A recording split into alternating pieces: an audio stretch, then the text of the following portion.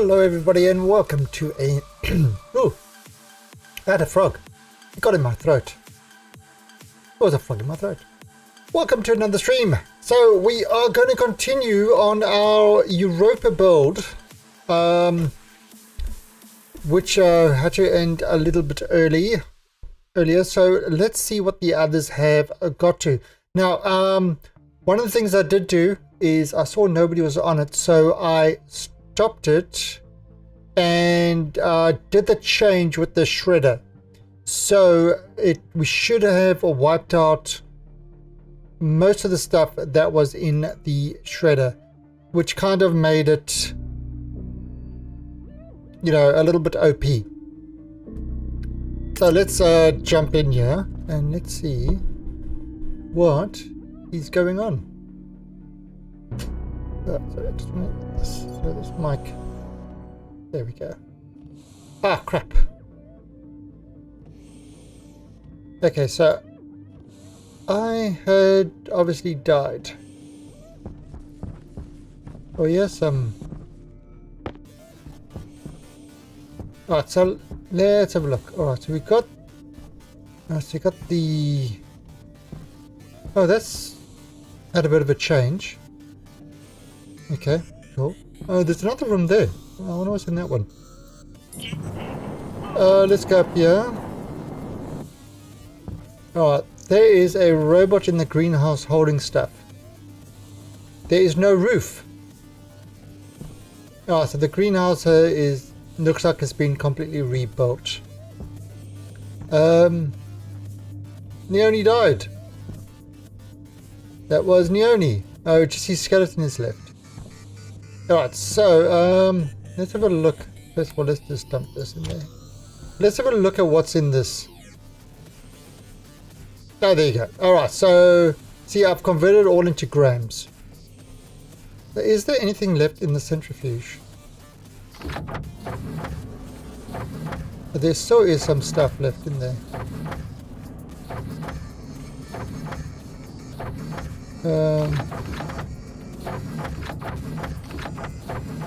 Okay, so that's going to get rid of all that. So I left some stuff in there.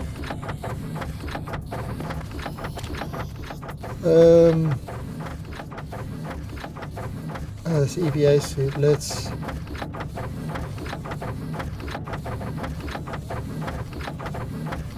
Oh, so it's getting rid of everything.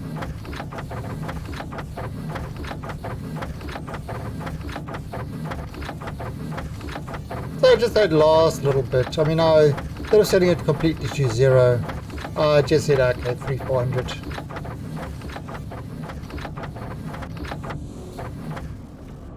Interesting. Why is it?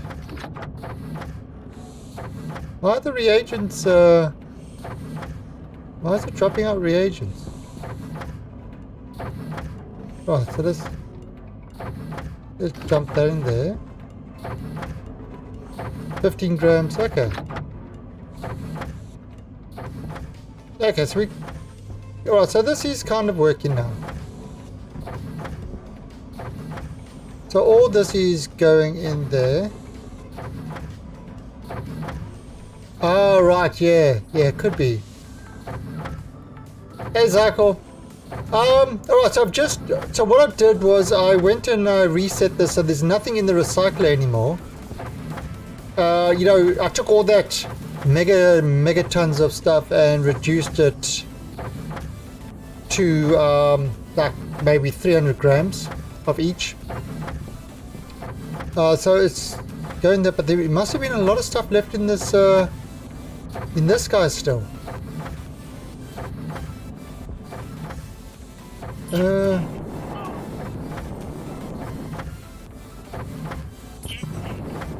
Let's have a look.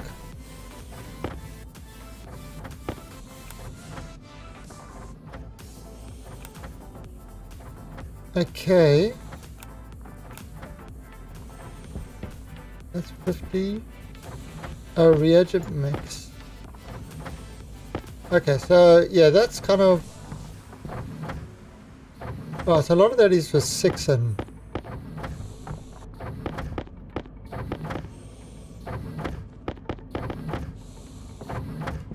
Um.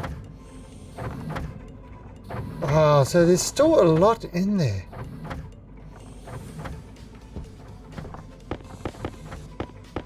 I don't know why there was so much in there. I thought that cleared this out. That's why I didn't clear this thing out. But anyway.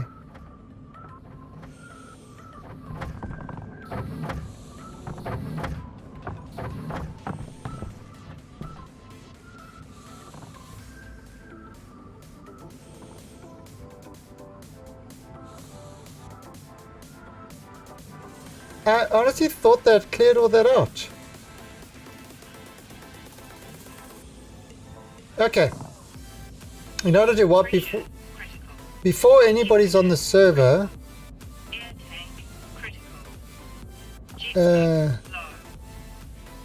what I'm going to do, yeah, that's let me stop this.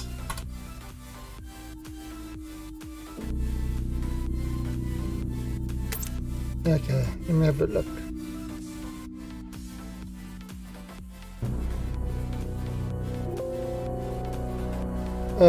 I'm gonna go back in. Right. Ain't nobody got time for that. Hey, Horace. Right, so I've stopped it. Do you think if I use an older XML, it'll work? Let me try something. So I've got this thing over here. Oh, you did?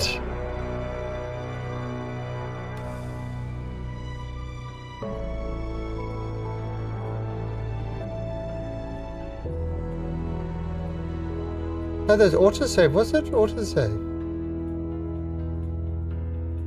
Interesting. Go to bed so I can play. Wow, woman. Wow.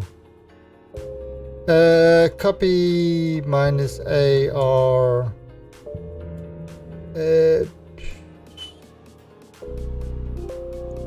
A in Europa. In Europa dot back. A B. Okay.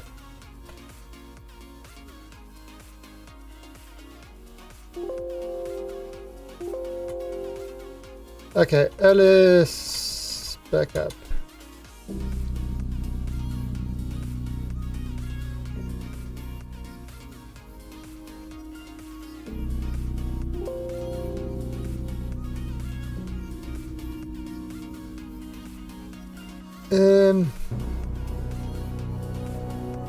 The one I edited was 1837. Okay.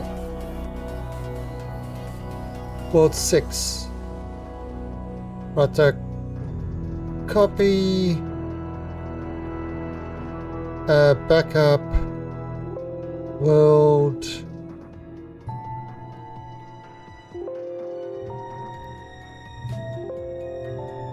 six dot XML. Really?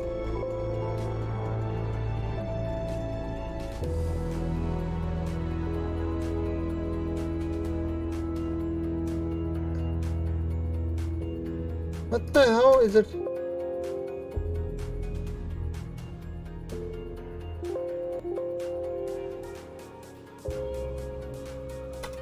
Huh?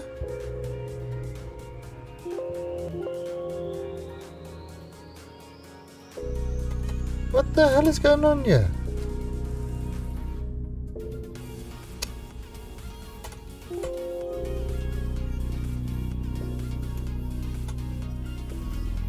Backup?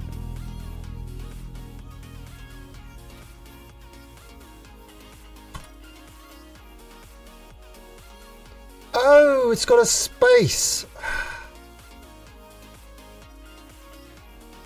That's what it is. So copy so backup world 6 space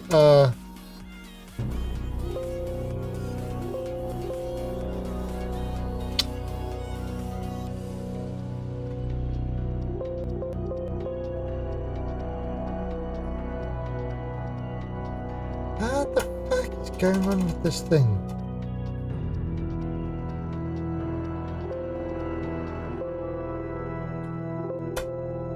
Why?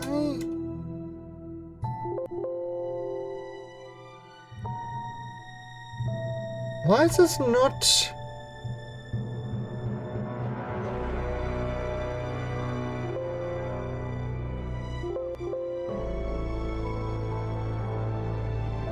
Okay. To world dot XML.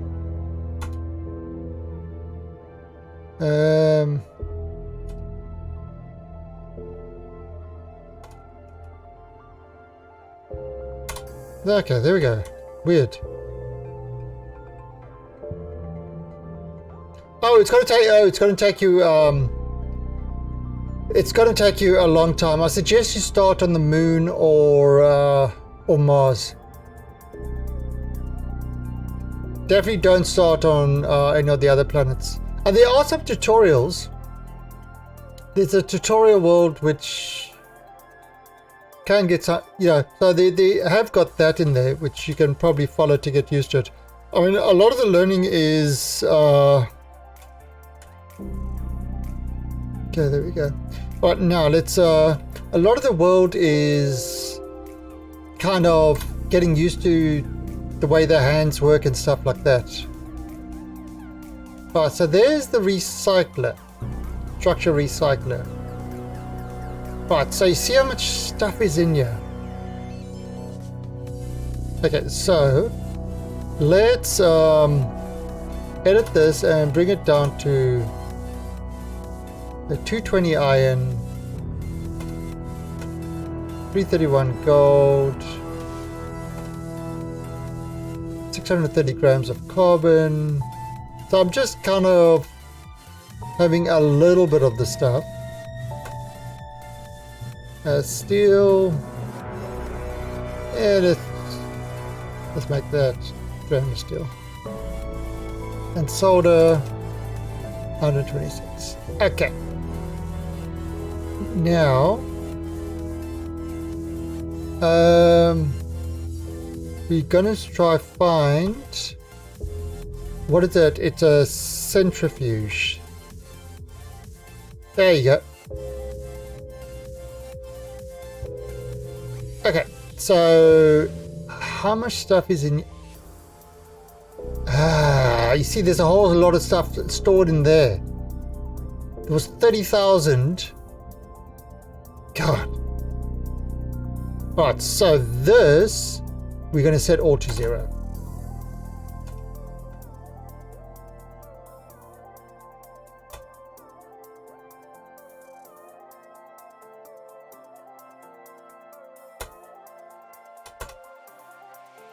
Okay, that's better.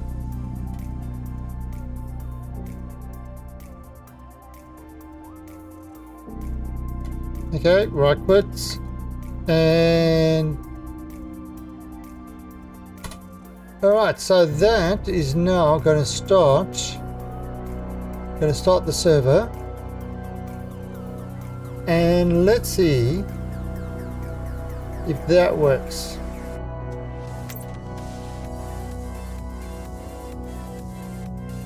Stop monkeys in space.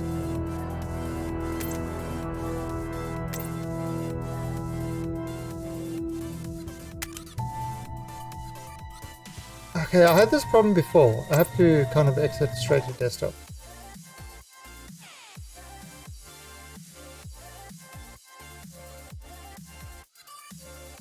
Okay.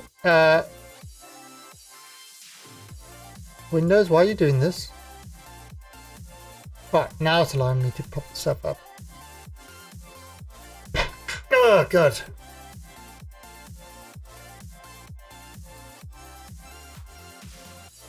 Is it still on sale? Or is the sale ended? I think the sale might be ended now.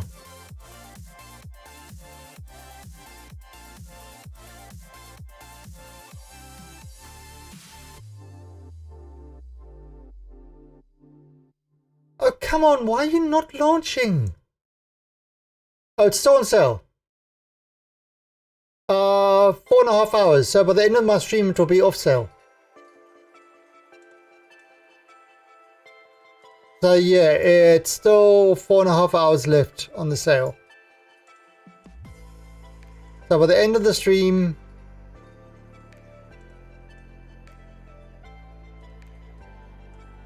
£14. All the quids. All 14s of them.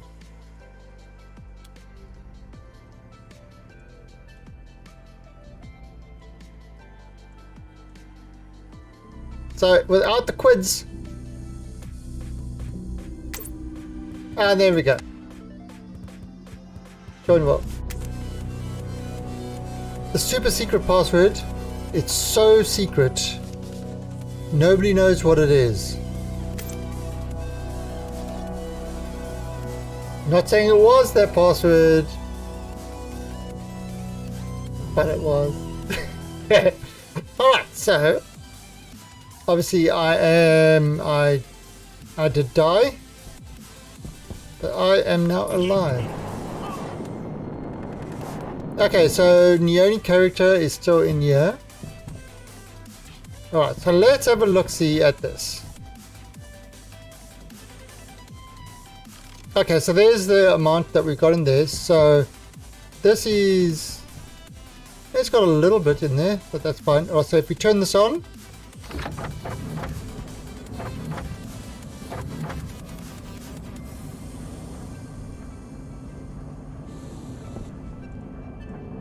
It's finished.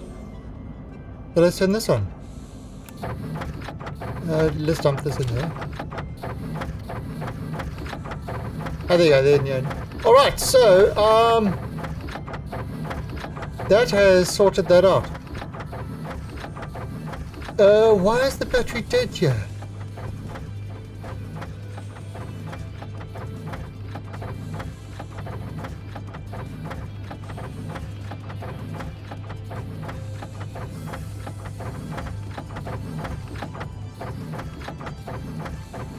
Yeah, that would be really good for servers.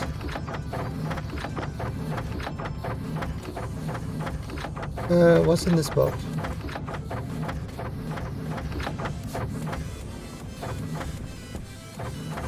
So let me just dump this bolt in there.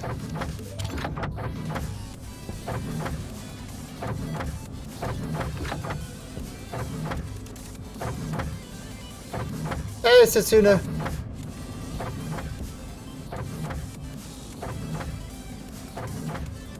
Okay, so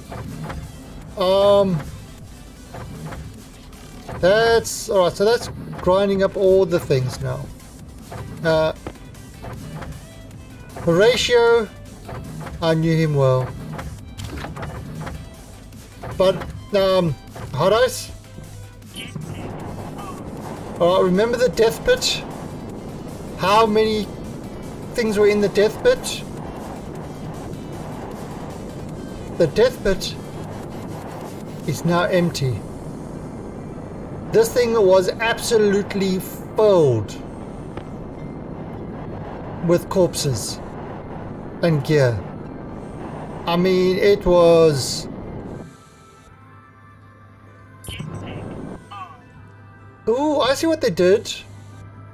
So it drops the smelted ore into the manufacturing area. Nice.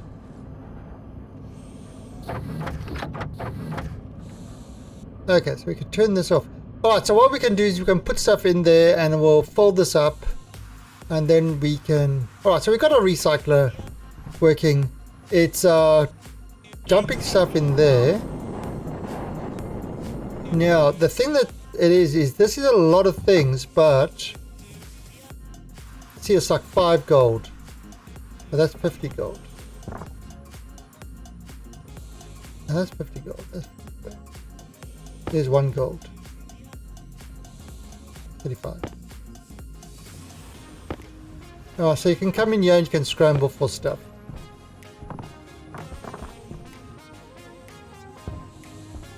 Let's plug that in there.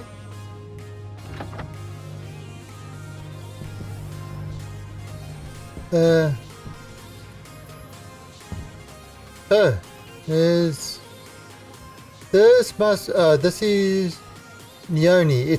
Neoni's a robot, and robots have human skulls. Okay, so they were redoing this whole greenhouse, which is fine. But here's a large cell. What's in this one? Okay, so I can dump that in there. Let's turn this on. EVA suit, dump that in there.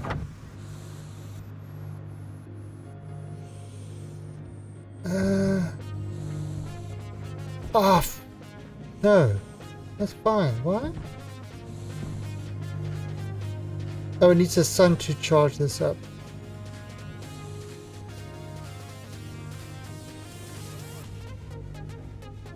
Okay, it should be okay.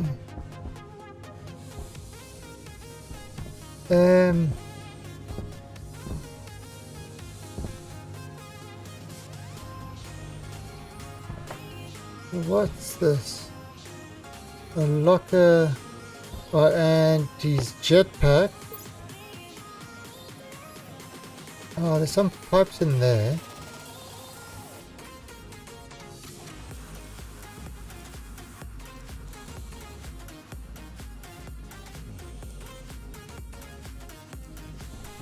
Okay, let's just see that he's got no oars. Oh crap! Press I. Oxygen critical. Temperature low. Alright, so dump that in there. And but yeah, we've got to get rid of all the bodies and stuff like that. So that's kind of important.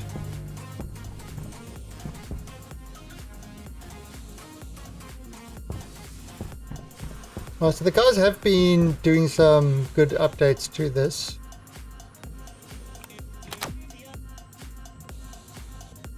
So I mean, now we can make plenty of batteries anyway, so. Insulated pipes. Okay, so they were busy building the greenhouse. Let's grab some of this stuff here.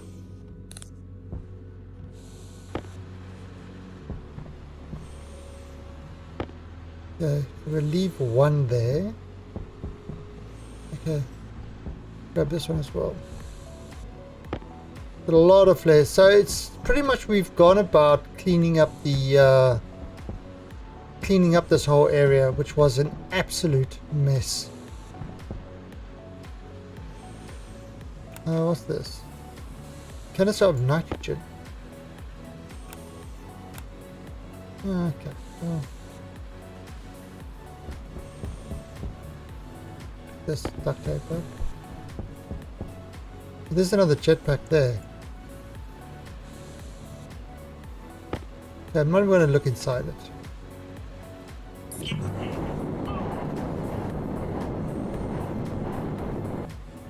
Ah, so these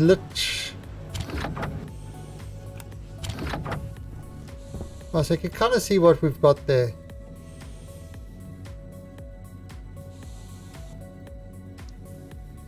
So that's how much iron and gold. Oh, alright, so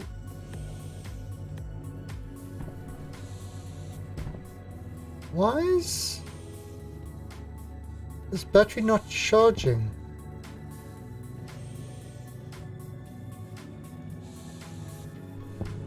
I think I know why actually.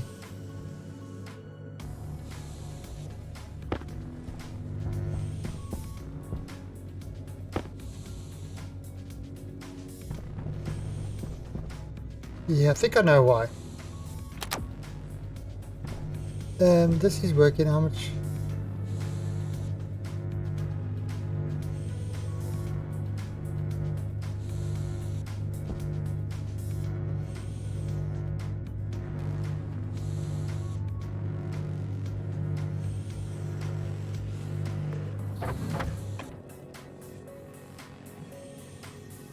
Let's do that.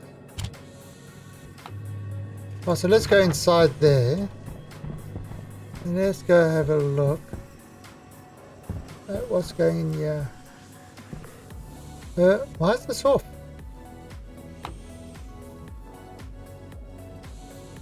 Taco to interior, so the stuff was changed. And it's got a double... Oh, it's a double pump. Okay. Oh, there's the gold. It fell down there. Nice.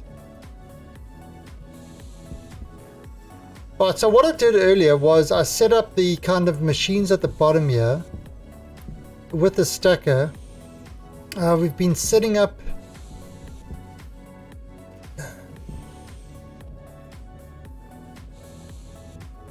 okay, what?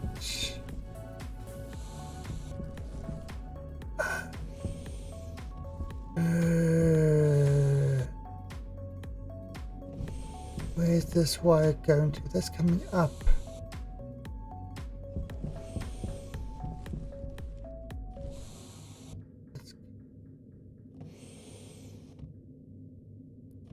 Oh, right, what I'm yeah, let me just do this.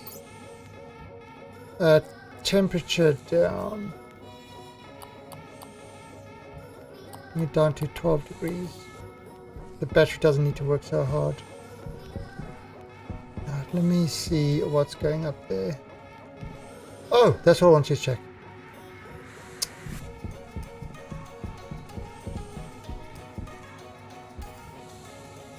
Okay, so that battery's full. That battery needs to... Oh, right, that's why it's because it's spending a lot of time charging these batteries.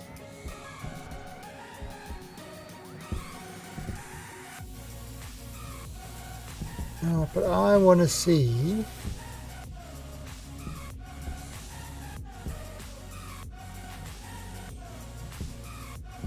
Now, this is a small battery. Let's actually... Let's make a big battery for that.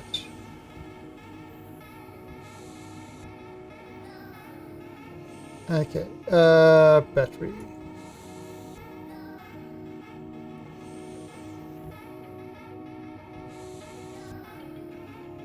Three grams of copper. Oh, so the copper. Perfect. Alright.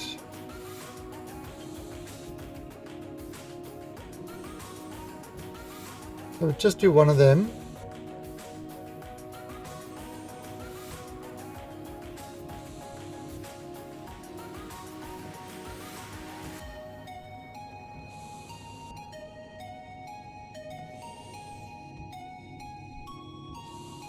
Alright, so that... There he is. Alright, so let's put him in there. I'm not sure what to do with the small one. Let's place him over there. Okay, so that's the large battery to do all those. I mean, eventually want to replace all the small ones with the large ones, so our tools and stuff like that last for longer. Turn this off. Actually, I could probably put a thing there to shut down the manufacturing. Kind of a switch that will shut them all down. That's actually probably a good idea to put a switch over here that will shut down all these machines. Okay. So, and let's go outside. So you see it's a vacuum inside there.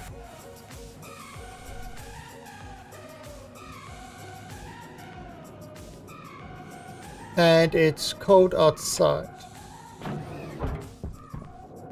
Oh shit, am I... Oh, there you go. I had myself muted in Discord. Alright, so where's...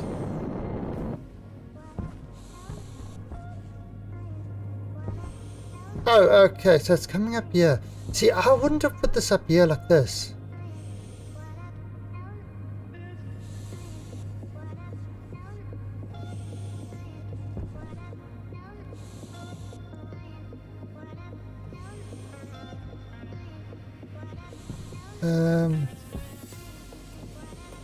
It's completely draining. I would have actually put this at the bottom. I would have actually put this instead of bringing this whole thing up here. But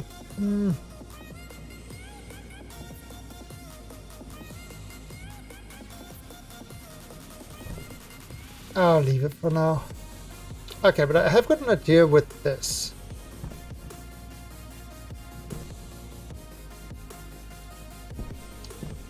I don't mind this idea.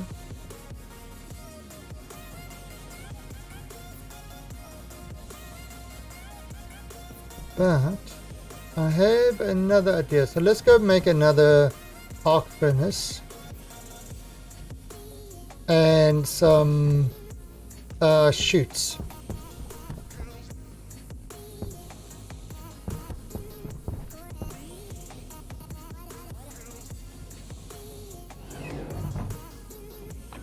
Right, and then I want to, and what I want to do after this is I want to start setting up a gas room.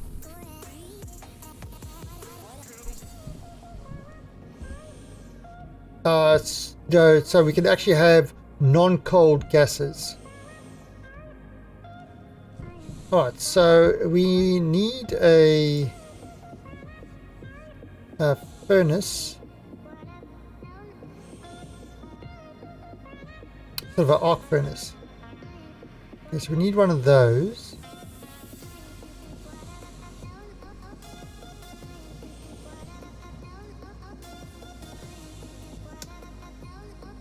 And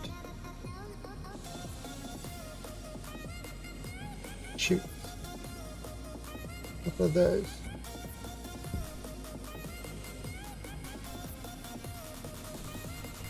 Yeah, you have to kind of watch these. Is there a sound on this?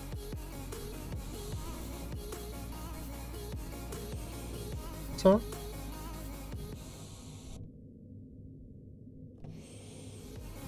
I think there is.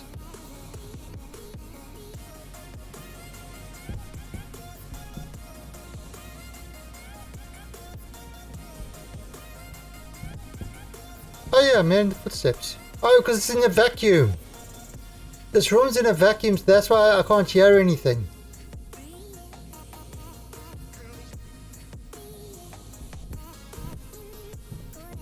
Yeah, you see, this room is a vacuum. Oops, stop. 7 should be enough. Yeah, so this room is actually a vacuum. I can hear better when I'm outside. Because outside is not a vacuum. Wow.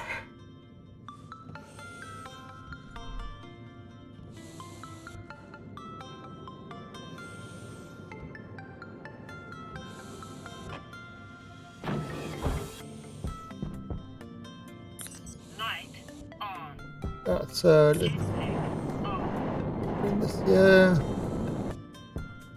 Alright, so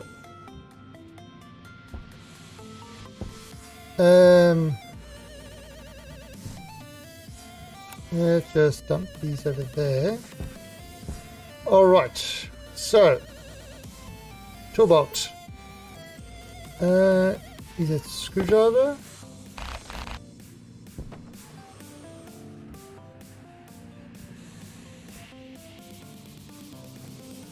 Alright, now let's put one arc furnace.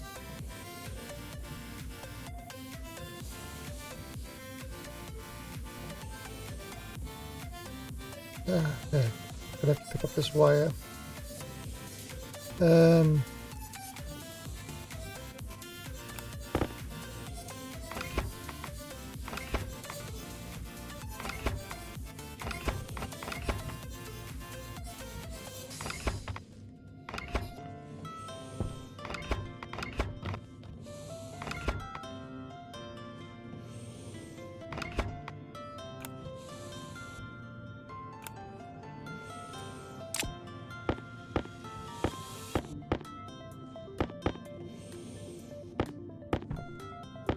Okay.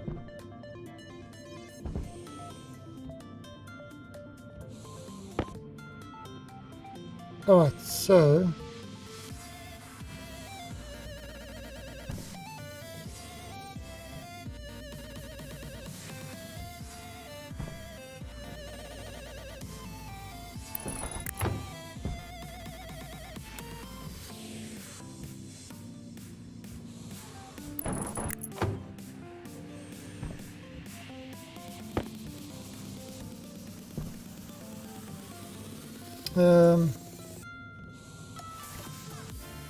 this should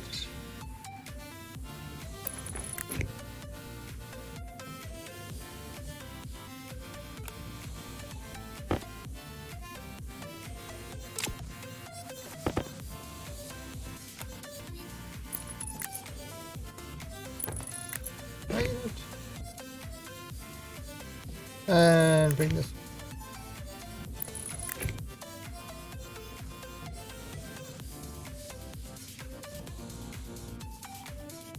Bring that across there. Hey, Habs! 3 years! Damn, Habs, what's wrong with you? How could you stand me for 3 years? That doesn't sound right. So I haven't danced in chat for Mr. Abrusky. 3 years. That just feels... 3 years, big man. Happy anniversary smile.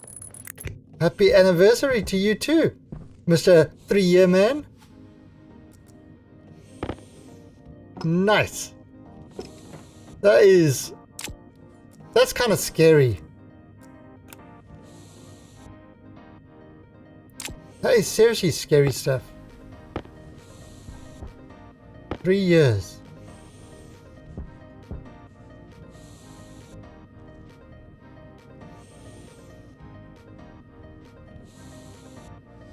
Yeah, it's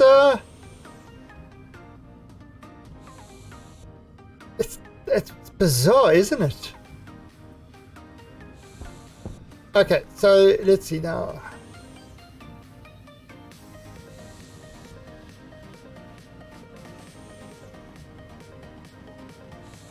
What, you want to be around more? What's wrong with you? I thought the only way you could do 3 years is by not being around.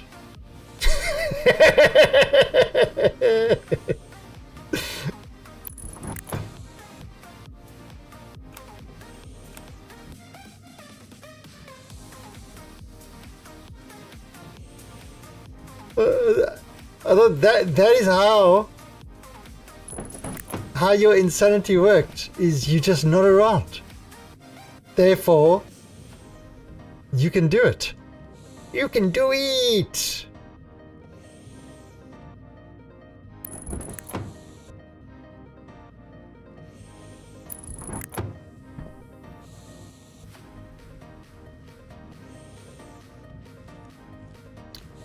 Okay, so let's see.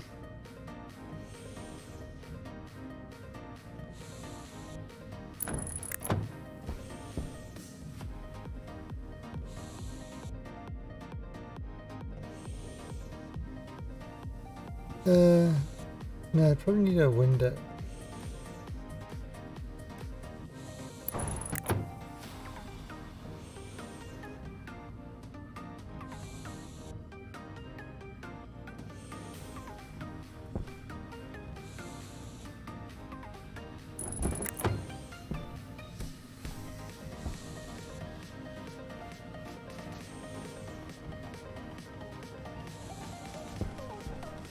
Oh, so let's bring this So yeah, what I'm doing over here is,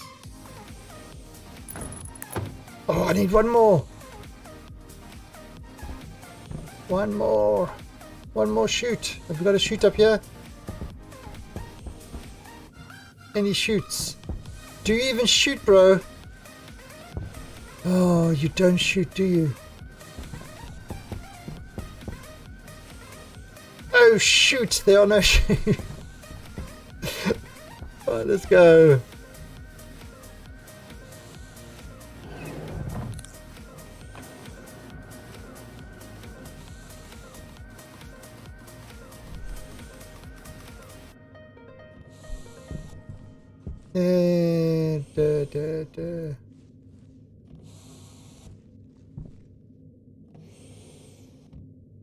Okay. Oh.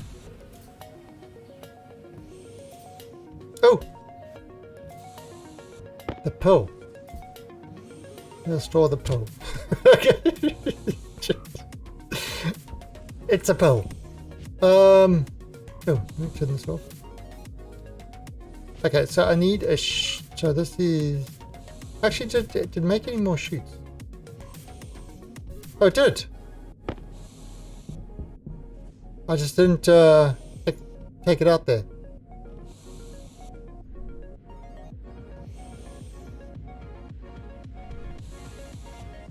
Right, now the pipe area is going to be an interesting one, I think. I need to think how I'm going to do that. Oh, it's cold. Light on.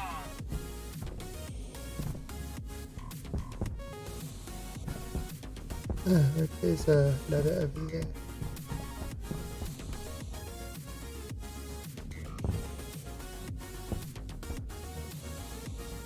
Right. Now I wonder if Neoni's going to. Hey, look at that. Okay, so.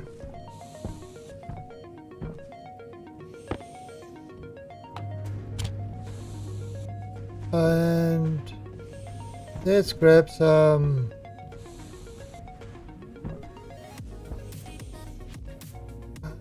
Let's grab some iron.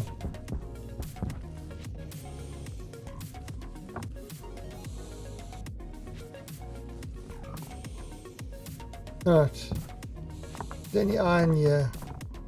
Yeah, there's iron.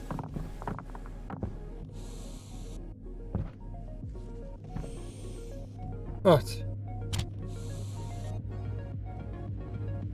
So, see, two of them going. So you can actually smelt two different things if you need to.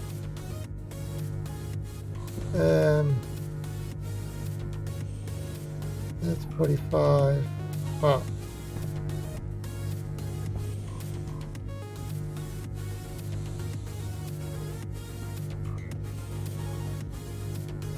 Then we should see.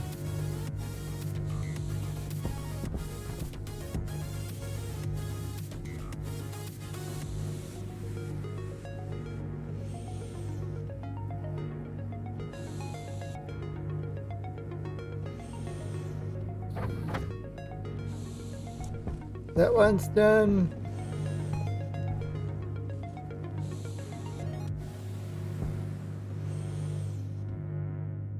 And that's going to do its thing there.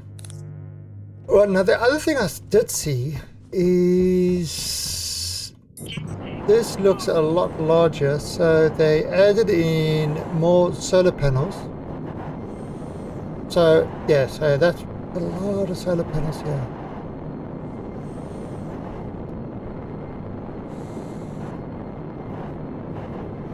Okay, now this, even though this battery is flat, it's getting from the battery at the bottom.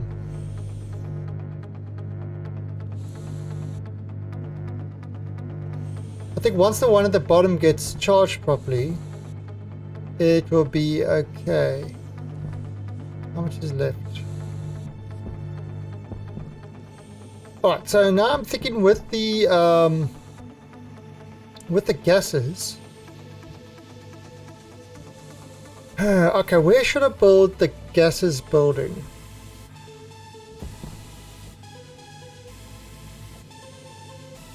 So we want to have a lot of these ones to store our gases, and with a lot of these for filtration.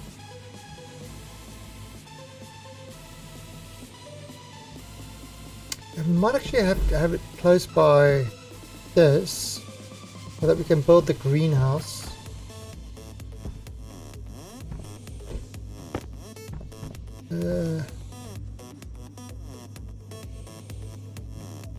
Okay, that's finished. So turn this off.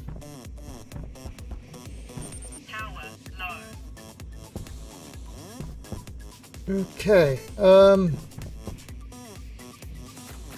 maybe. Oh no! I fell in the hole!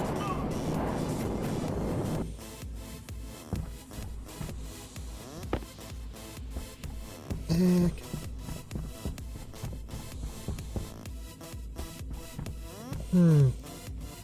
Should we build it over here? Kind of.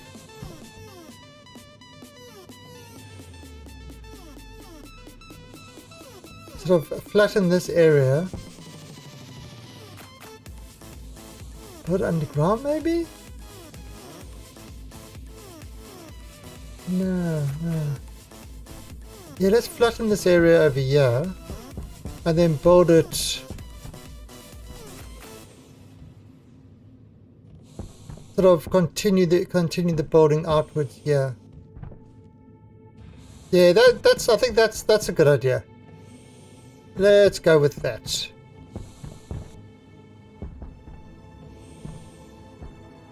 Oh, so I'm going to need a lot of steel things.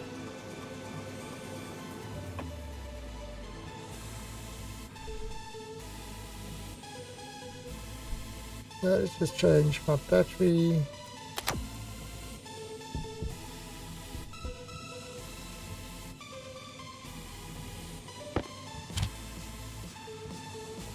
Oh, okay, you see, and there's the stuff dropped down there. Nice. So ready for that stuff. Actually, what I could do, while I'm busy with this,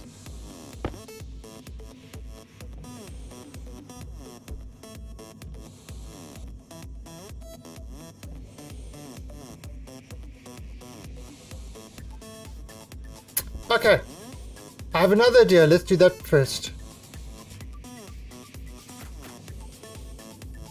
But we are gonna make a fabricator.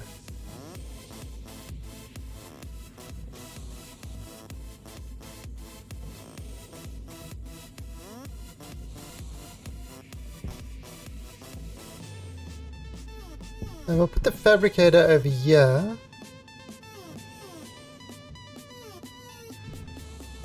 Oh, the fabricator actually. Maybe we put the fabricator over here.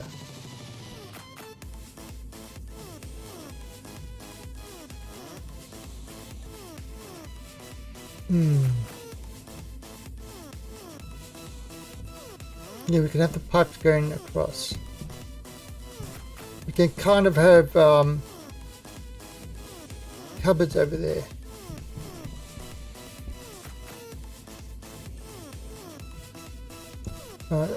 Nothing else can do a computer, can it?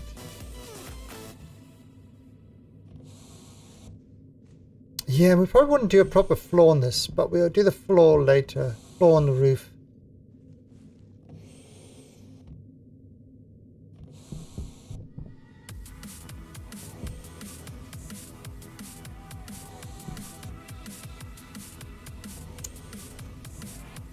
Yeah, this needs to charge. I wonder.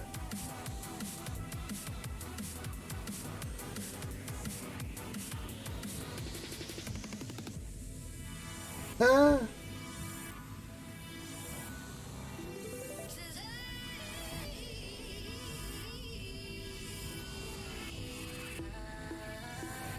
I have a thought.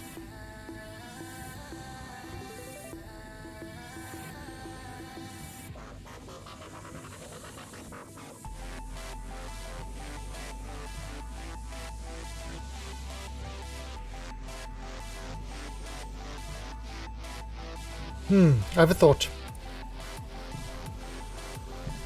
I'm having a thought and it's actually hurting my brain.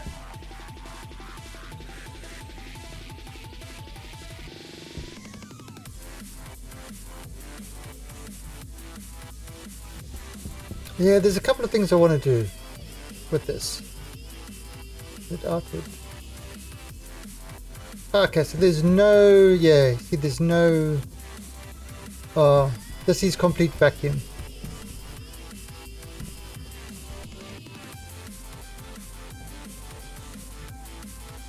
You can see by the degrees, no.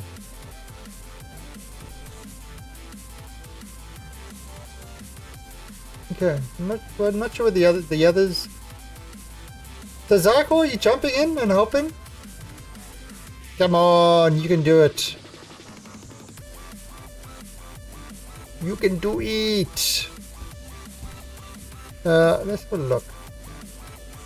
The tank.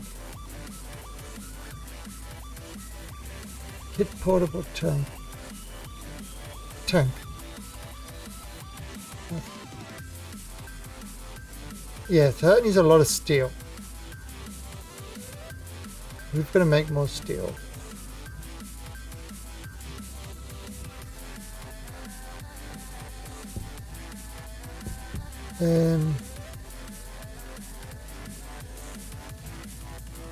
Steel frames. Make a bunch of those.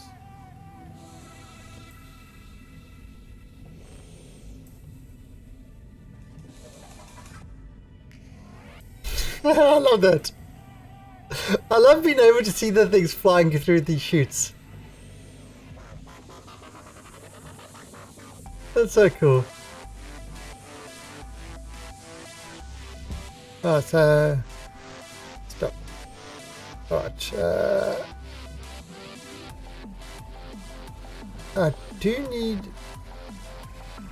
a circuit board. I need a computer. Computer.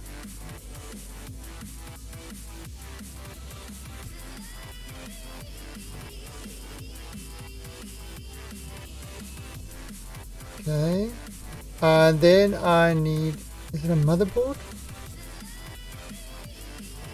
Motherboard IC manufacturing.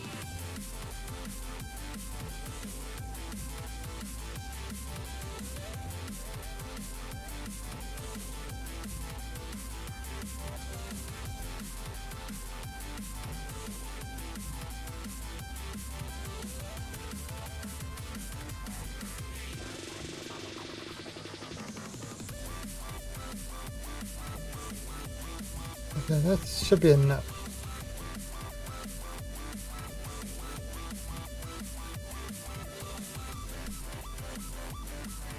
Alright, so let's see. One. Oh, I picked up those.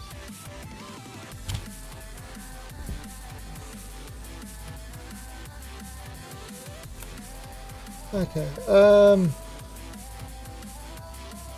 fabricator. Computer. Alright, so, fabricator. Nope.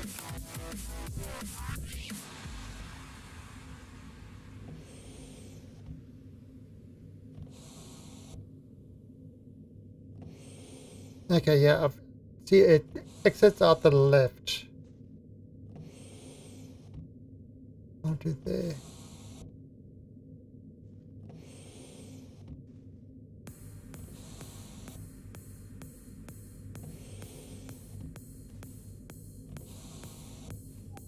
That's it there.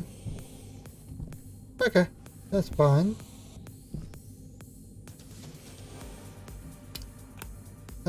Throw the computer in front of it.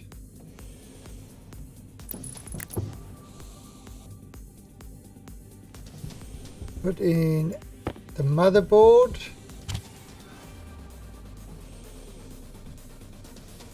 Alright, now.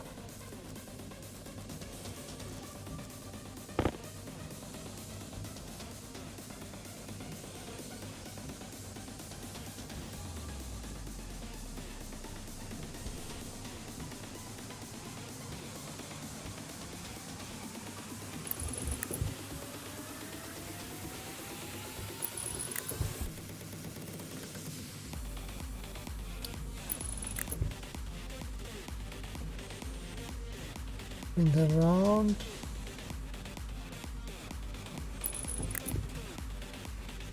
Okay, we're gonna need this. I like that new thing. It just Light on. okay now.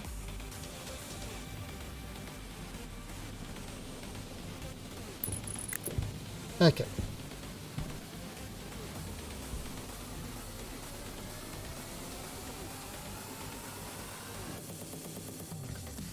Oh, so now this one.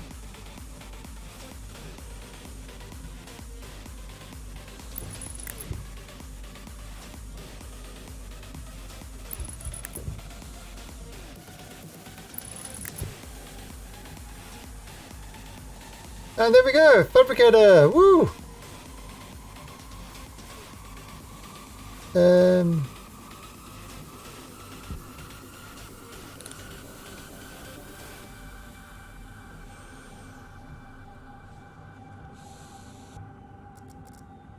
Circuit.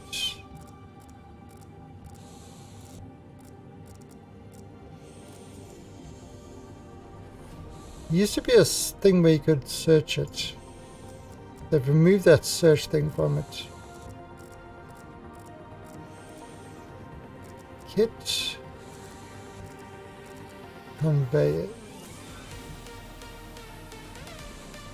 Let's try it.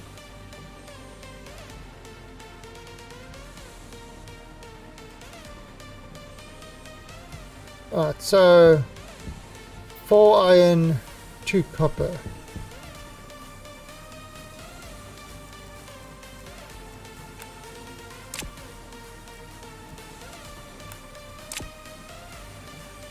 So there's iron.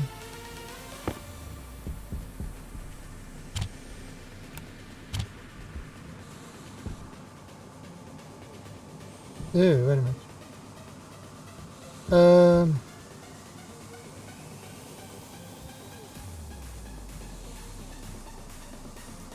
Shoots. Got a couple of those.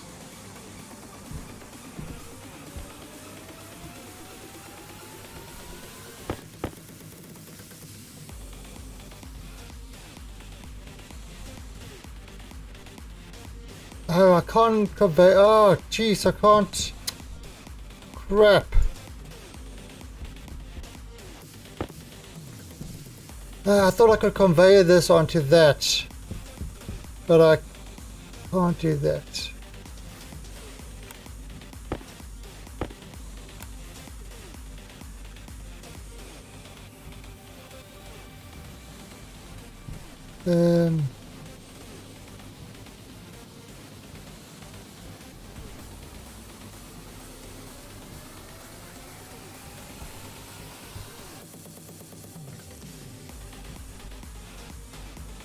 Oh, did somebody come in? Oh, Neoni!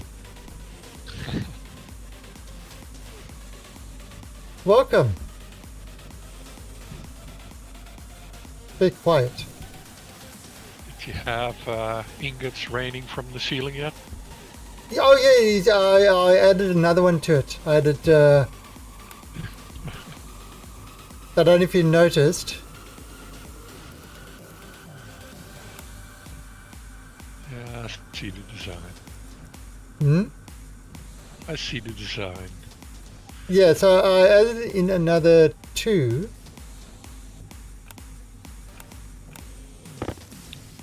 To make it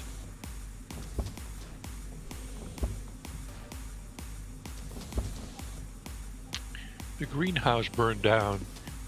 It did. I was messing with the airlock, and Zell was messing inside, and suddenly there was a big fire. So Oh, so that's the I don't third. know what you had in your greenhouse, but it wasn't oxygen. No, it was pure oxygen.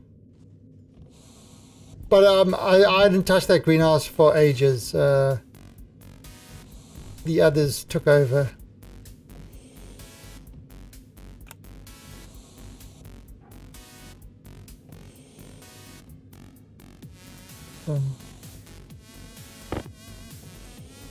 No.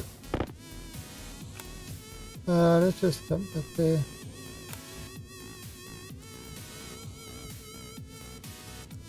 Okay. So yeah, I mean it's starting to actually look like a base now.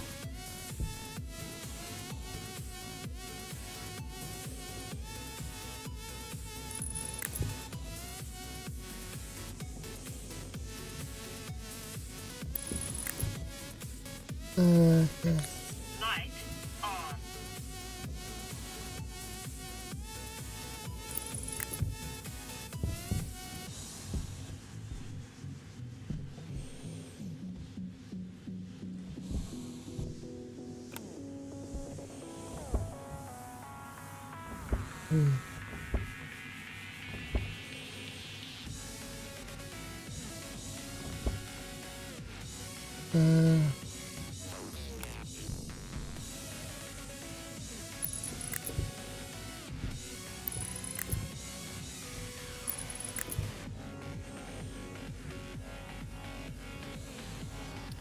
If I do it like that.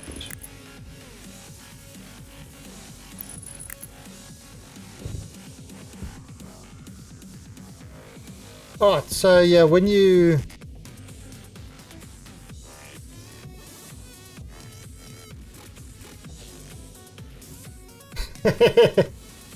so yeah. So you can kind of set this and so you can actually manufacture a lot of things instead of just dumping on the ground. Yes, I know it's a silly thing, but look at that. It should actually be automatic. As the next one comes, it should slow down the thing. Forward. Yeah. I don't know if anyone made that yet. Huh? What? I don't know if anyone made something like that yet, where they used an IC to pulse it for X amount of seconds or something when it's filled. Well, what we could do is we could build an entire Factorio factory in this.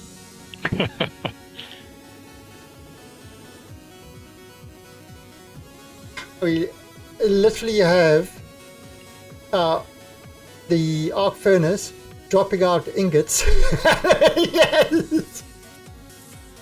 We have the Amy Brots dropping in ore. The arc furnace creating the ingots. The conveyor belts just Sounds going. more like Autonauts. That would be great. I would have to do that, but I'll probably have to do that in like creative, so I can get the stuff up quickly. Alright, so we've got a fabricator as well, so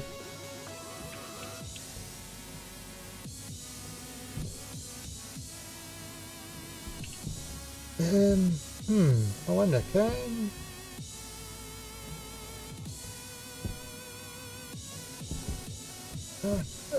let's do probably gonna need some more steel frames.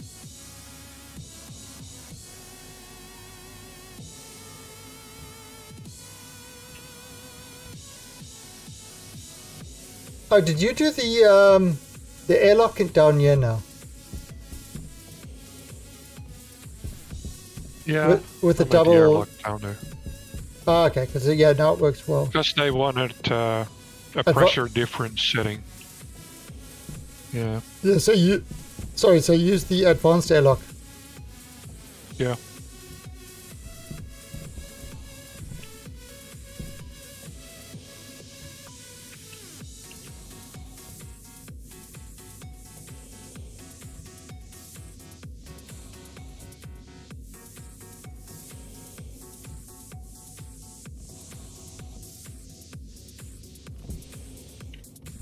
Okay. So, right, so what I'm going to do... let's just...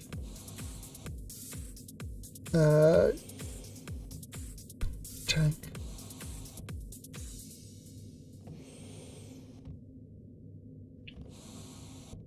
Oh, didn't I select it? Kit tank.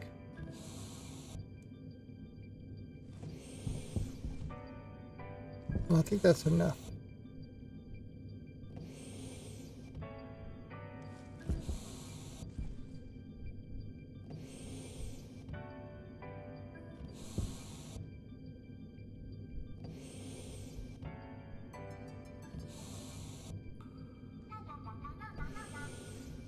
Okay, stop that.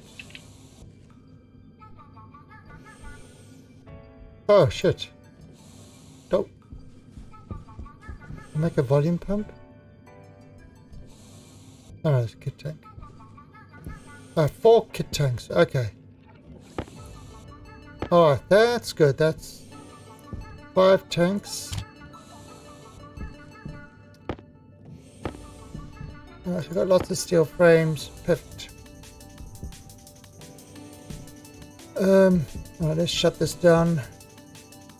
So yeah, I saw the solar panels have been increased as well.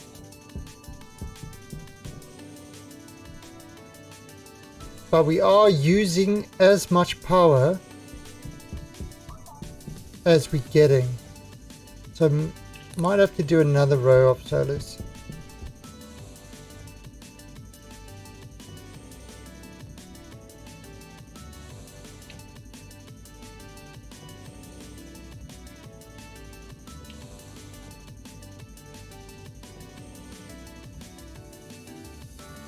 We're probably wasting a lot of power on charges since they're all outside in the cold.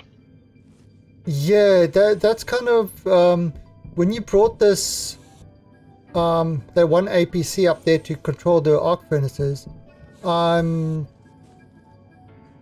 surprised you did that. We could have done that against the wall over here and just let the wire come up instead. Or use a transformer, which doesn't have the battery drain. Oh yeah, we could put transformers in.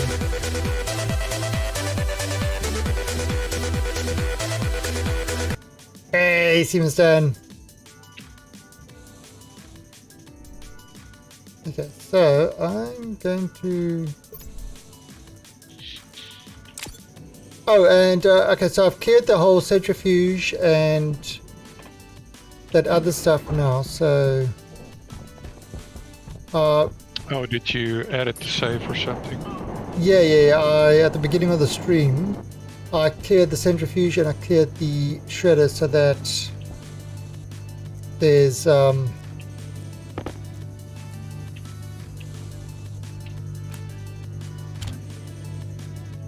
it should be safe to kind of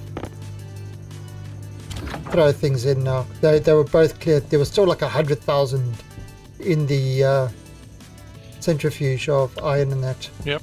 So that's megagrams, so millions. yeah. It seemed like there was some sort of overflow error going on. It's a floating point error. It's Yeah. very common. Yeah, can if you're not the milligrams, if it starts producing milligrams, something goes wrong. It flips it around, and it becomes megagrams. Yeah, Floating it's point error. So, nasty. so So kids, don't program in floating points if you do math with it, like the visions. It will go wonky. well, you can. At the end of the day, you can do in floating point, but make sure you are doing proper range checking and stuff like that. That's the key. Proper range checking.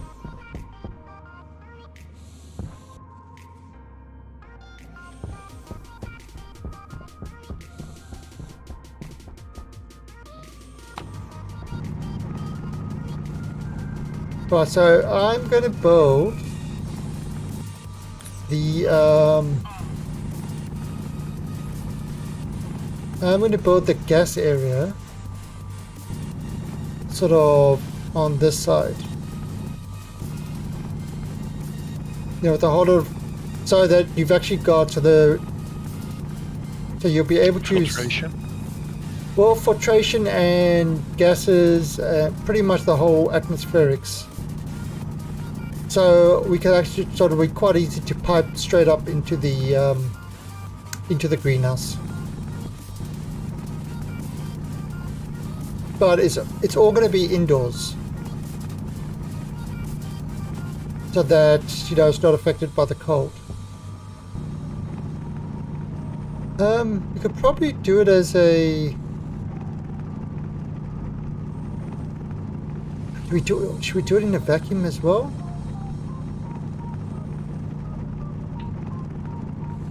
I mean, eventually I want to have pressurized rooms for what's it called?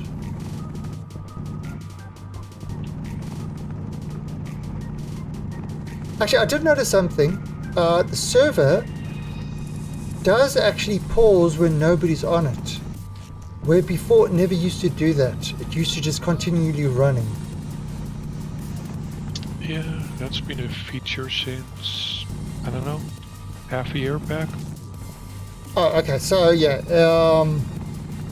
yeah. When I first did the server, and the server was so flaky, I stopped using the server, and yeah, only did like sort of co-op mode. So it's good that they've fixed up the server. So actually, in that case, what I can do is I can probably leave this server running constantly. So if you guys want Trust us that we don't blow up the base and stuff. yeah, I mean, yeah, the thing is just, there's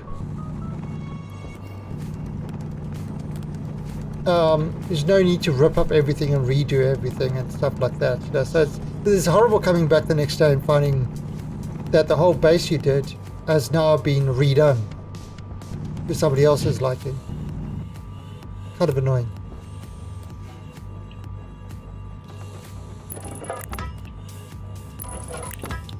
Adding another.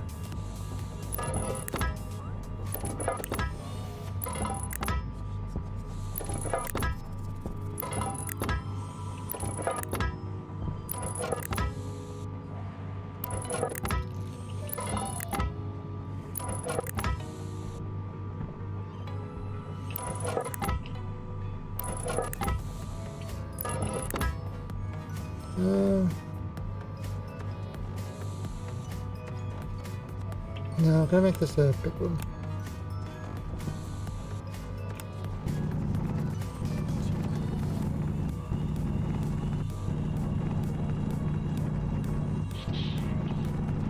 Yeah, it's things are moving. We've got all our stuff indoors. We still don't have a greenhouse.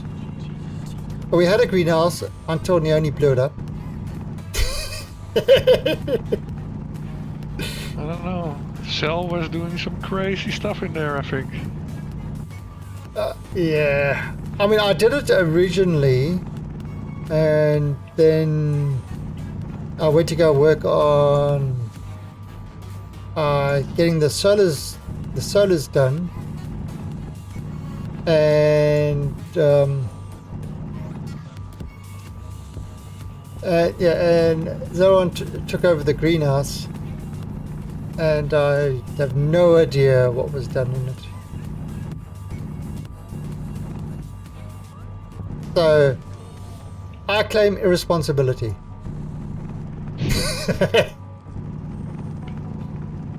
Not no responsibility, irresponsibility.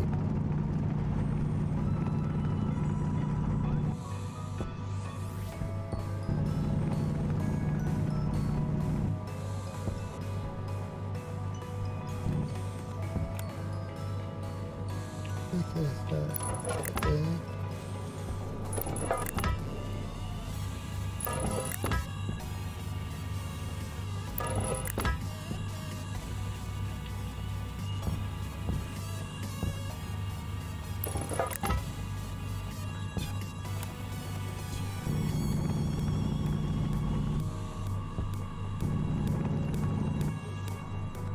Okay.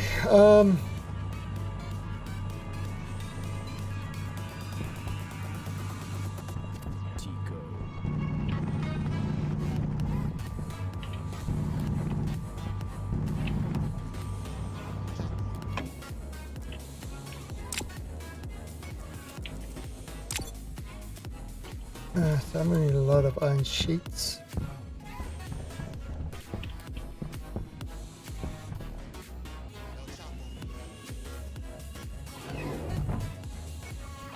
Hey, the 45 bear. A mellow greeting. Mellow yellow. I'm just watching the gold drop. Oh.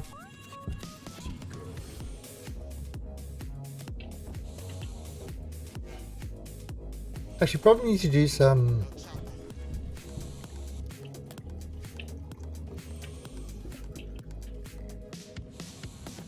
steel sheets. Yeah, do a bunch of those.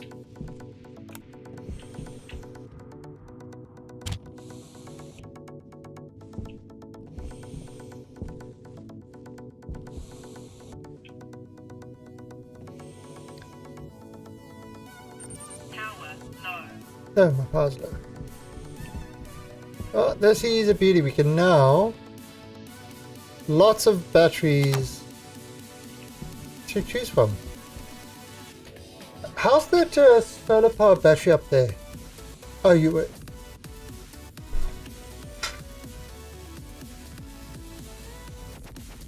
And by the way, the APC for the garden is down here in the power room. Okay. So it's got its own separate circuit. Don't need to route it by anything else. Route it. What kitty? Kitty's sitting on the computer. Do you know what I do want to do? We need another console.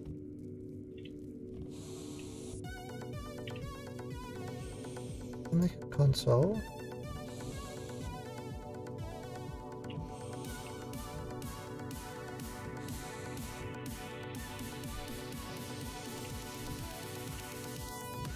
And I'm gonna make a solar control. Oh god, I need more copper. Can you pop some copper in the chute if you're up there, please? Yeah, let me check.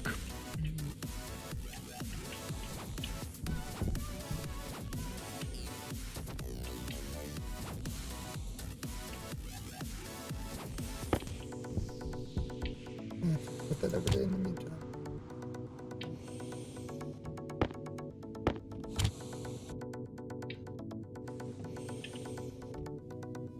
Oh, there's 200 iron.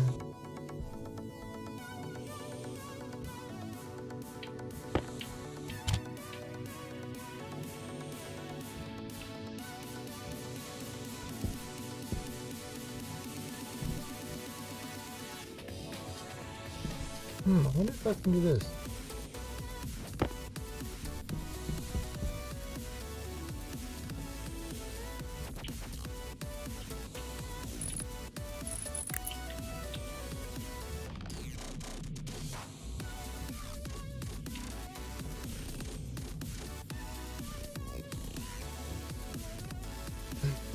But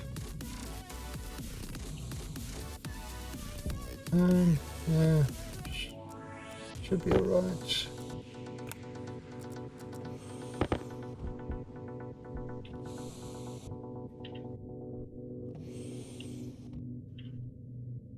Yeah, oh, but it's finished.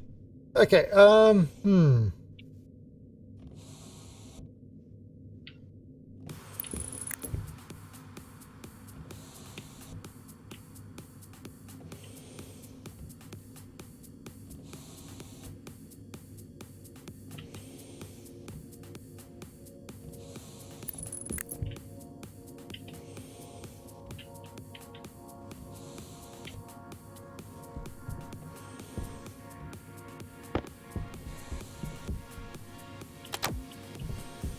Okay, put another charge up there.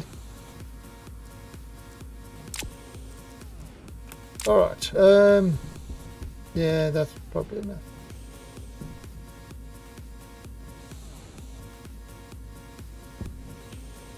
Oh, copper. Yay. Thank you.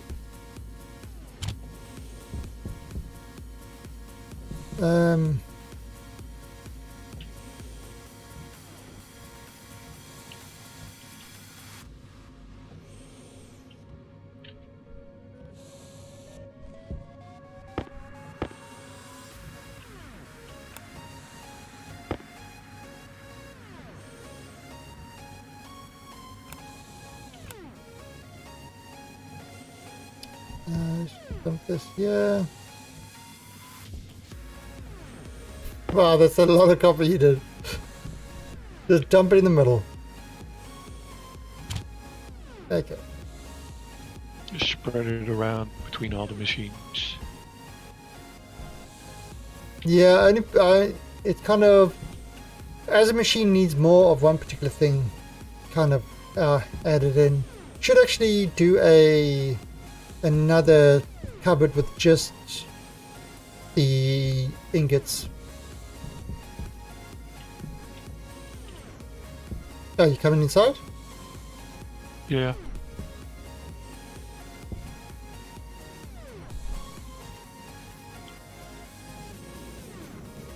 And there's another charger thing.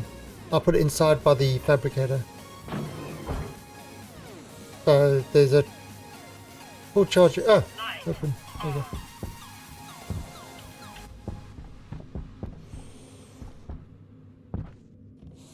go. Oh. Okay. Now let's just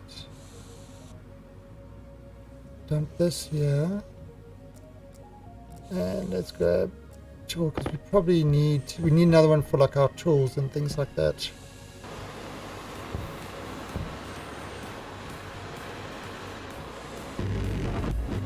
The problem is with all the oxygen in this place, it's fires are very easy to come by. Well, not really. It's very cold, so fires don't start by themselves. Yeah, but if you're welding or doing something like that. Yeah, that's an issue. Yeah, it doesn't matter how cold it is, if there's enough oxygen, ship becomes hyper combustible. Well, if you add fire, yeah. And you're a robot, so you probably spark.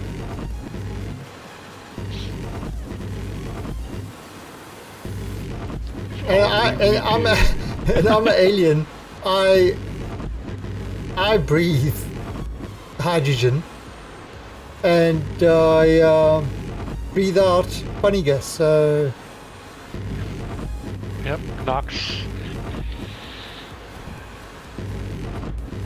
knocks out aliens and humans.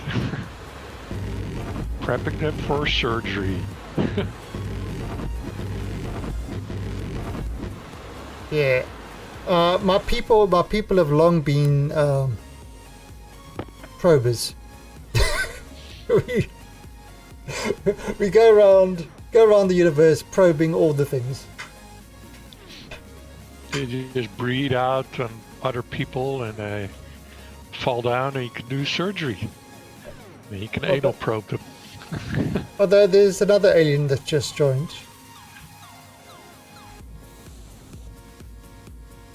Hey, Grumpy Cat. She's come to help build the base. Okay, so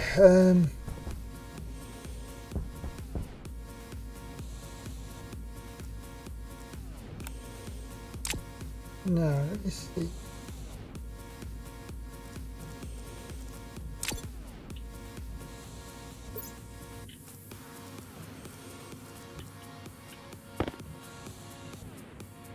Temperature critical. Oh crap! Oxygen critical. Temperature critical. Temperature low. Yeah. Okay, so do you know what? I wish I'd have that lock mask as default on. I hit ice too many times, and this oxygen is poisonous to me.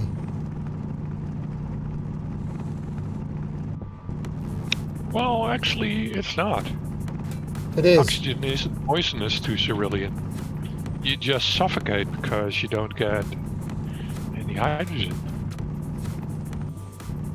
But it's not like Okay. hydrogen for humans, which is poisonous.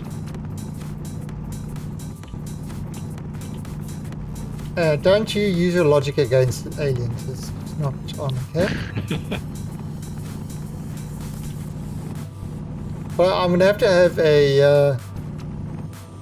I'm gonna have to have a hydrogen room so I can relax. You know what I'm thinking? You should add some space insanity if you wear your suit too long. Go mad. Actually, they could probably add a stress mechanic as well, which literally would be that.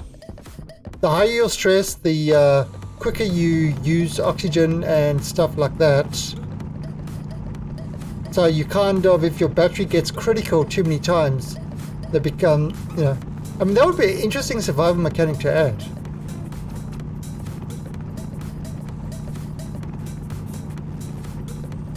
Because, I mean, this is first and foremost kind of a survival game that's just got a highly technical builder behind it.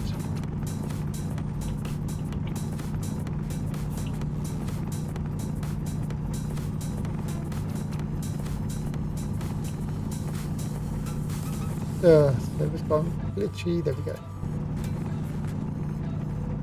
Anyway, we are running a server, so if you want to jump in and help out, you can do this.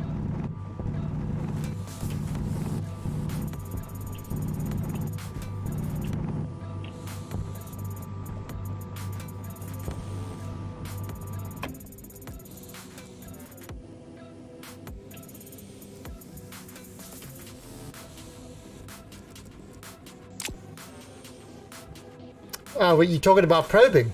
It's true. Let's see, that's facts.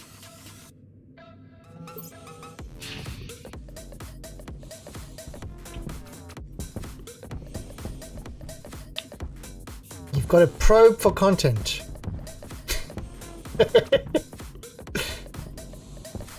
Hello! I'm about to Oh, how did you wave? That looks so silly, a mining bolt on a robot. That just looks so silly.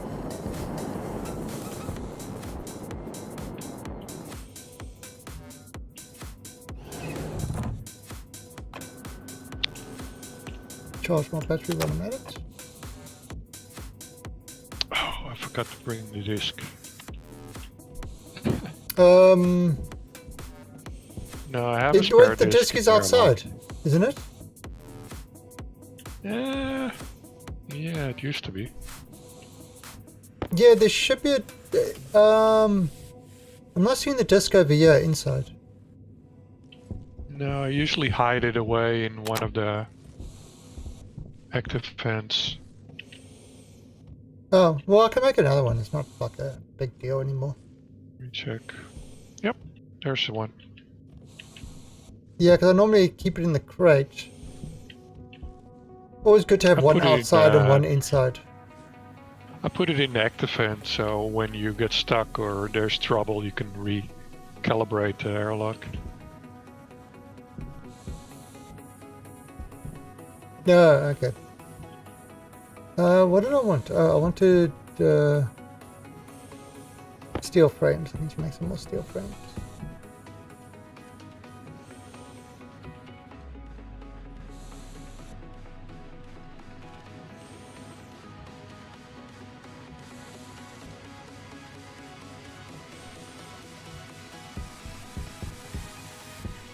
how many gases are there? 7. Oh, so it needs 7 canisters. Got 5. The 7th gas is your exhaust, your funny gas.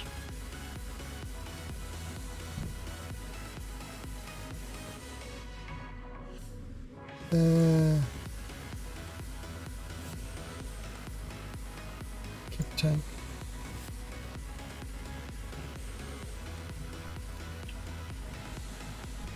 Oh, I need more steel.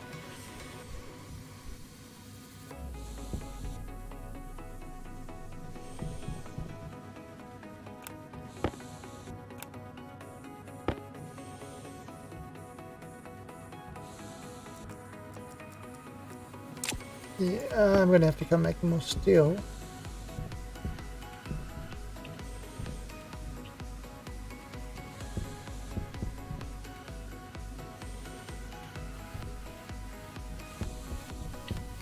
Yeah, and then we'll pump all that gas that's in there to the other ones.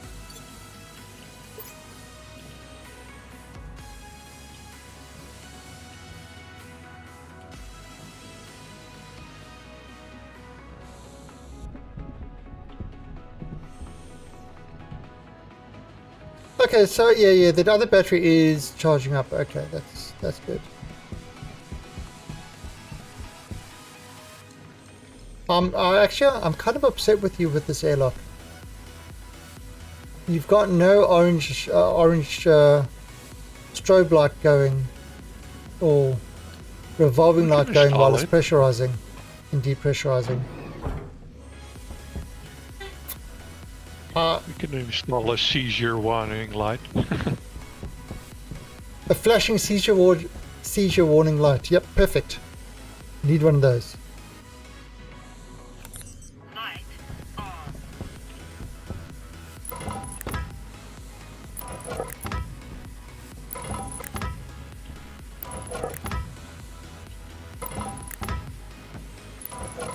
Ah, perfect. Smart.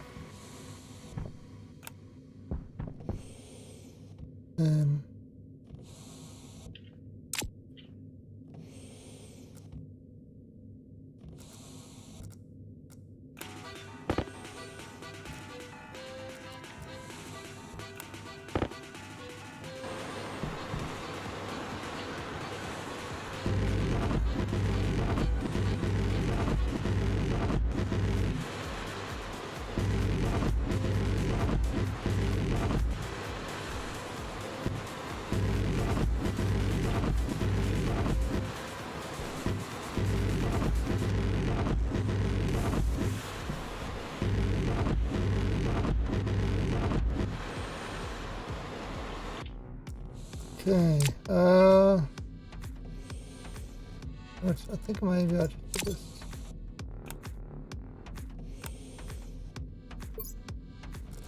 Yeah, clear some more of this area out.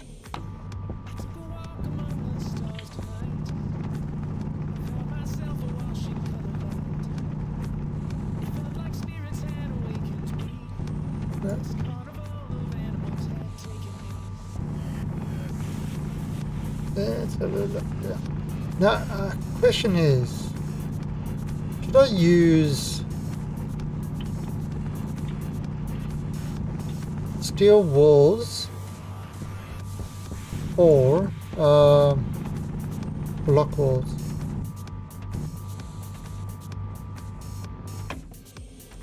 You mean iron walls?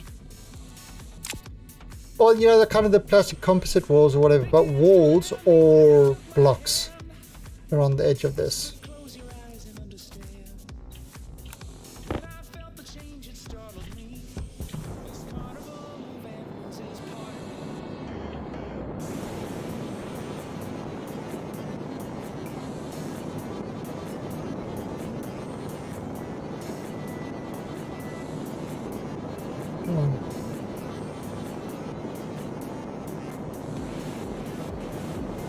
So that's the pipe in.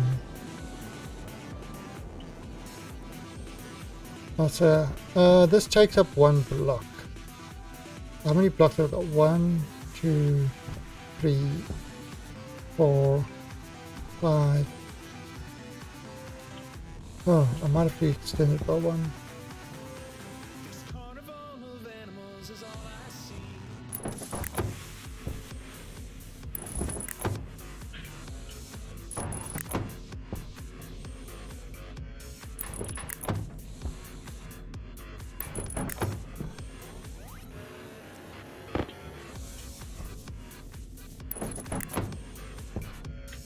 Oh, so I've actually got to extend this out 1 more. And that would give me 7 gases.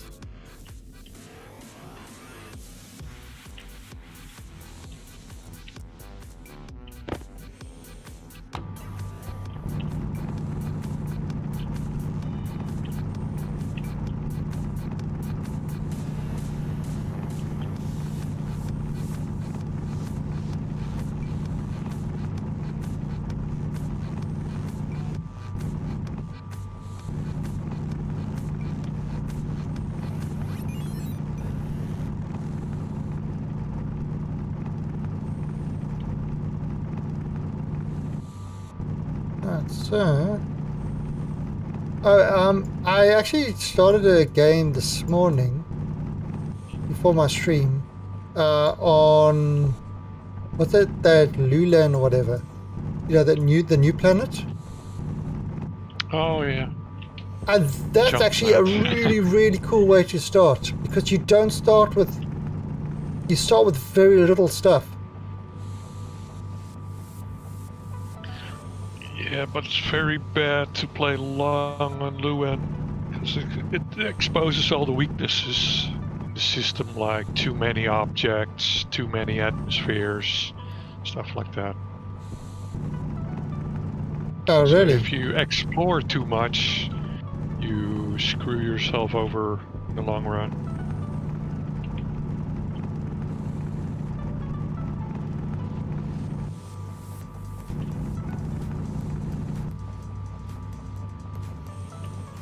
Yeah, but I kind of like that. I like that start, and yeah, if they can kind of, whoa, that's a jump.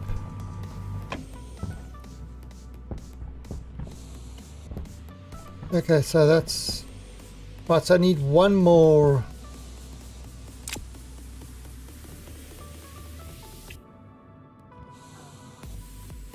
Really? Because I mean, I haven't. It was the first time I tried it, so I didn't know what to expect. But kind of not having the jetpack, it's like, oh shit, how did I get up there? I fell down and now I can't get up. Not even having the drill, having to use this pickaxe tool, and that pickaxe tool, that rips your stuff like really quickly, doesn't it? Well, you get that weird vacuum stuff, and then everything bugs out. Sucks you in every time you try and dig. Oh yeah, I think that's what happened, and then I went and my suit got cut or something. All right, so I need some iron ore.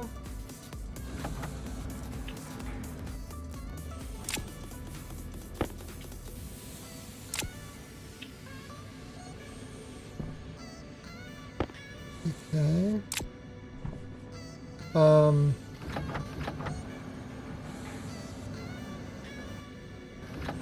And there's some coal. That's need more coal. There's some. Okay. And volatiles and oxide.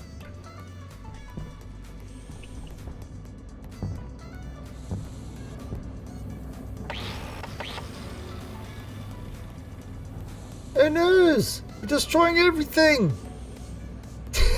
Yeah, it's bugging out. Is it? I don't know why.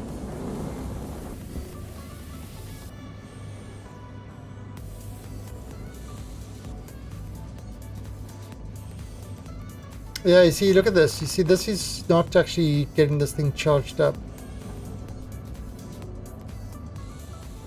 Oh, I suppose the power's first going to the big batteries. So once the big batteries get done, that would charge up. But I mean, at least this resets at night, so it's actually okay. It's not really a problem that it runs out of power.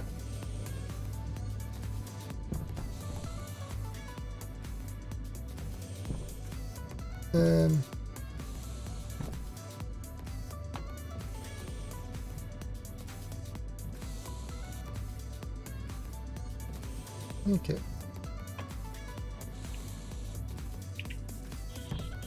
All right, so we are going to split one of those.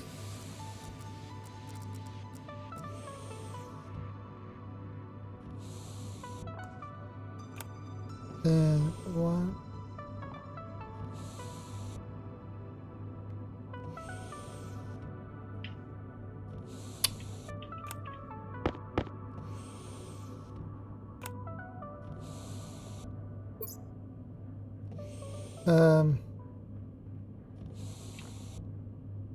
Oh, come on.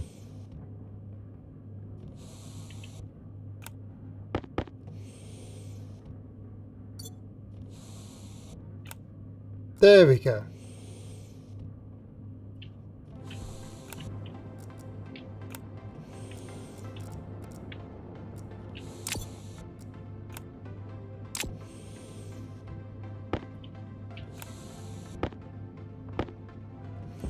Alright, so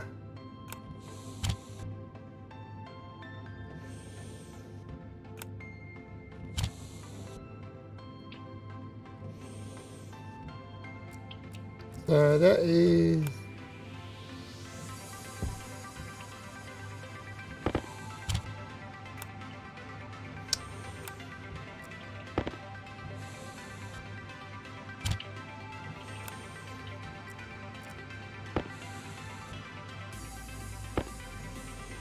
oh, come on, server.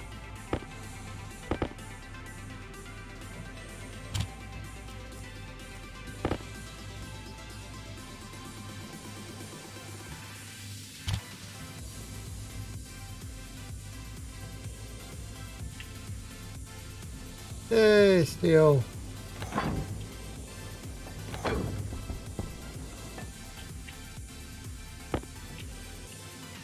Alright, you need to use this, you need to use the furnace?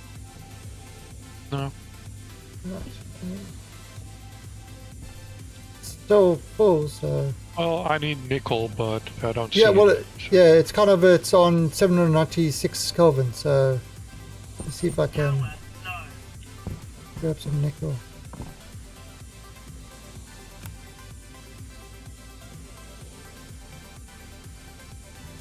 Oh, I've got any nickel here.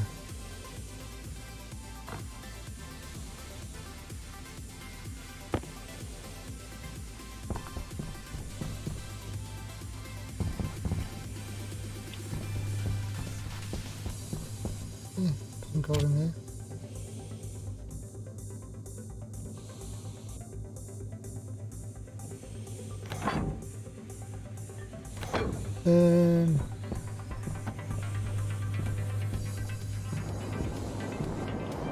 Yeah, so yeah, I mean it's still pretty hot, so it's like on borderline red, so you should be able to smelt anything you want to.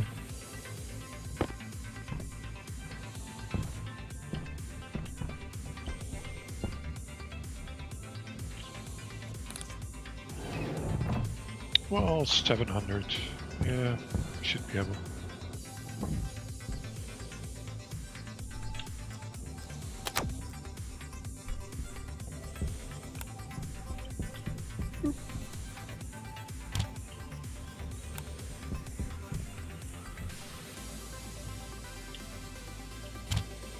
Yeah, let me actually make another cupboard.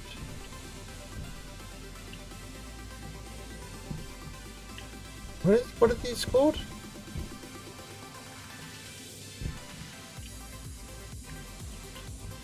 locker.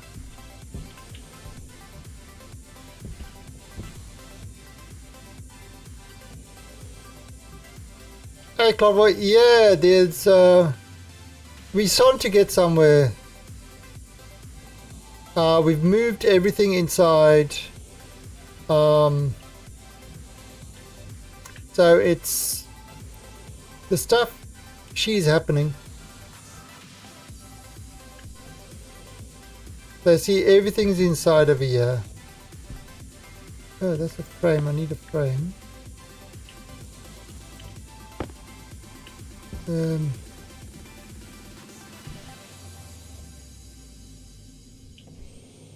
There's another locker.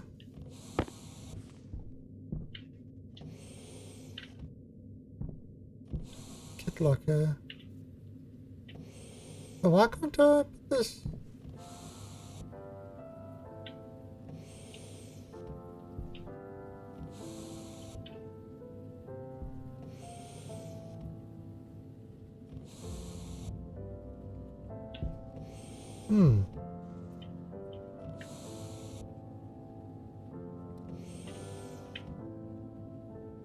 Why is it not allowing me to put this down here?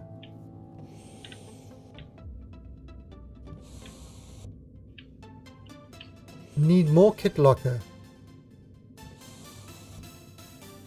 Oh, I need another one. I need 2.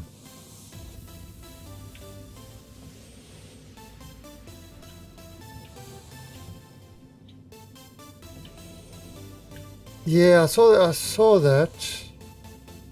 That's not very nice. Let me go one more tank.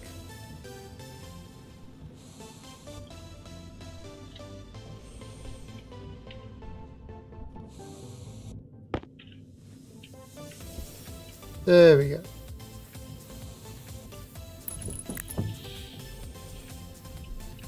Alright, so I'm gonna have one just for, yeah, so I made a locker just for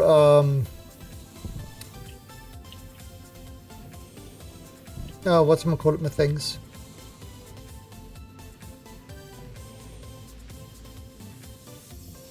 You know what? Let me actually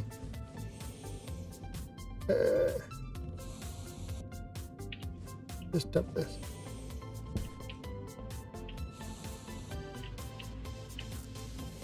Here's my toolbox.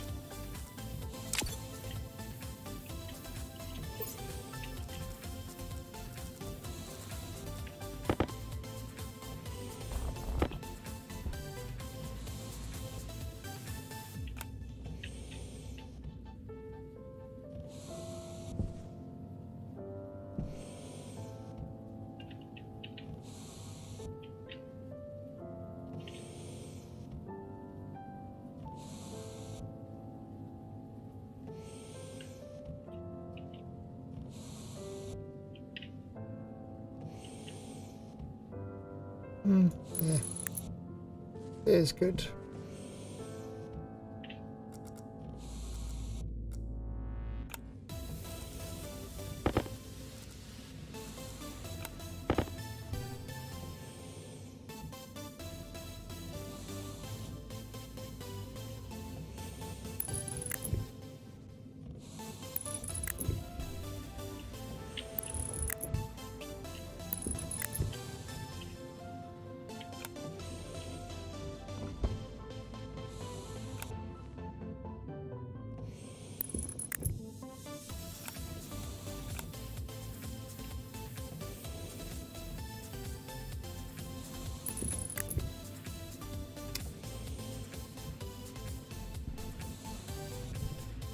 Yep. Okay. That's plenty of light.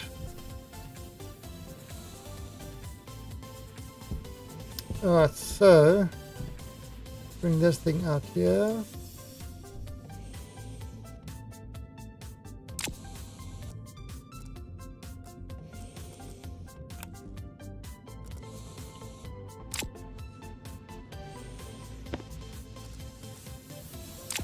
Now, no more chutes.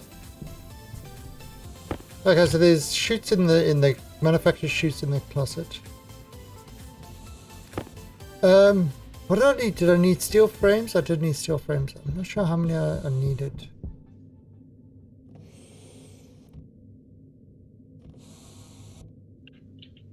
I forgot. I got distracted and I forgot.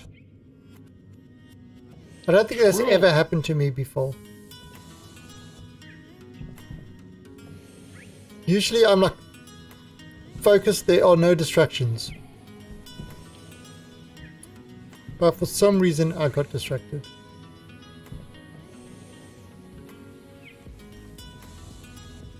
I blame the chipmunks.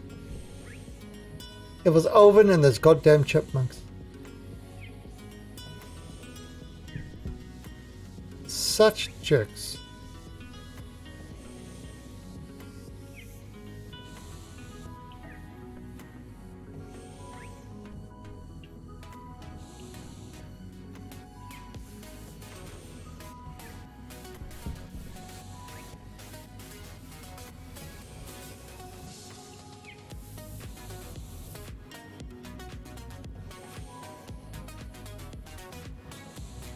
Yeah, and if you're doing the greenhouse, do the controllers in that sort of outside, so that you've actually got space inside for a table with a microwave and things like that.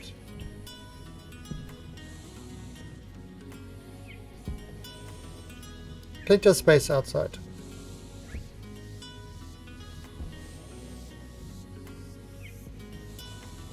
Oh, I wasn't even making it.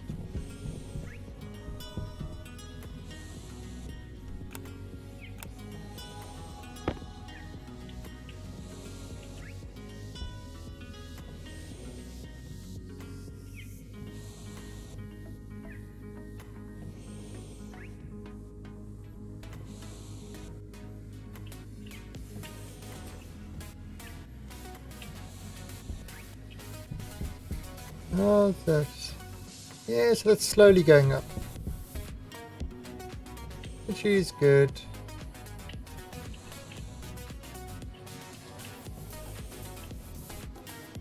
Okay.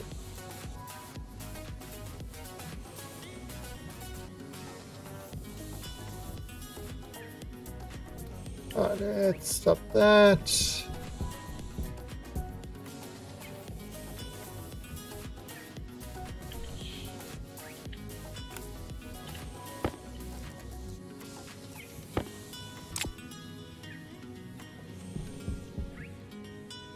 Actually, that might work.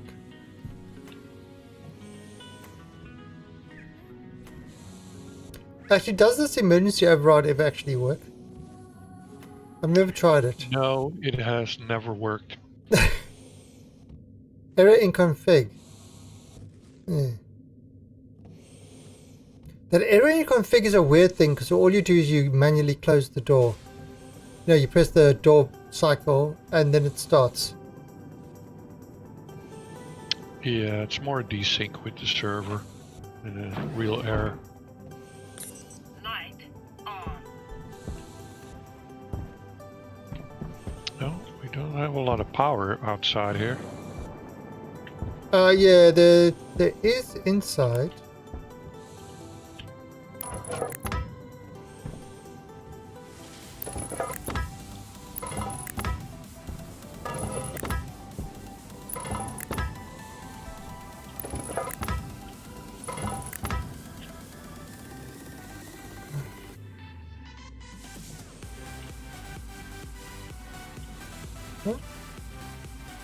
Load from side. Oh! I didn't even know you could do this! That you've got different frame blocks. Yeah, on the steel you have. That's... But they're not airtight. Yeah, no, but I mean, again, totally you can't finish them, it's just the frame. Oh, okay.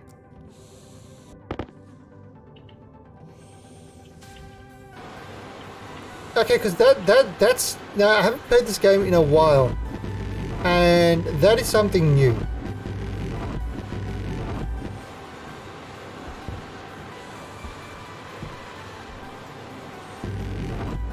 Our database locked down tight.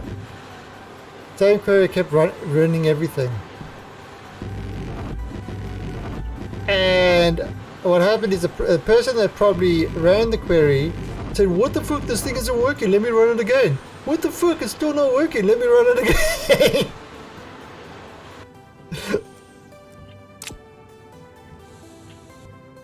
Oh, I've been there.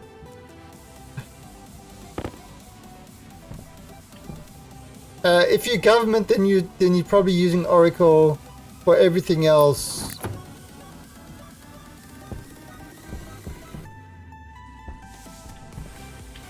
You haven't look at, you know, as much as I hate Oracle as a company, the database is damn good. And the PLSQL and that sort of stuff is really, really good. Oh god.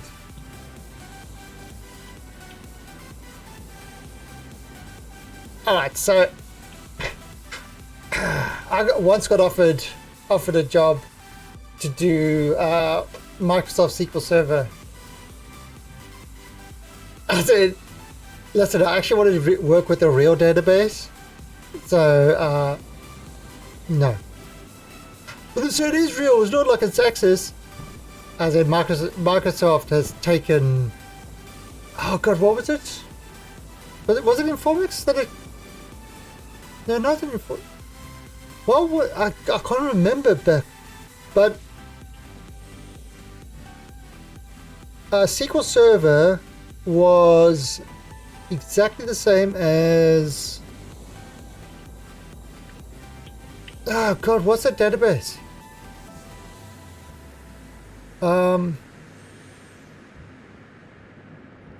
Which company did I steal it from?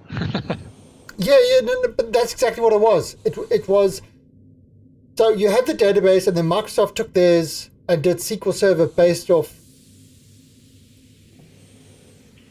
kind of, you know, it's the same sort of thing as they took DOS was based, MS-DOS was based off CPM, CPM or something. So DOS was based off that. They took somebody else's code and then they added their own stuff to make it worse. And SQL Server, well, Excel was stolen as well. oh yeah, Microsoft doesn't. They take other people's stuff and they ruin it. Just wait. What was it? SQL Server.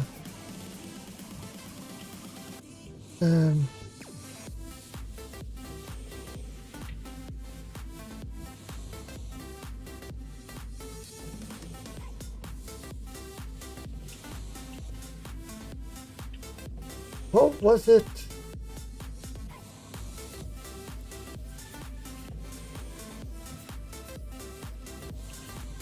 God, I can't remember. I did a whole project at Banks with the other one. Sybase, that's it. Sybase. So, SQL Server is literally off the same code base as Sybase. Difference is, Sybase actually works on Unix servers and stuff like that. So, you know, with the Unix command line and stuff like that, so you could actually get it. You could get bash scripts and cron jobs and stuff like that to do stuff in the database, which you couldn't do with SQL Server because it only ran on Microsoft Windows, which nobody wanted to put in their server room. In fact, I probably told the story before, but there was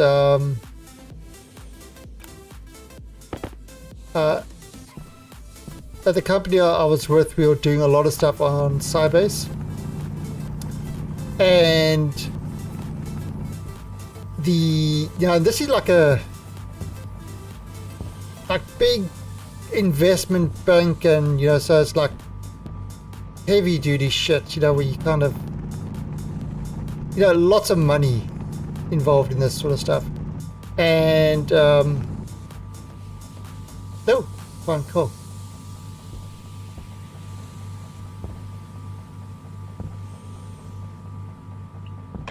And anyway, so there was a Microsoft, or kind of wanted to come in and promote the product. Oh. Yeah, they wanted to talk to us about SQL Server, and of course, everybody knew that there was no freaking way we'll ever switch to Microsoft. But of course, they thought, hey, it's fun. Let's send along to the meeting. So, and they used to do this constantly. And the only reason they used to do it is so they could have a big laugh afterwards, because these guys would come in with their PowerPoints and their this and their that and all this sort of stuff. And I say, okay, so will this run on our Unix servers that we've currently got? Our whole infrastructure is Unix. Will this run? Well, no. So what you're saying, in order to use your product, which doesn't quite match up to what we can already do in Sybase, we need to swap over all our servers to Windows servers, which don't run on the same resources as our current Unix servers, where they require more resources, are less stable, and don't have anywhere near the uptime of what our current system has to use SQL Server, which we will then have to change all our background stuff to not use cron jobs and use Microsoft Scheduler. And you think this is okay? And these guys are like, oh, well, and it's like, but wait, but you can give us SQL Server for a very low price. It's just everything else is going to cost triple. And so they love sending me to this, because I didn't give a shit. I used to just rip into these guys non-stop. And it's like, and the thing is, I'm a contractor. I was a contractor. So, it's like, I don't give a shit about losing my job or anything like that, or, towing the line or getting promoted and stuff like that. And that's why they just use me as a bully. It's like, hey, you want to go bully Microsoft? Oh yeah, that's fun. So I was the bully.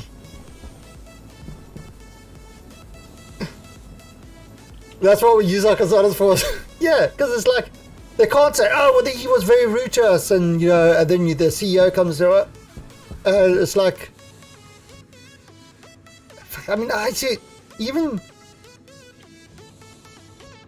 So okay, so another thing that happened at another company is all of a sudden they needed cost-saving measures. So of course, get rid of the highest paid contractors, to keep the permanent staff and stuff like that. So of course they told me, listen, we're not going to be renewing your contract. I said, that's fine, no problem. Yeah, it's business. I don't really care. Then the person, my team manager, and all the other departments start going to the CEO and bitching we need him. We can't lose him. He knows too much. Blah blah blah blah blah. And and I kind of knew this was going on. I didn't ask them to do this. I kind of knew this was going on. So what I started doing is I started coming in late. And instead of wearing my usual kind of sort of business clothes and stuff like that, I dressed up extra smart with suits and all that sort of stuff. And everybody knew I hated wearing suits and ties and stuff like that. That wasn't my thing. And I started coming in the morning with that. So everybody assumed I was going for interviews. And I showed zero things of worry. Then the CEO calls me into the office. I mean, we're talking about another big, you know, probably $1 billion company at the time. The CEO calls me into the office and says, listen, you know,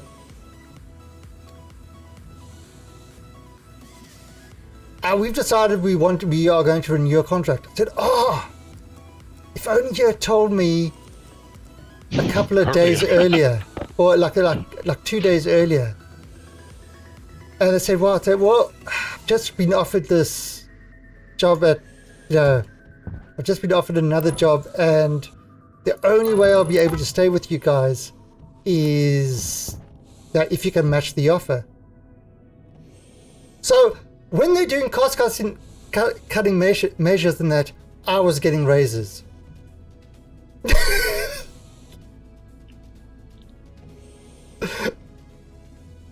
I was getting a raise while they're doing cost-cutting measures.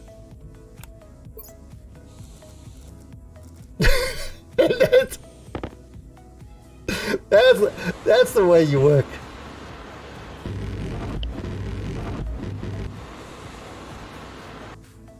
Yeah, I just I took no bullshit from anybody. It was fun, but you kind of had to do that. You had to be as ruthless as they were. Okay, so now we need some atmospherics. 7.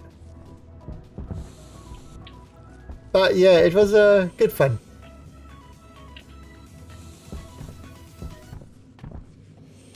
Oh.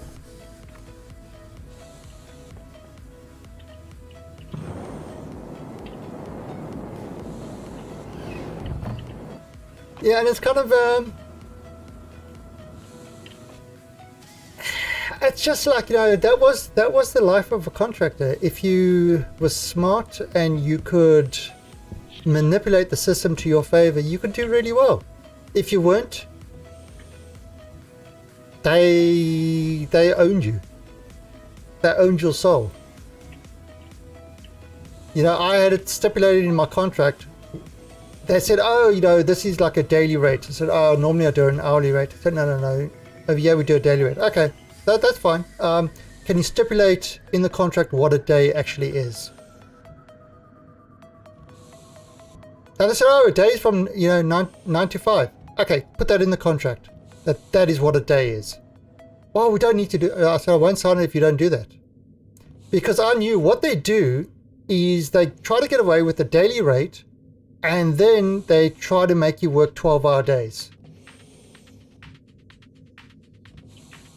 That is a lot of them try that, and yeah, people getting caught by that all the time.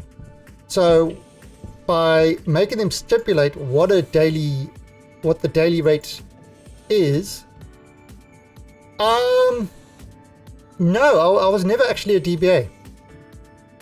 I was a DBA. But I was more of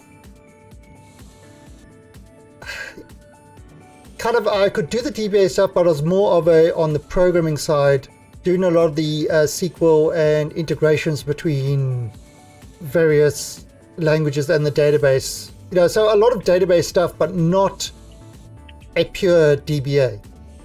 So I didn't do the stuff with the backups and all this stuff. That was for the pure DBAs. I was kind of, I would spend a lot of time talking to the DBAs and doing all this stuff, and literally do a lot of the DBA work, but not necessarily more on the programming in between kind of DBAs, users, sort of that in-between person that could.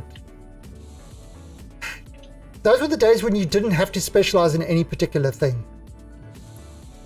You know, I could do stuff, like I said, I could do stuff from networking, DBA, Visual Basic Programming, Bash scripting, you know, or I could do a whole range of stuff. And that was my skill set, is that I could literally, you know, do a project and I could pretty much, yes, I know. I know, I hated Visual Basic, but I was literally hired to UPS in the States to do an interface between Oracle and Visual Basic. So doing all the PLSQL programming and stuff like that, and then doing the Visual Basic code to access that. That was a year. That was a year contract. I pretty much did what I needed to do in about a month.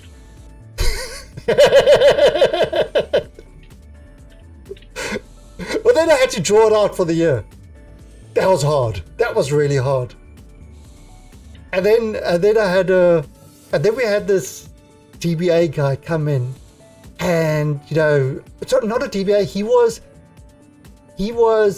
a database designer.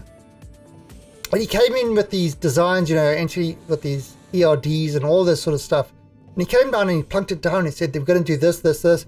I took one look at it and said, "That's not going to work." He said, "I've got 20 years designing this, blah, blah, blah, blah, blah. I know what I'm doing." I said, "Yeah, the problem is what you've done looks great in theory, but when you start putting data into it, it's going to fall over. It's not going to be able to handle with the structure that you've got. You need to change this, this, and this in order for it to actually handle the data at a proper pace." And he was like, "No, that doesn't work. That blah blah blah. It's 20 years experience. I know." So basically, I wrote a whole series of scripts. Like I said, I finished what I had to do in a month. So I wrote a whole series of scripts that would apply all the changes that I said would need to be done when the database falls over to make it run properly. And that require it's denormalizing tables and certain tables and stuff like that, and kind of wrote all those scripts in that. And just before I left, I said to because I told the other guys that were doing the programming, I said this is going to happen, and I gave them all the scripts and I said, "All right, when the database falls over, run these scripts and we'll apply all those changes that I recommended." The guys called me a month later after I left, said, "Yeah, we ran your scripts, it's all working properly now." It's like, that's the thing you get. The specialization of stuff is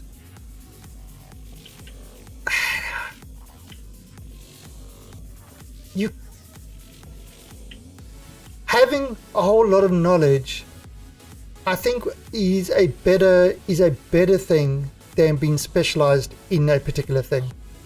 Specializing in one particular thing is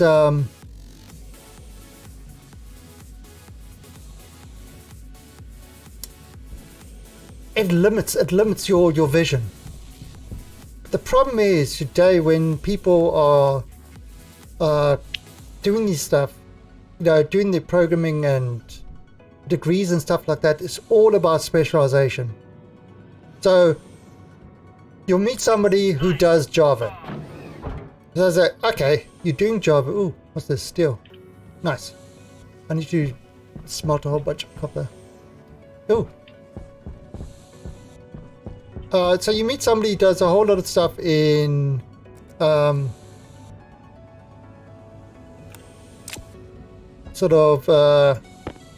what's it called, in Java, but they've got no idea how to do anything with a database. So they might be able to run something that talks to a database, but they won't actually know what to do with it or the best way to query it and stuff like that.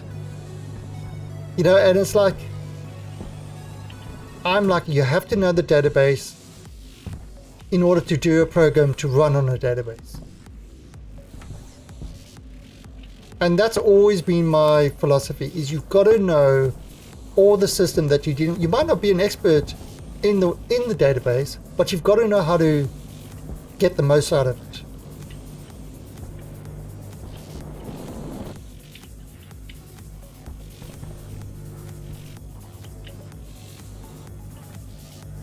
You know, and it's like that one guy, designer, he studied all the things about database, and he could build a beautiful looking database, you know, with everything to the third normal form and all that sort of crap. But he had zero experience of actually how a database actually runs in the real world. And that's kind of I know this guy was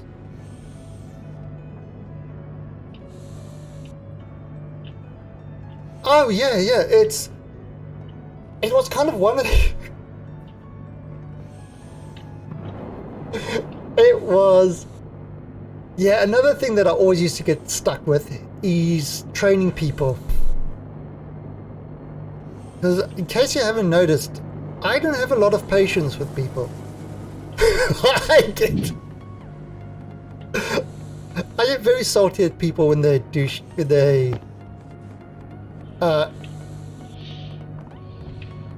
stupid things. And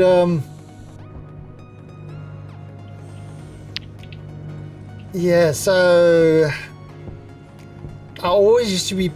we used to get stuck training people, because I knew if the person survived my training, they would know their shit and they could actually handle a bit of pressure. But I mean, I wasn't a bully or anything like that. I just expected people to actually do what they were paid to do.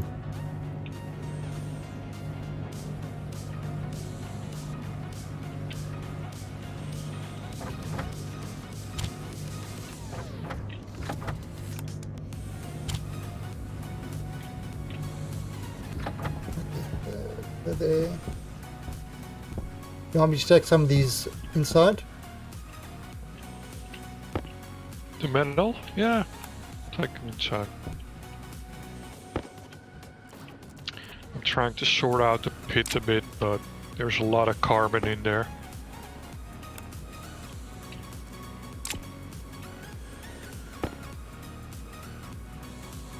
Oh Jesus, 1 gram of solder. I'm gonna definitely have to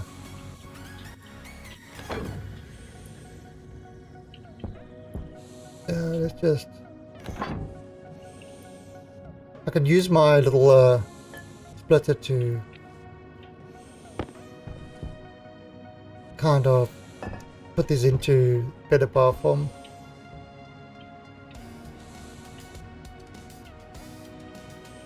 So why not pick it up? There you go.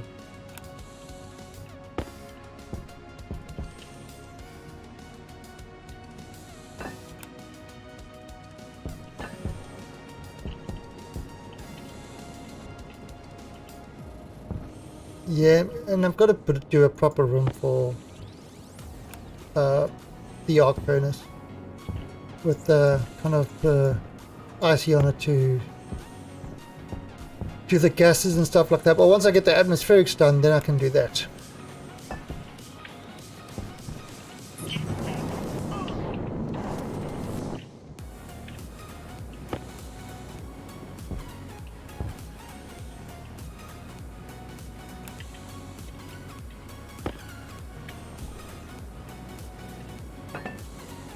Look at me just throwing gold bars. No problem.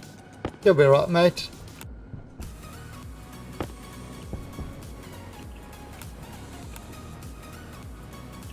Yeah, but I'm glad I'm out of the whole corporate IT thing. Hated that.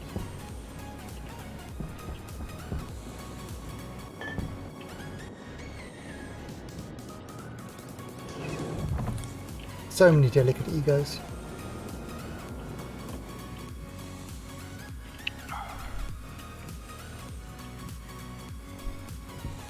Okay, so let's put this up to stack size 200. Okay, perfect. Cool.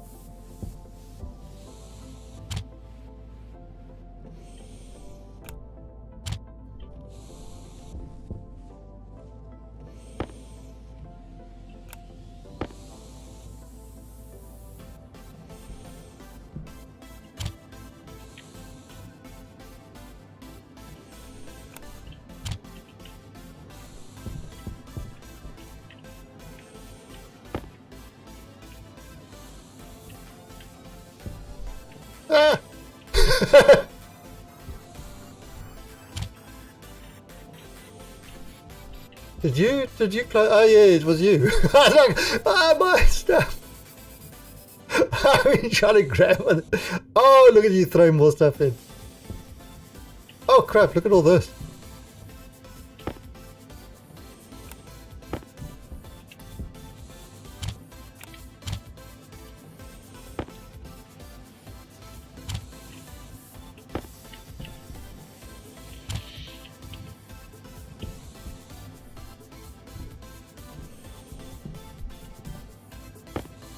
One gram of steel. That's a real bargain.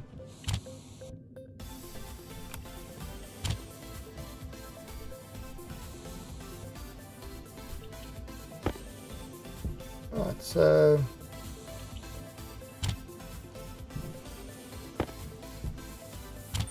Hunger. Caution. oh, I'm hungry. Never snack.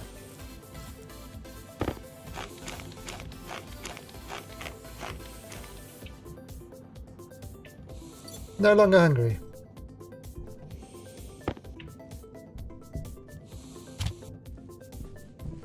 Right, so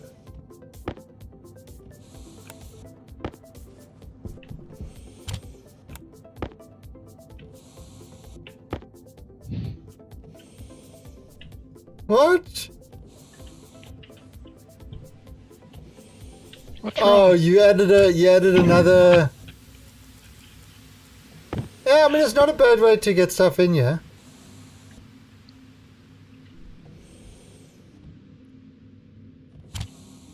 It's raining stuff.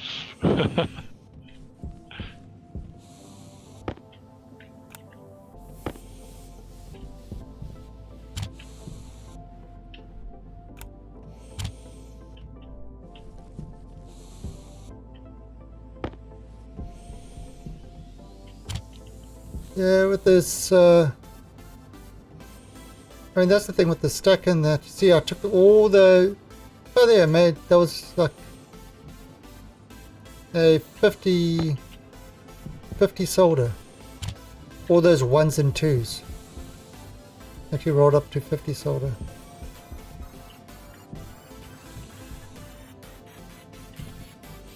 Right, so what? I'm going to do the spirits.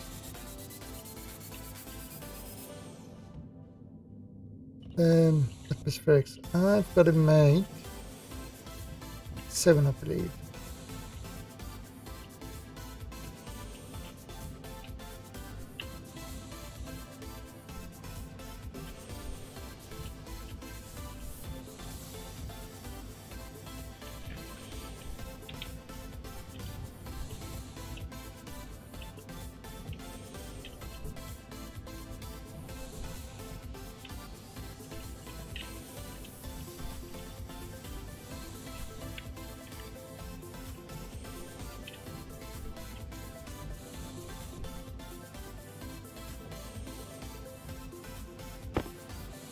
Oh, they don't stack.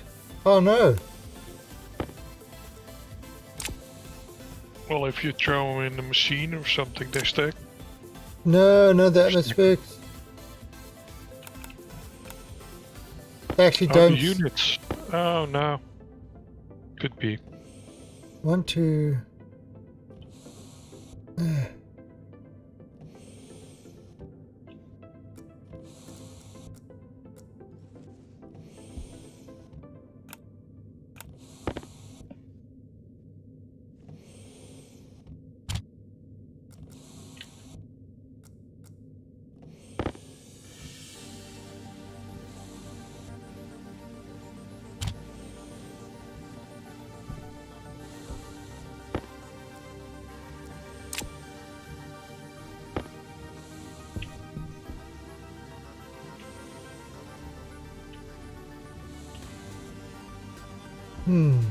Yes, what's that? That's 5.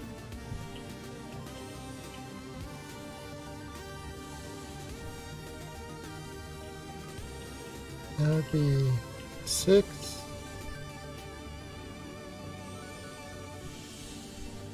7.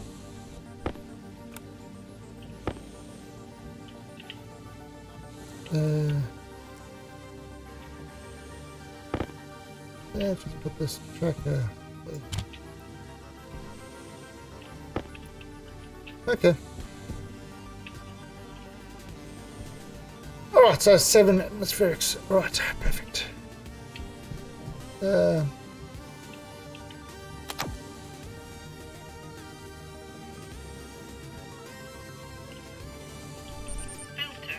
logged. Oh, it's got that pill. What is that pill for? You ever actually used that pill?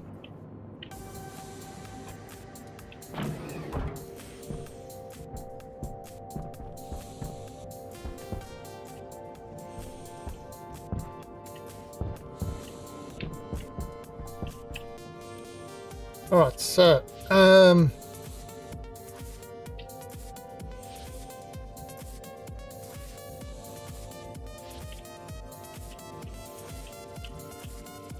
let's actually put this over there. Okay. So you've got the air coming in. Oh, that's air conditioning. Oh, no, air conditioner. Filtration, electrolyzer, H2 combustor. Oh, electrolyzer. Ooh. Okay, filtration.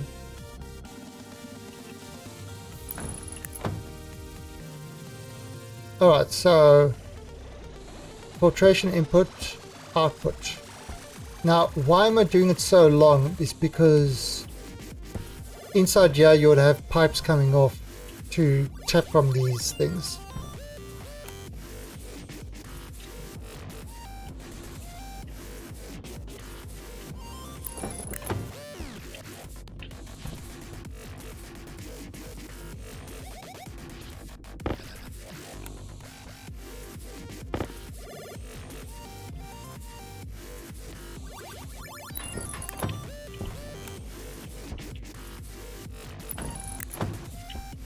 Ah, crap!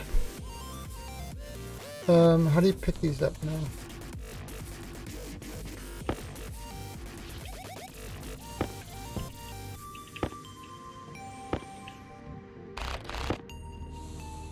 At least you can pick these up without too much of a fuss.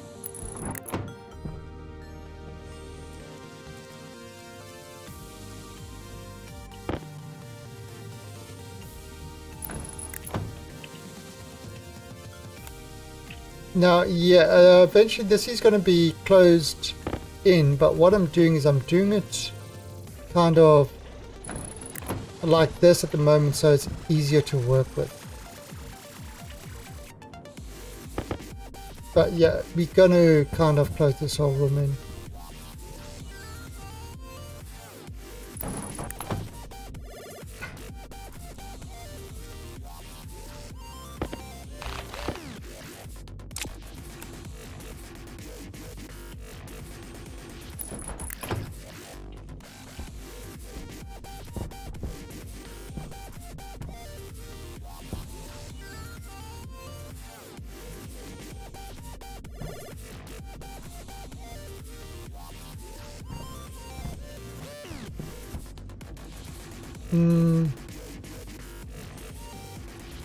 Right, so essentially this, I'm going to need a lot of pipes. So, right, so this pipe is going to lead directly into each thing, right?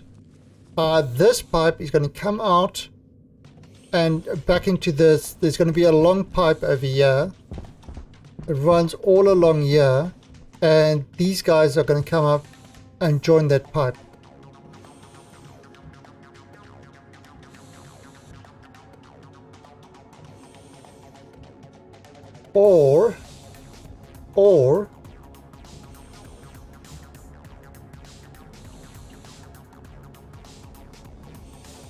Or it comes in here, then this pipe sort of comes out and goes into that one.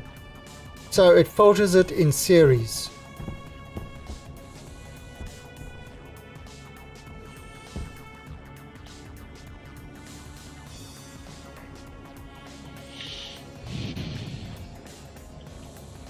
What do you think of that? I could either do one pipe going straight along, and then, you know, the waste pipe just goes into the main pipe, or I could do it in series. So in, and then let's actually get some pipes and have a look. I think maybe series might be the better way to do it.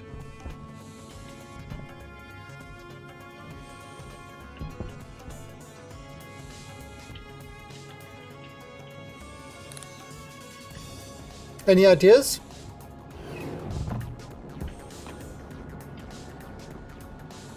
Anybody? Bueller? Bueller? Bueller? Come on, some of you guys must have some ideas.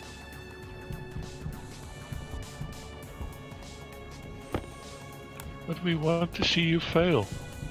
I don't fail. Whatever I do will work. Right. I'm just naturally talented.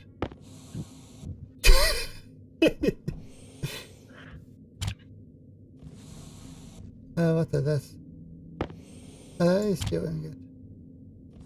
He wonders if he should do the filtration in series or parallel. Just got back from making tea. Well, I hope you made enough for everybody.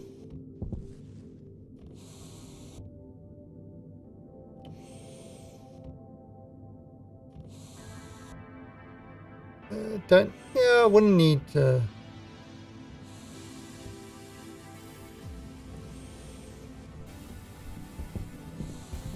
okay, did you send any pipes on here? No, you didn't. Oh, there's the gas generator. Okay, so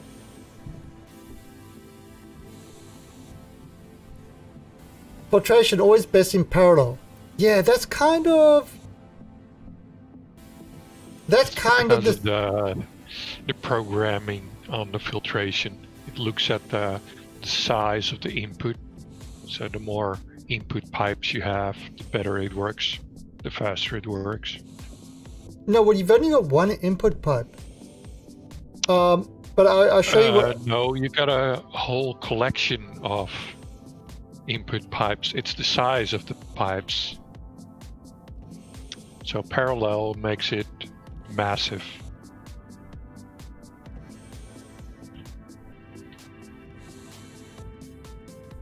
I'll show you what I'm talking about.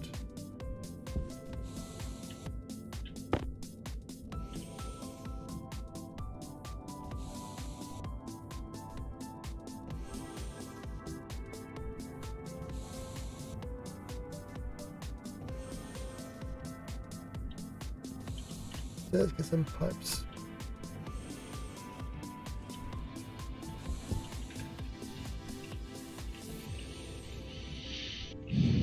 Yeah, no.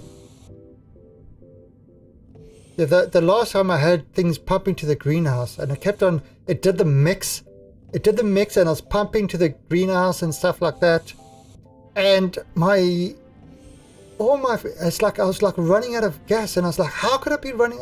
The greenhouse doesn't need that much.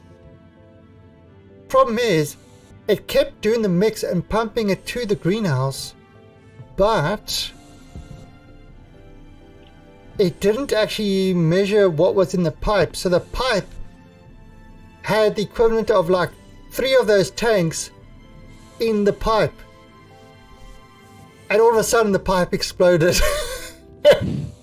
So you actually have to have sensor when you pump to the greenhouse. You actually have to have sensors to keep the pipe at a certain rate.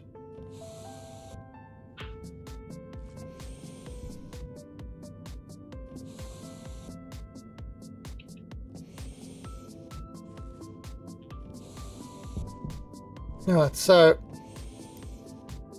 I'll show you what I am talking about. You see, I waited for you.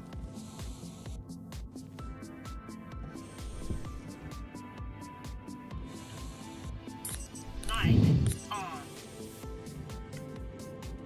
I don't know, do aliens like robots?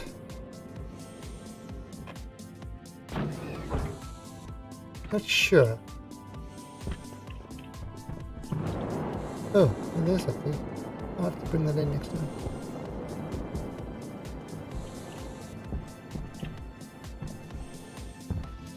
Okay, so now with each of these things, the output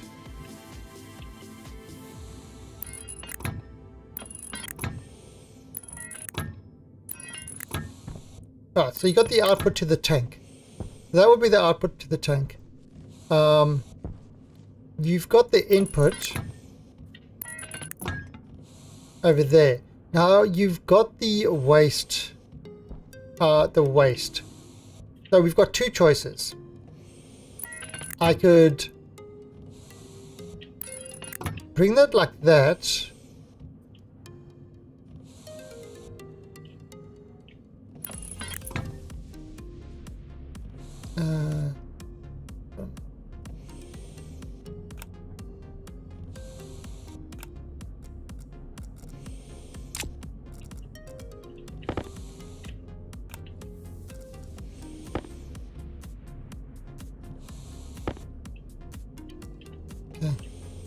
Oops.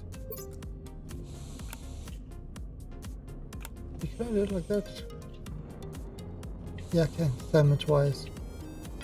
So I can either bring it like that.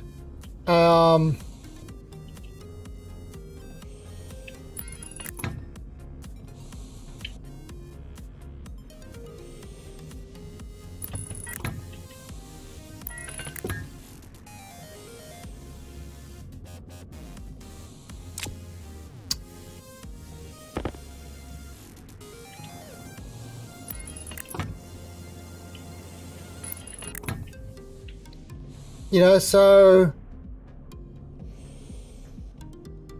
yeah, so you having the gases coming in, but basically it's doing like that, so it can actually go around again, or it just adds to the flow. You know, so I mean the gases would literally be flowing in there and just going wherever they are, and these guys would be just adding to this flow. Right, that would be one way to do it. The other way would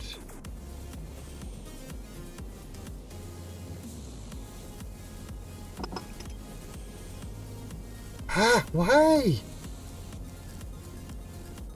That's annoying with it. That's why I didn't bother pressurizing this room until this is done, because that makes it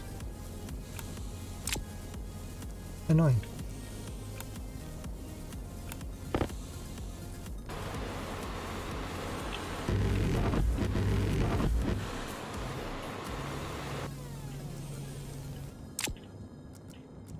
It's just unlucky to have the same. Okay, so the other way would be to do it like this.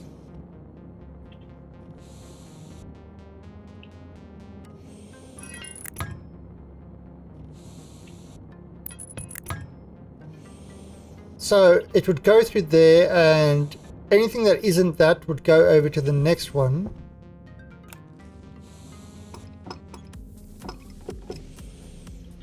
Where it would come in like that.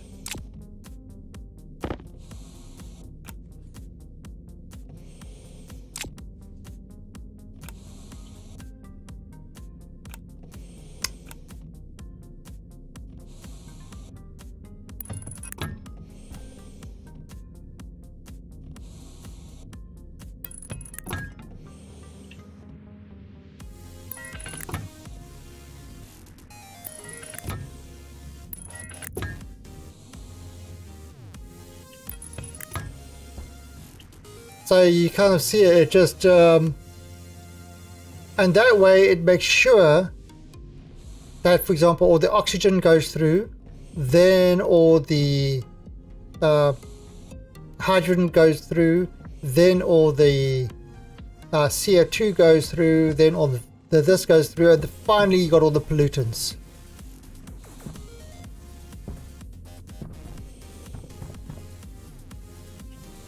So those are the two ways. I mean, I think this row would probably do the better filtration.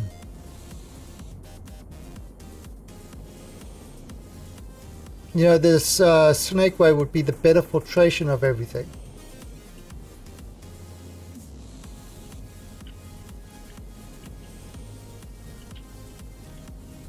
Yeah, the other way, it's like the gases that aren't there will automatically go there, and the thing is, the stuff will still be in the pipe because this pipe isn't really going anywhere.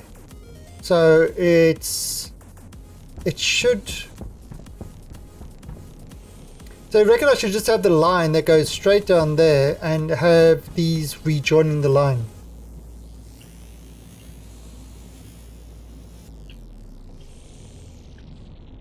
I think that will work. That will work the better way. That will work better. No. Because then, I mean, if you got something with the gas that doesn't need to pass through all these, it would just go straight in and would just go through whatever filter it needs to.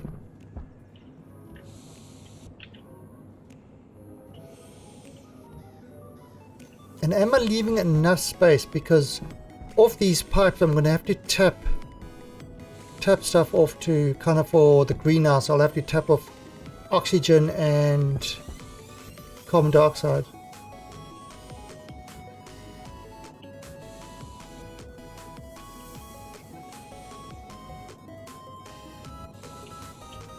Yeah.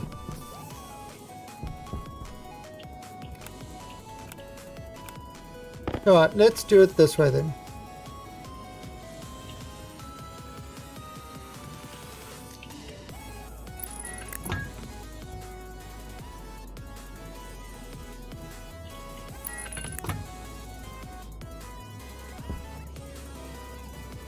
So we do it kind of like that.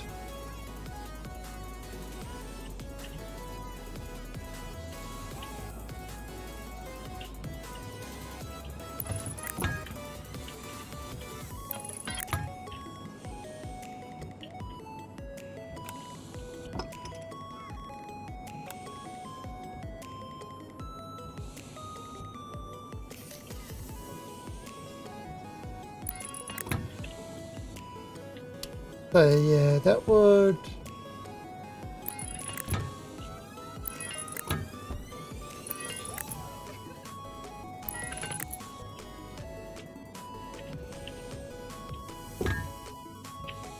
Yeah, that is a very good point. I didn't even think about that.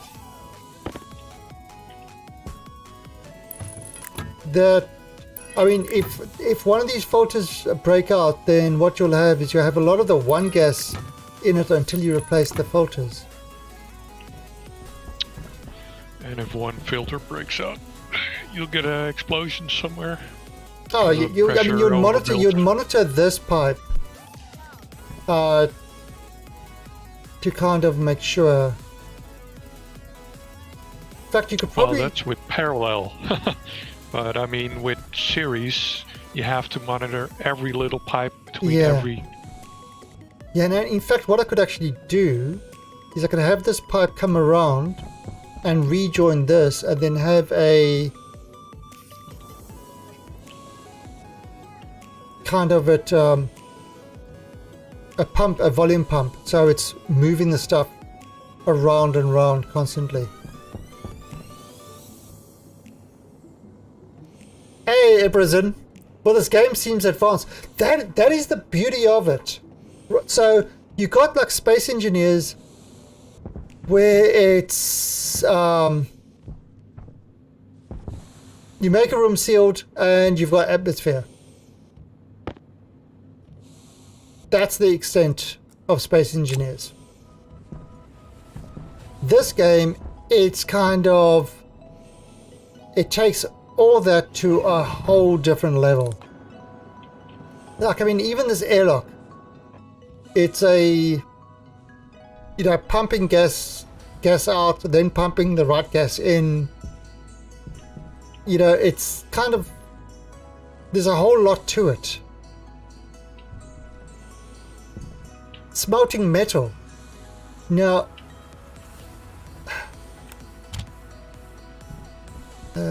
do I need to make more pipes? I need more iron. Oh, there's iron. Okay, so even smelting your metals. For example, if you need steel, where is it? Let me just. Oh yeah, yes. Okay, so this is from the wiki. Right, so you got your, you've got silicon, iron, gold, copper, silver, lead, nickel, steel, electrum, enviro, constantin, and solder.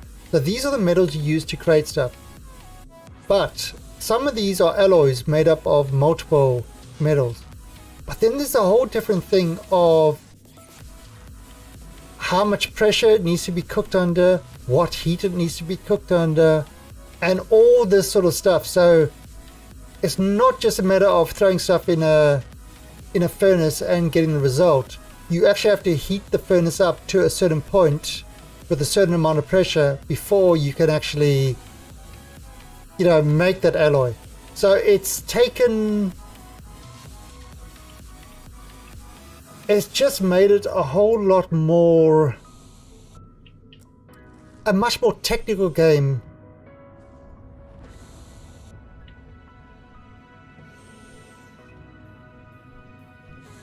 Oh yeah, I mean this is, this really does take that whole, if you like it, I mean people say, oh, they like Space Engineers over Imperium because Space Engineers is the more technical builder.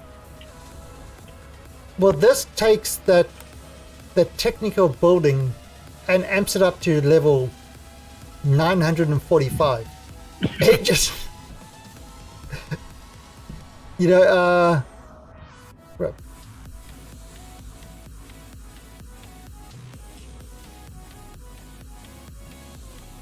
You know, it really does take it to a whole different level.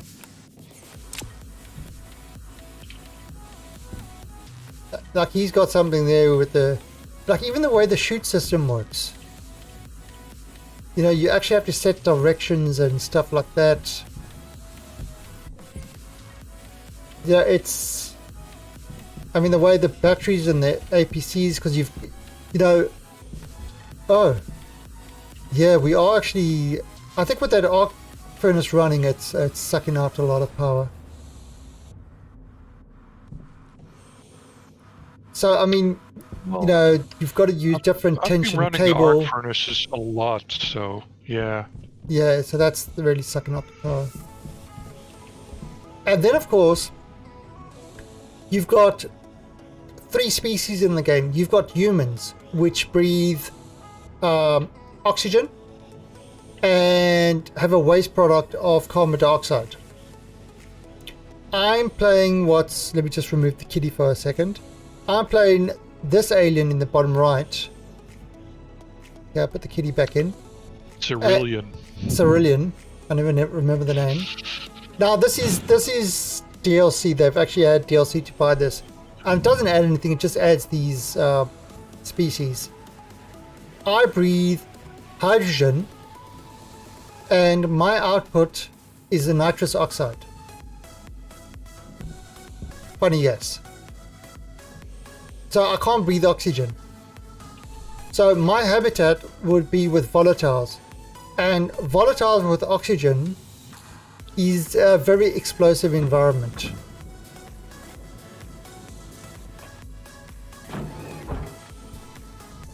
And also you've got to worry about heat and cold. Your plants won't grow, have to have the right pressure. They have to have the right heat. It's I mean, it really is a game that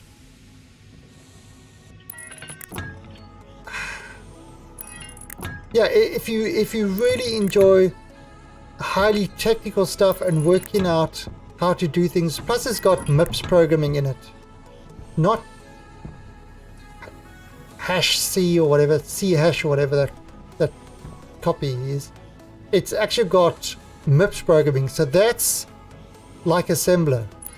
And it was so funny. I saw one of the reviews. The guy gave it a bad rating because he said, "Yeah, the programming makes no sense in this game." And I said, "No, this is like low-level assembler programming. I mean, really low level. Makes loads of sense. This is as low as you can go with chip programming. You know, programming actual chips and stuff like that, this is the way you go. You don't use C hash and compilers and stuff like that. A reference table and convert those commands you use in assembler to the hexadecimals and just write that in your executable. Yeah, now okay, so I'm a Cerulean. Now, the other one that we've got, let me go up to what Neoni's playing. Where are you? Oh, there you are. I'll jump in front here. He's playing a robot. Let's go back and see better. He's playing a robot. Now, robots don't need air. They don't need food. However, they use a lot of power. They are power hungry. And cold is a serious issue for robots. So we're on Europa, which is minus 139 degrees outside. Yeah, I mean, let me just... So look at these dishes. These dishes are tracking the sun. Alright. I've got the IC program over here. Sort of, you know, this is reading the sun. We could actually take the sensor down. We're not using the sensor.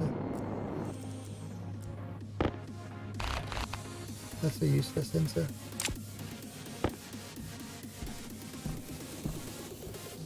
So this is kind of reading the sun angle, horizontal, vertical, and it's then sending by the network to that.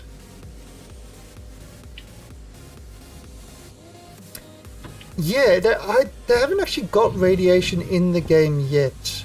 I'm not sure if there's plans for it. There might be. But let me give you... It's deep in the code, but it's not used. Oh, okay, so it's already coded for radiation and stuff like that. So you could have robots, if you get too near certain radiation, they'll shut down. That would make for an interesting problem. But yeah, this is the example. This is the sun tracker. So well, you see, it's kind. If robots are immune to radiation, but their body will charge up with radiation, giving you the issue of radioactive robots. Yeah. Yeah, so this is MIPS programming. You know, like, you want to subtract, so you want to subtract into the variable angle and your two subtractions, this from this. Now, same as divide, store into there. So it's kind of a whole lot. I mean, this is, again, MIPS programming. What a lot of people have trouble with is if statements. They don't know how to do if statements in assembly. So this is an if statement over here. It's branch if lower than if R2, so R2 lower than 1, branch to reset, and there's your reset. So that is an if statement.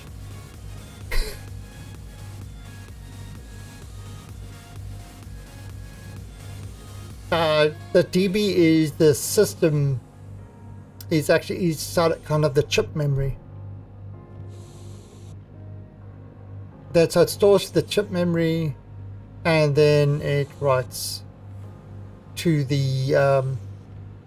It writes to one of these other chips over here, Light on. these batch writers, which then write to the solar panels.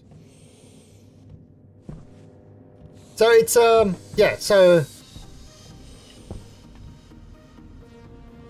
what it does, so what it's doing is here is the daylight sensor. So it looks at the angle of the sun, horizontal and vertical. Then it writes says, okay, this has got a certain amount of degrees of turning, like it's got 360 degrees turning horizontally, but it's only got 180 degrees vertically. So it looks at what would match up with the what the solar angle would match up, and then writes the vertical angle and writes the horizontal angle so that it will turn and will flip. And that's one thing. Now, I mean, I wrote one that will you set a temperature, and you have a cooler and a heater in a room, and it will, if the temperature is below, it turns the heater on. If it's above, it turns the cooler on. So it will always keep the temperature within a certain range.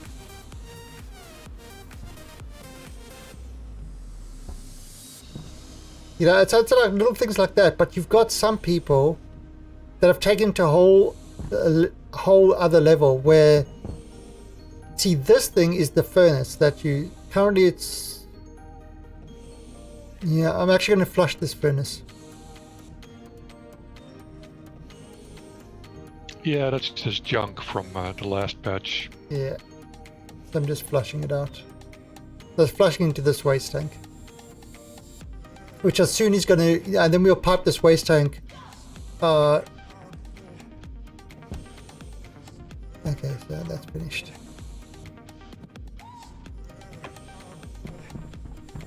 Okay, we'll pipe this waste tank eventually into the other circuit where it will get its where it will go through all the filters. And I mean, some people have done things where you throw in any ore into a particular thing, and it goes through a series of tubes and sorters and stackers and whatever, and you kind of set a dial what you want, and then it fills one of these things up, wait for it to get to the right temperature, and then smelts what you want. And it's like this whole big complex thing. It's crazy, but it's cool. It's crazy and cool.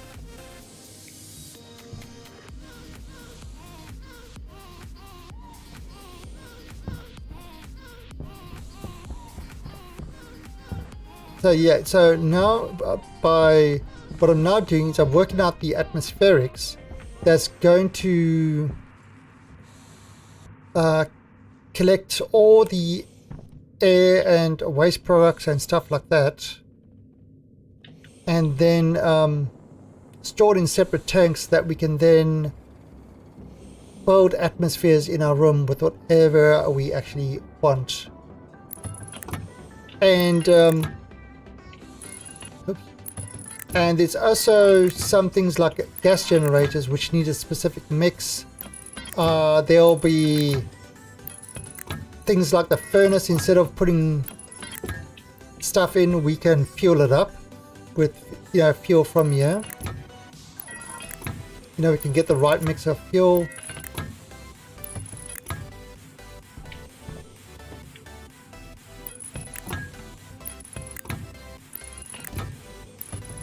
And what you also notice is each one has got a network port. So you can have all these things going to a room with big screens to tell you how much you've got of what gases and stuff like that.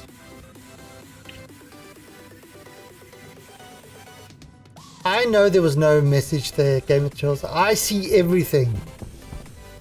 I see everything. It goes.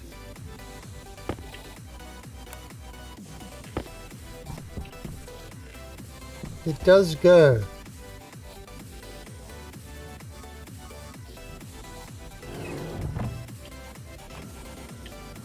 Now, so there was sound outside, but now if I go in here, this room is in a complete vacuum.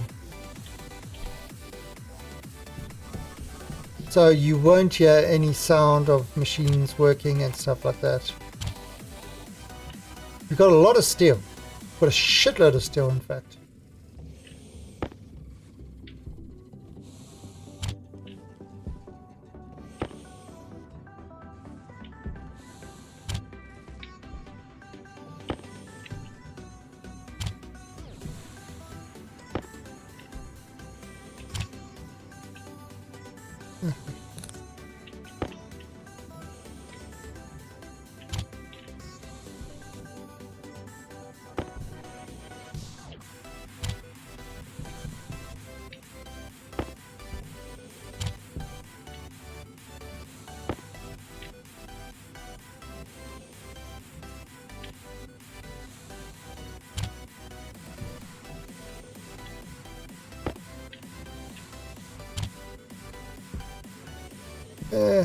I'll sort that out later.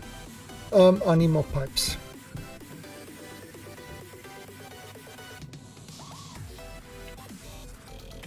Oh, so you kind of like you see this. It's like each item, when it pops out, goes through this chute, and it comes to the stacker. So it makes sure everything's stacked up to the maximum limit.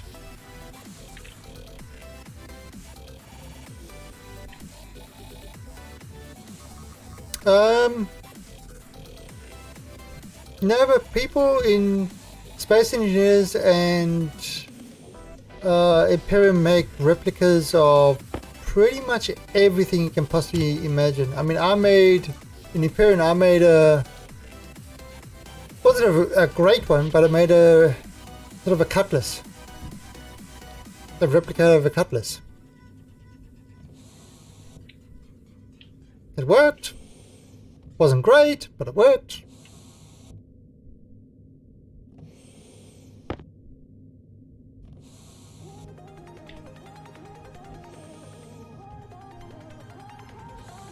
Imperium Galactic Survival. Oh, Galactic Evolved. I just saw that now. Nice. So there's much you can do in this game. It really is. I mean, it's still early access. It's still on I think for like maybe an hour. Is it an hour? It's still got an hour left of a 25% sale. But I'm sure it'll be on sale again. So I wouldn't, kind of worry about that too much. But yeah, it's one of these games that is just...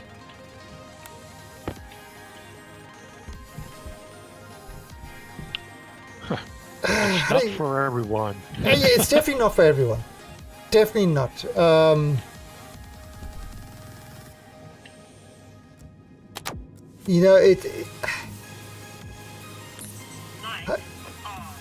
It's kind of, it's like it's more, if you like, it's a technical builder, not a builder game. A technical builder. Like you must want to spend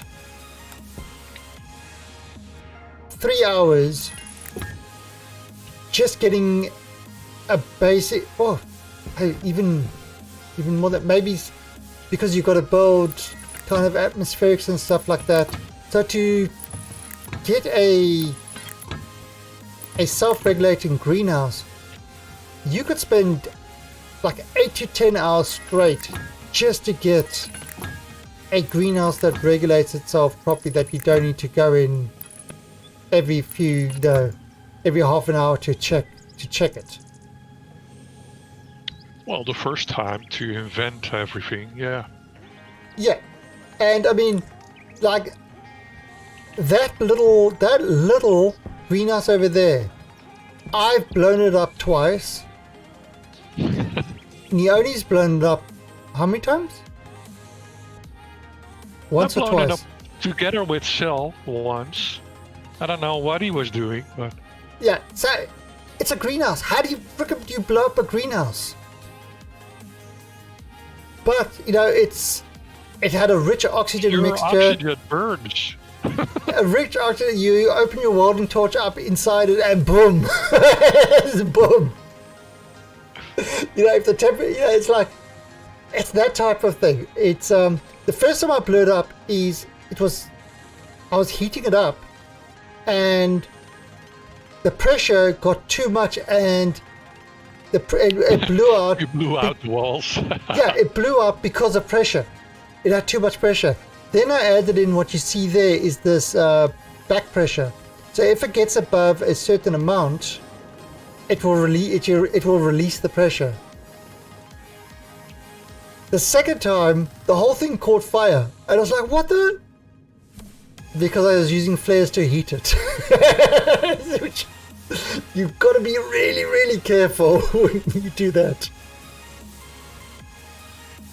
But I mean, that's the whole fun of this game, is getting the shit working. Oh, well, this is the thing. I learned a lot by failure. Yeah, absolutely. Like, I mean, I know a mistake I made with this ventilation system before, and I am not going to repeat it again, because I was looking at a pipe saying, "Oh, look at the pressure on this pipe," and the pipe blew and killed me. I was too close to the pipe blowing. And then, what do we Actually, do? now, if you are in a pressurized environment, pipes creak before they blow. Ah, so they've added that. Nice. And a lot of sounds. What's this? Okay, so we've got... Okay, so this is the basic thing. Do I want to...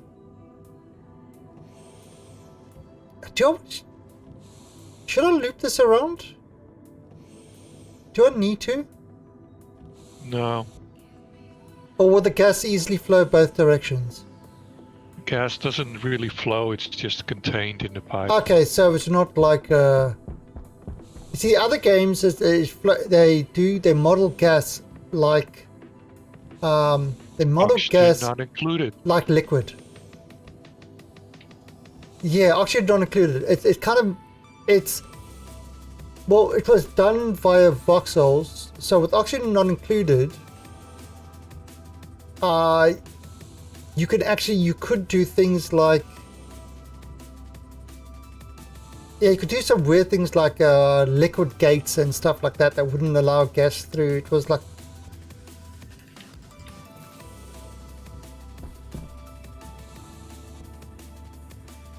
Oh yeah, the special tiles. Those are awesome. Yeah. Okay. So I'm probably going to have to now wire it up.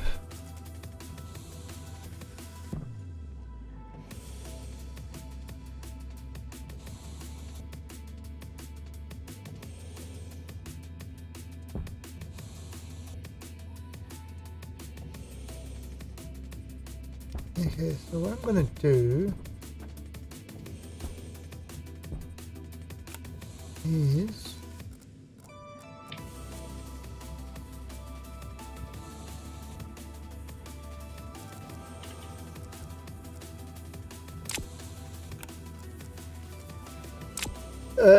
bring privateers. Yeah, I mean, it's just, it's... How can I say? It's a type of game that you can get a lot of stories from it.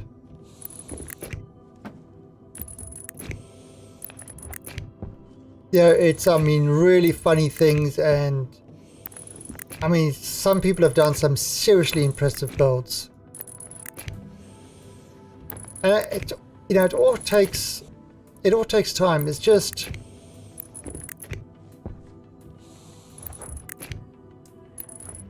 Yeah, it's kind of a it's a great little game. It really is. I mean, the only thing that I dislike about this game is the control schema, but once you kind of get used to it, you don't even notice it anymore.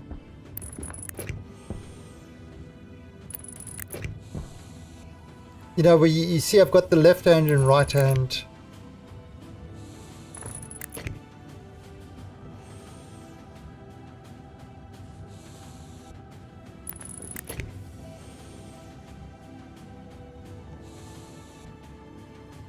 Right, let me go. I'm going to need a lot more.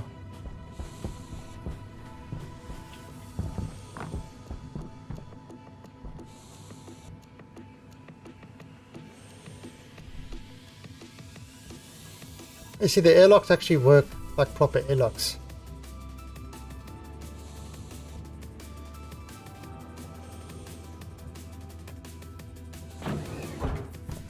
Yeah, I'm not sure if it does that, if it models that closely.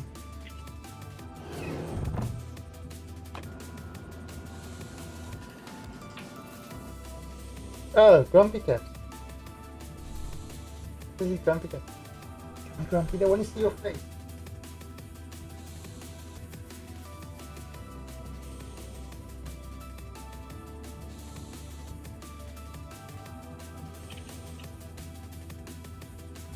Oh, I'm getting a stretch.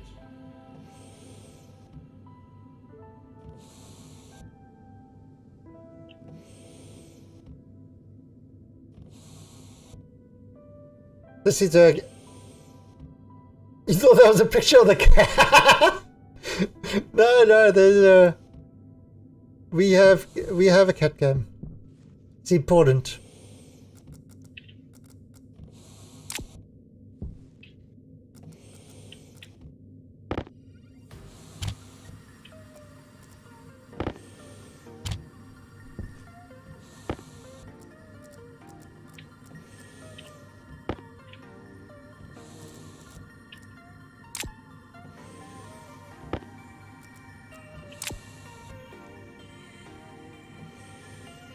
Yeah, she likes it. She's my co-streamer. She always, whenever I'm streaming, this used to be my old streaming chair, but as you can see by the hair, this is now her chair.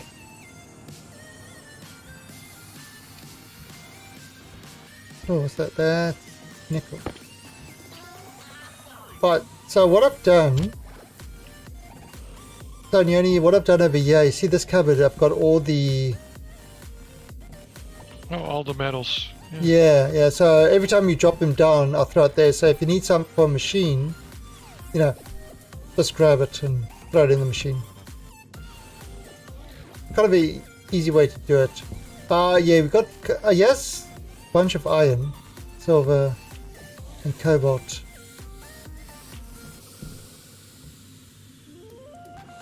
Yeah, this is Nyoni. So you've got three, yeah, so there's 3 species. Oh, you've changed this. What did you do with this? I upgraded it a little. How did you do that? I've never seen this. Printer mod. Oh, So does it work the same way? Yeah, it's actually the same way. Just looks fancy. Oh, and it has a few more recipes. Ah, nice. Yeah, and so wait, let me just move the cat.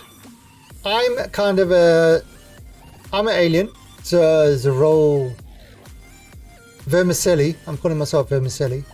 I'm a type of pasta that breathes volatiles, hydrogen, and exhales nitrous oxide. So for some reason, people around me are always laughing. Kind of rude. I'm the life of the party.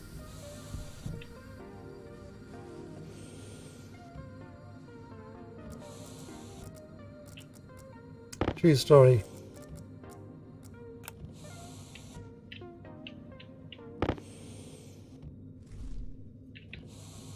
Yeah, and then there's humans, which breathe oxygen and breathe out carbon dioxide. And then there are robots that don't breathe or eat, but use a lot of power. You can see the air is coming in. Now, as soon as I step outside, it drops down to minus 156 degrees. So my battery is working overtime trying to keep me warm.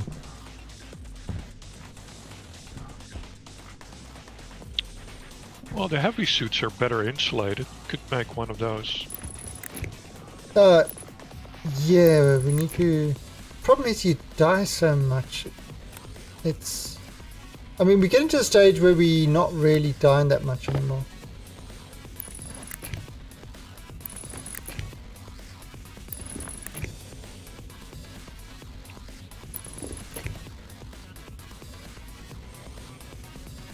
Oh, yeah, you know, it's kind of... So, it's...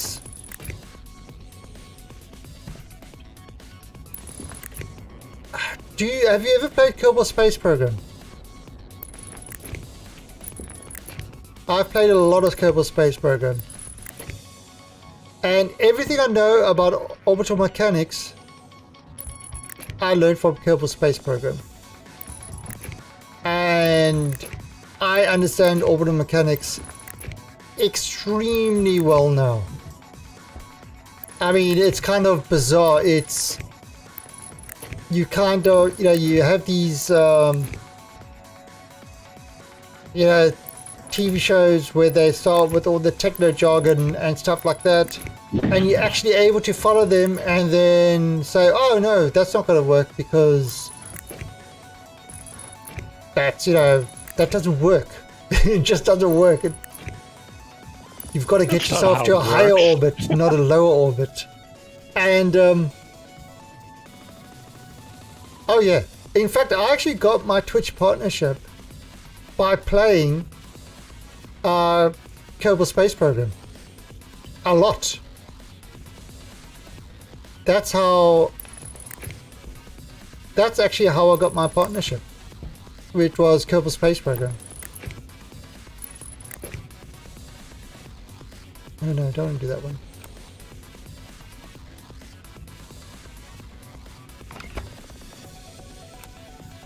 So, yeah, I'm looking forward to KSP 2 because the problem that I ran into with KSP 1 was the instability of the code when you do more than the basic stuff. Like, I use a lot of mods, and one of the things that I love doing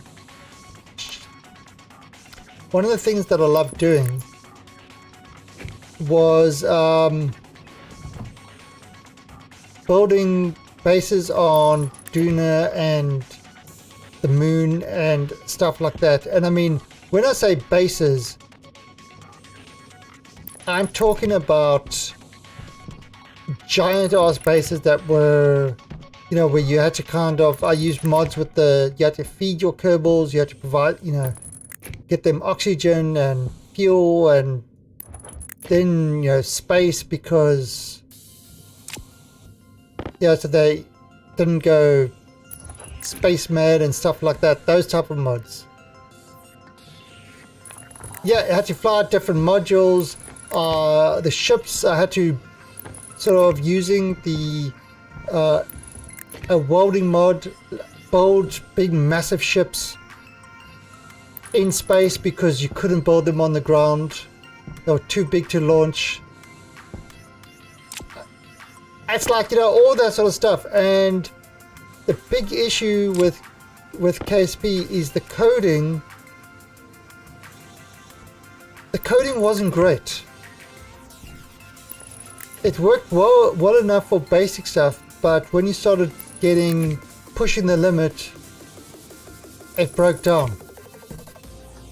I mean, the original programmers of KSP were not game designers, they were website designers.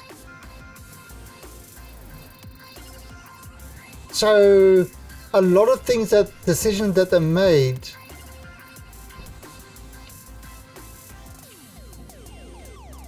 didn't actually really work well in the context that it needed to.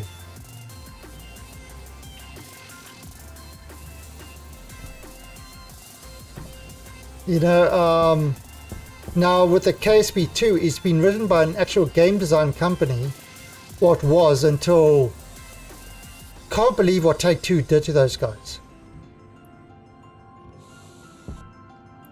Have you heard the story of what Take-Two did to,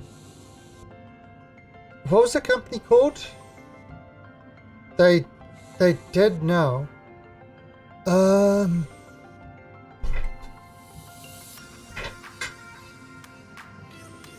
Oh, jeez, man. Let me find that.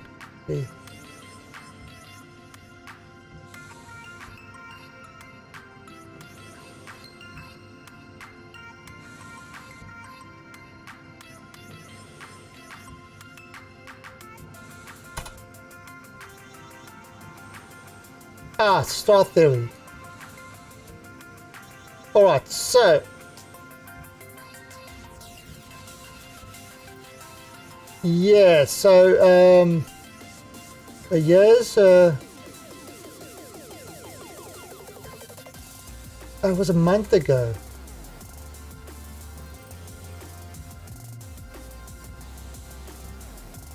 Alright, so yeah, so basically it came out a month ago, but I think it was around December or something like that.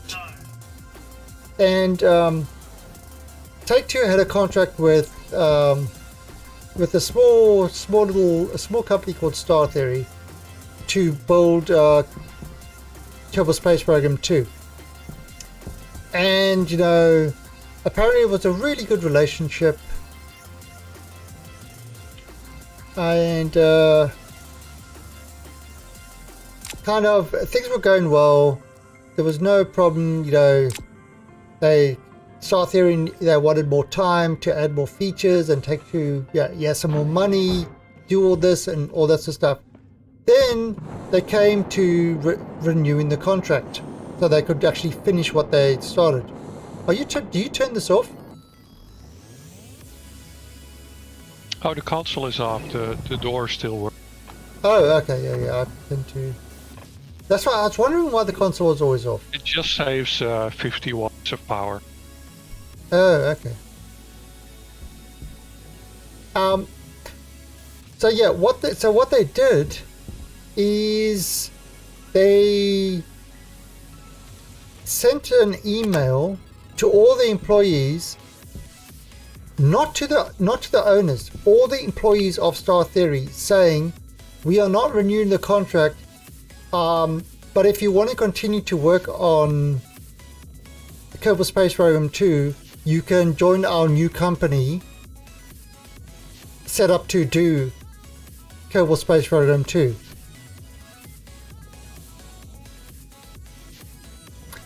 Then, after that, this was like around about like Christmas or something like that. And then they went to the manager and said, we're not renewing the contract for that. So they the employees were stuck. They say, all right, they're not renewing the contract. This is the only contract the company's got. What do we do? Do we go to the guaranteed job of working on a code base that we've been working on for a couple of years, and we want to continue, or do we stay with this company that's now got no program to work on and a completely uncertain future? And it was the scummiest thing. And of course they try to keep it secret, but the shit comes out. It was just such a scummy move. It's like,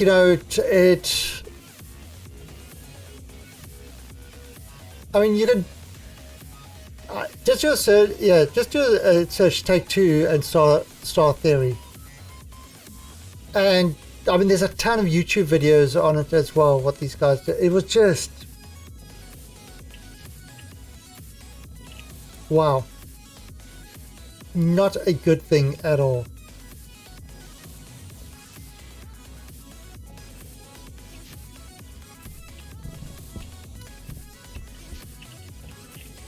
Yeah, I mean, I don't know what...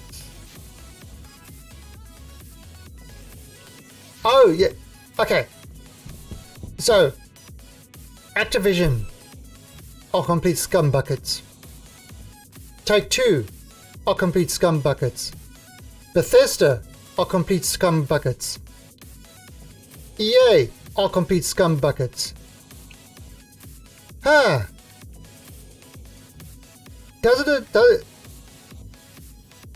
It does appear that all the AAA game companies, publishers, are complete scumbuckets. Ubisoft are probably complete scumbuckets as well. Although I don't... Well, they're not run by people, they're run by boards. Yeah. Yeah, so... but then you take CD Projekt Red. And it's the complete opposite. It's literally the complete opposite.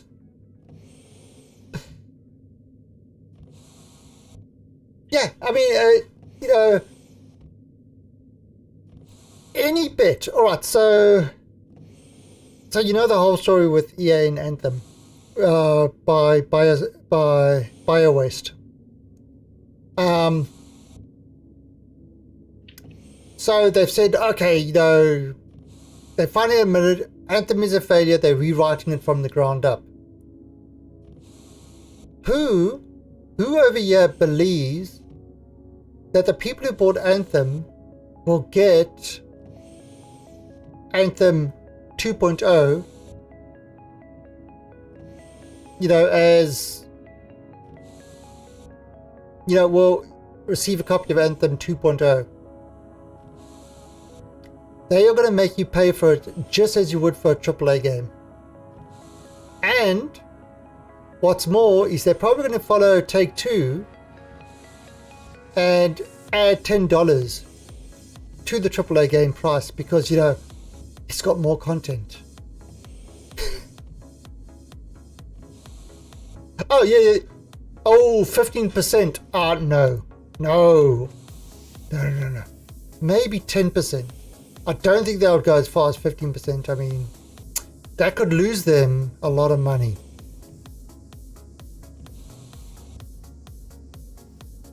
Yeah, it's you know, it's a kind of reason why a lot of these AAA games I won't buy until there are enough user reviews on them, or I can buy from a place that offers a good refund policy.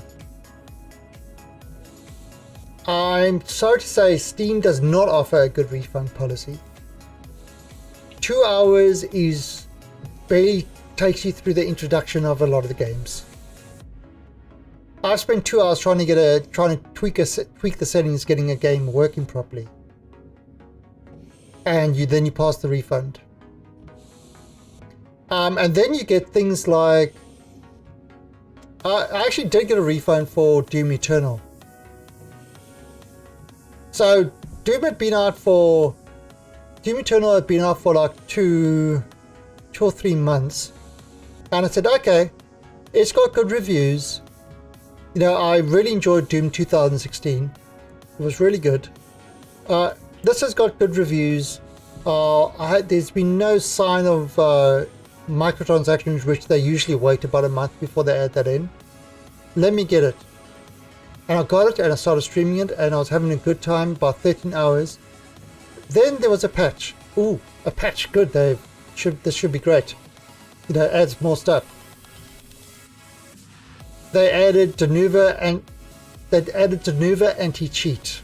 Not the anti-tamper, which was already in the game, the anti-cheat, which was essentially a rootkit.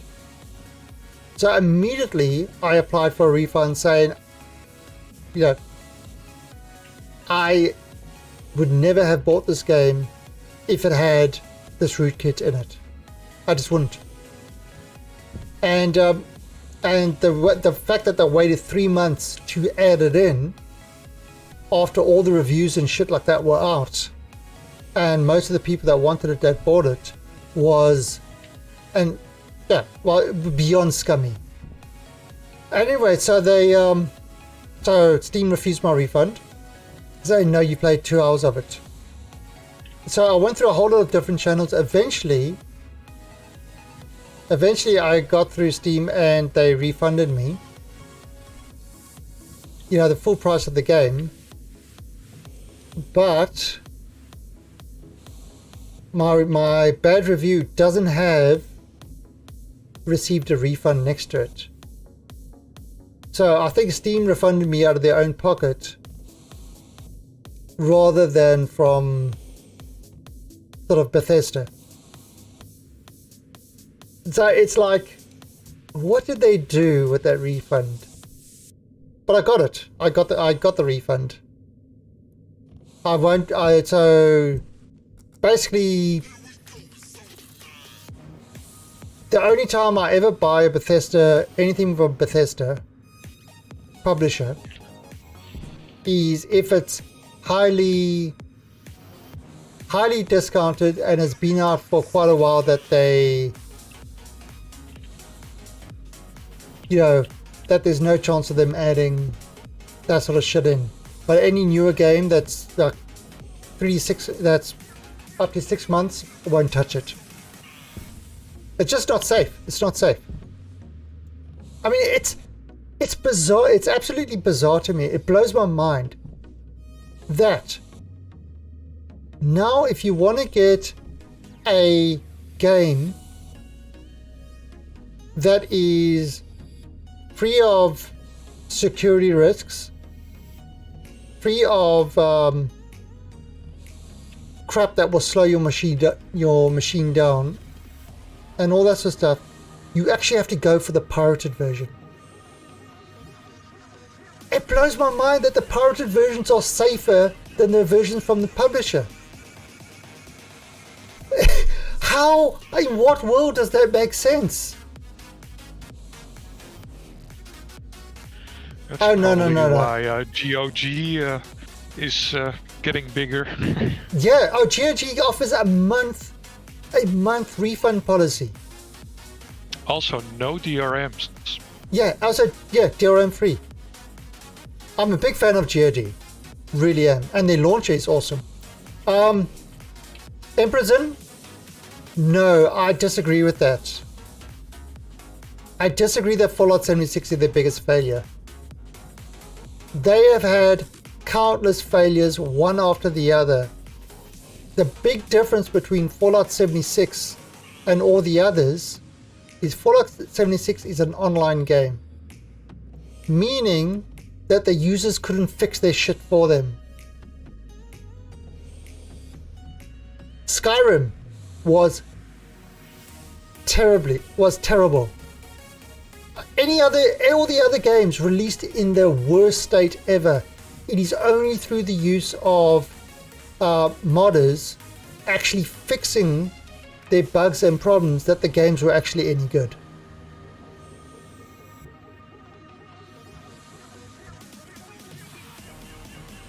So, I mean, as soon as I don't know if I even said it on stream or I said it to, but somebody once asked me, am I going to buy Fallout 76 before it was released? And I said no. And I said, oh, why not? I said, it's a Bethesda game. It's going to be buggy as hell, and because it's online, an MMO type thing, you won't be able to get fixes for it. You have to rely on them releasing fixes, and they can't fix their own software. So I won't touch it. Surprise, surprise, look what happened. Look what happened, it's still not fixed. People say it's better now, but it's still not fixed. And now I forgot what the hell I was doing over here. What was I doing in here? I came to get something. Oh, we want to shut down this wall. Yeah, I'm gonna have to. All right, so we can print plastic, can't we? What does plastic require? Silicon. Oh crap! No, it's up.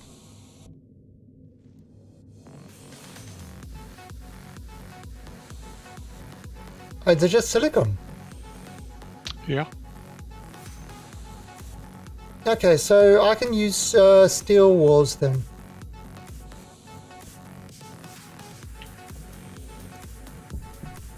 Should I? What do you think? Should I use steel walls around?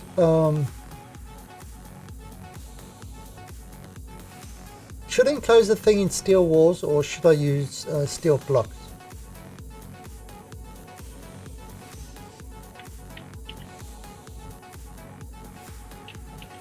For the atmospheric room. Oh crap, we really are using a ton of power.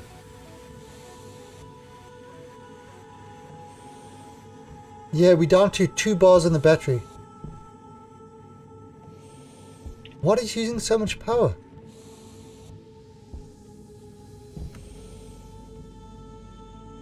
Yeah, I think we'd have to turn those. Are those arc furnaces on?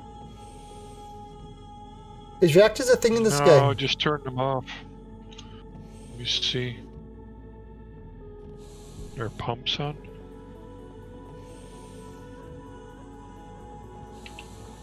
Steel wall, steel frames. No, steel sheets. Wall kit. Steel. Okay, wall kit. So. Actually, I think I prefer the old interface.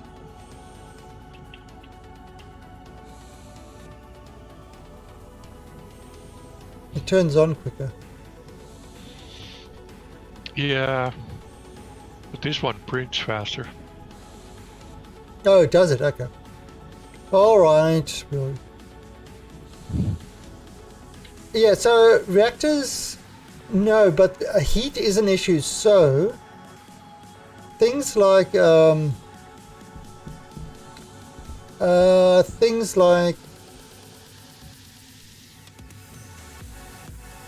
if you build a like a gas reactor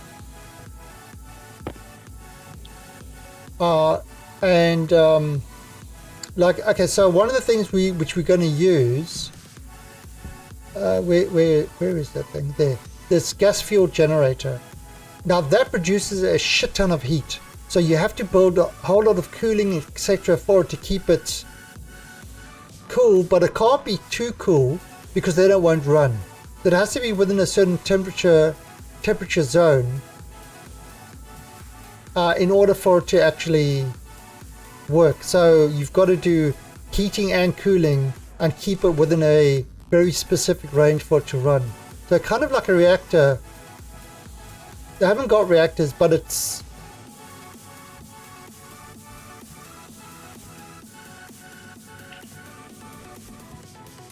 yeah, I wouldn't be surprised. They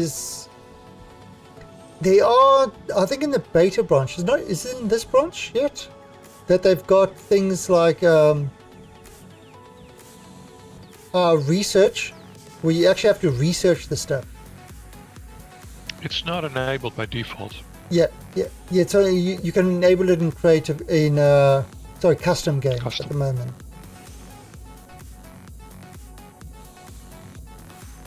And yeah, so you've got research, you've got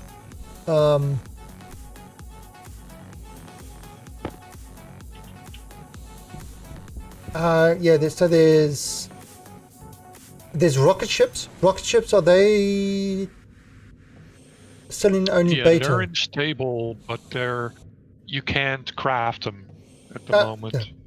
So creative only. Yeah, so rocket ships, so you can go to other planets and stuff like that. So it's and I'm pretty sure eventually, I wouldn't be surprised if eventually they have add in things like, the Space Engineers type ships. But I mean, that would be great if they add in something we could build Space Engineers type ship with kind of this type of thing, so you have to wire the ship all electrically. You have to wire it for atmosphere, airlocks, then the engines and cooling the engines and having reactor. Oh God, can you imagine? Well, building... that was basically what station, what is it? Space Station 13 was. Oh, really? Okay. So they said that they kind of... See, I never played Space Station 13. But they said that this game... I didn't play it either. It was just too... I don't know. Too basic. The graphics are very old school.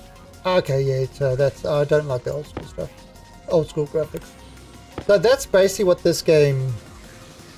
So that's basically what this game is sort of modeled after, is Space Station 13.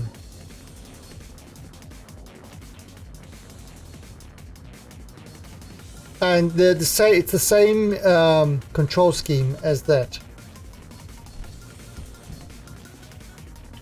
Actually, the team that's doing it, I believe, is in Auckland, New Zealand. Yeah, I believe so.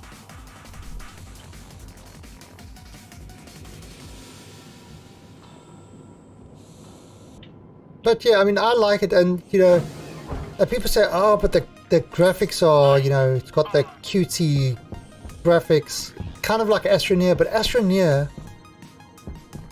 is an absolutely awesome game. It's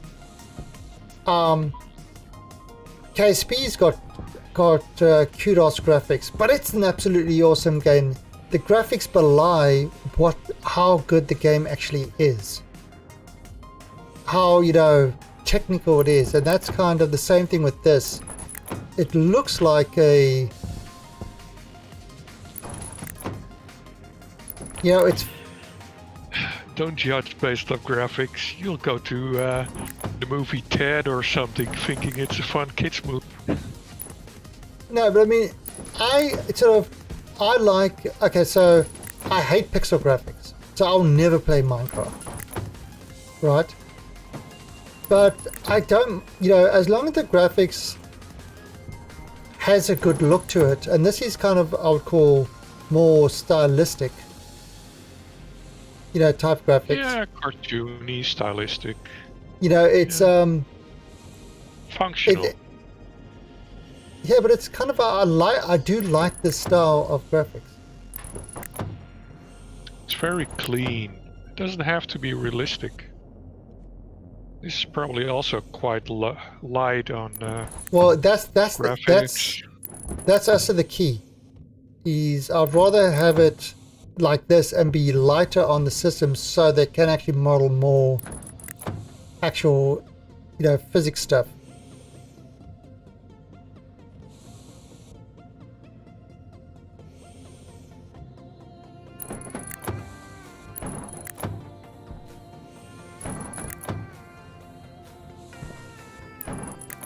I mean, great, yeah. So graphics doesn't have to be the main thing, but I think it needs at least a certain amount of effort to it.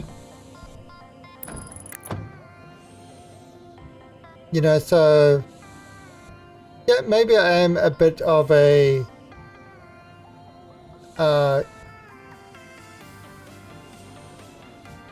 graphics whore, but you know, I like things to look good. I don't think. Yeah, that is the whole thing. I grew up with frickin' CGA graphics cards.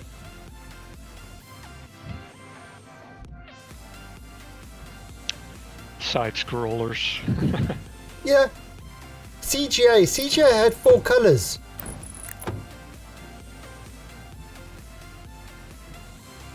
Monochrome, Alley Cat. You know, and then you know and then you had things like holy God, remember the Voodoo 2 graphics card? Holy crap, that was just with the pass-through.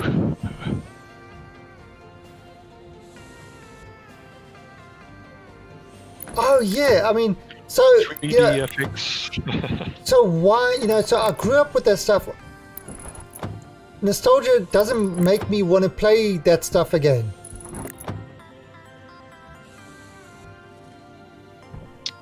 Well, yes and no. I mean, I play stuff like Day of the Tentacle and Monkey Island every now and Yeah, then. you might, but I can't. It's like, I remember those games, but I don't want to replay those games because I don't want my eyes to bleed by those sharp jaggies.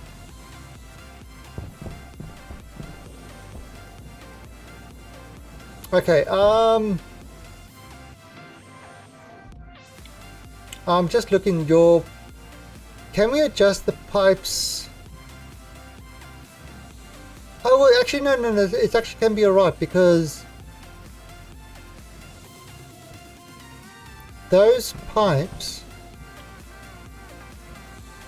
yeah, see, I can't actually put those things there.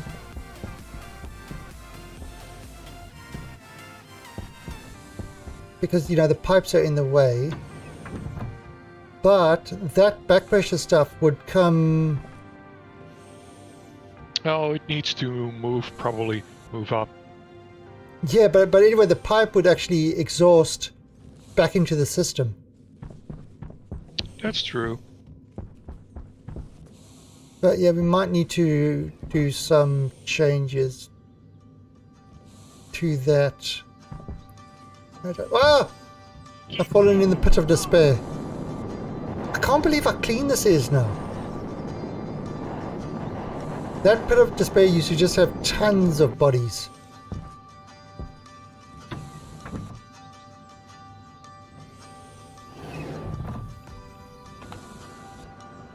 So this, to me, this is nice. It's clean. It's stylish.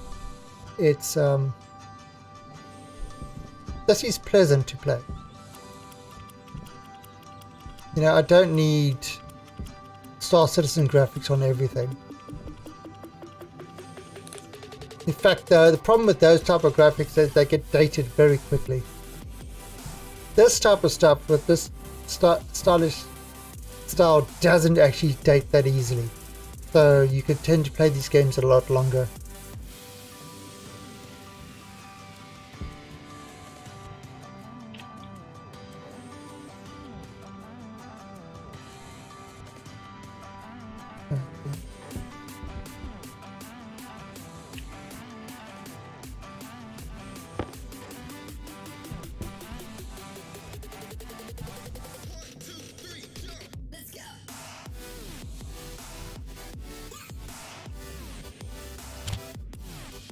Let's have a look here.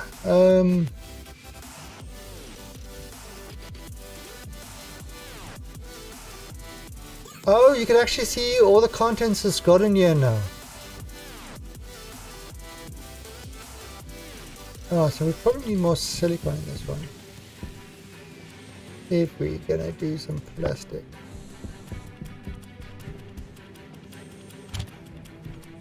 Yeah, plastic is something like 1 per plate.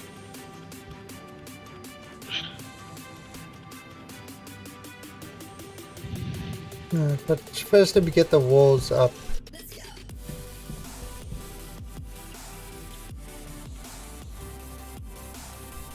I do have some plates in the greenhouse, and I think outside in the crate are some plastic plates.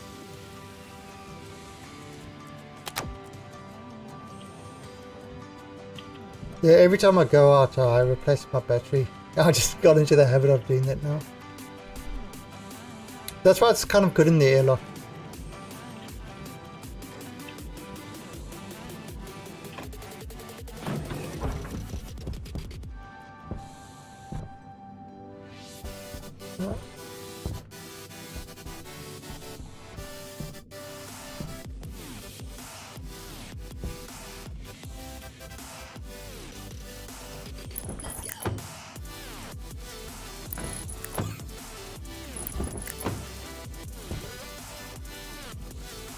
Oh, okay, so that's actually long.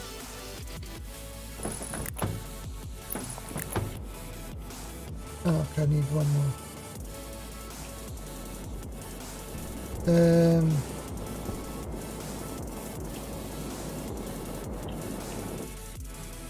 There's one more frame.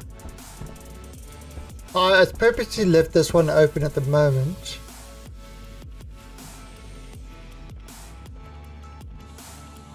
So I purposely left this one open. Once we seal it up, then we can break down this wall and have an entrance to it through this wall over here. Put like a put a door on it. Not really an airlock. I mean, we could turn it into an airlock, but I don't know.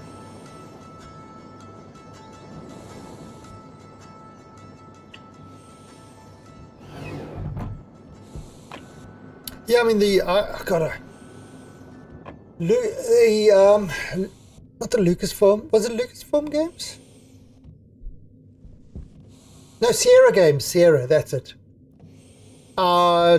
King's Quest, King's Quest 2, King's Quest 3, King's Quest 4, Police Quest, Space Quest, Leisure Suit Larry and the Land of the Lounge Lizard. There was... What were the others in there in those series? But they were great. God, those were such good games. But yet, I just won't play them now.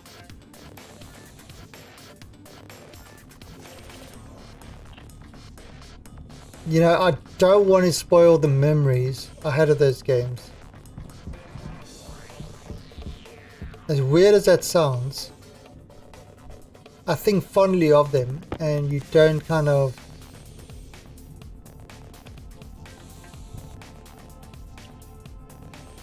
Well, LucasArts has made a few remakes, basically, where they updated the graphics. Oh, from 5 pixels Sierra to has. 6 pixels?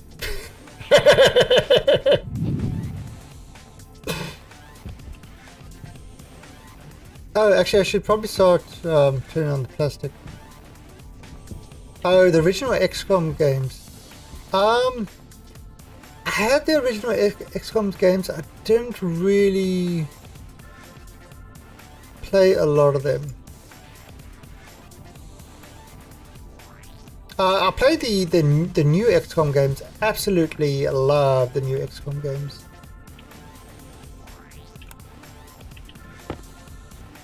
What's this?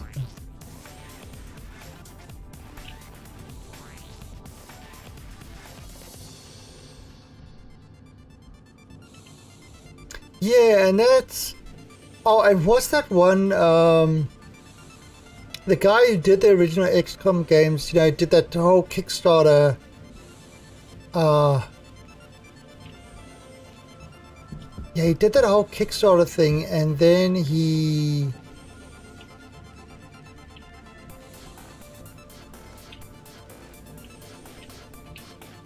What did he do? Yeah, he did that whole Kickstarter thing. Then he swapped over to Epic.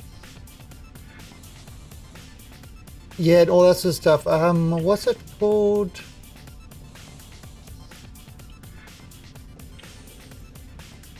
Yeah, what was it?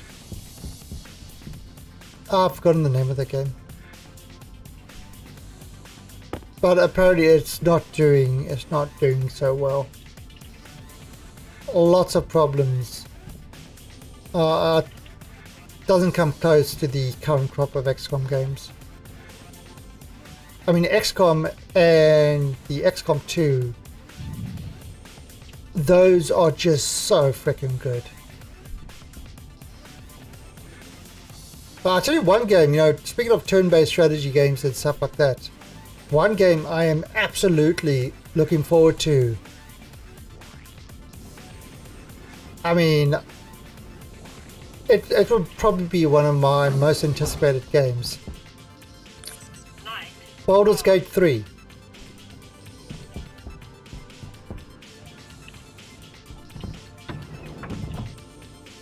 Baldur's Gate 3 by Larian Studios doing Baldur's Gate 3.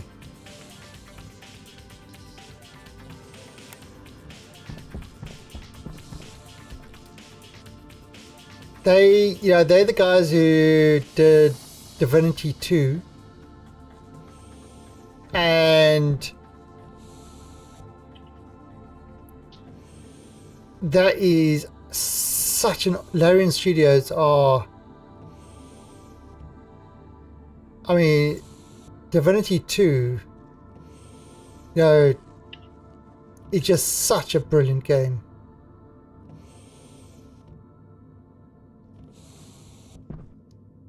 I want this thing. Can't do that one. I think it might have been done.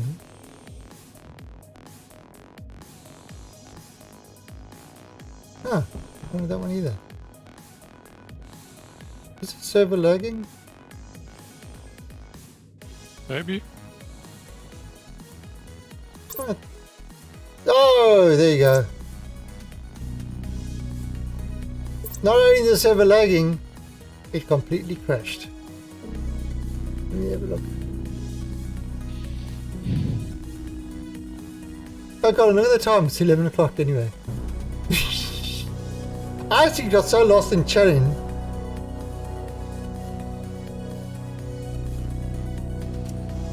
Okay, it's still running. Good time to take a break for me too. Yeah, I'll leave it up. I'll leave it up overnight because it's not ticking without people on it. So, so you have time to finish the greenhouse and that. And I'll be back to... Oh, there you go. That was the problem. I just heard my phone beep, telling me that the network went down. So the ISP that I run all my servers on went down. So I've got two ISPs. One that I run the server on, and one that I run my stream on. And because I play this game through the network, I go through that ISP as well. So that's why I got dropped at the same time as you got dropped.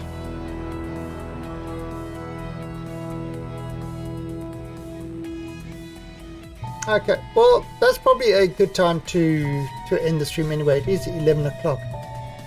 So, thanks, Yoni. That was... We got a lot of shit done tonight, actually. Yep. Even though we got sidetracked. There was a lot of shit done. We,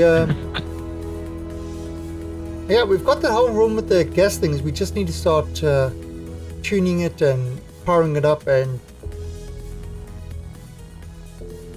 yeah, doing stuff with it.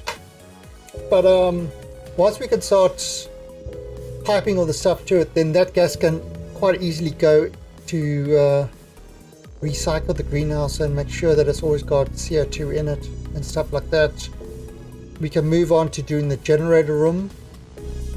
Once we start getting the gases, we can do a furnace room as well,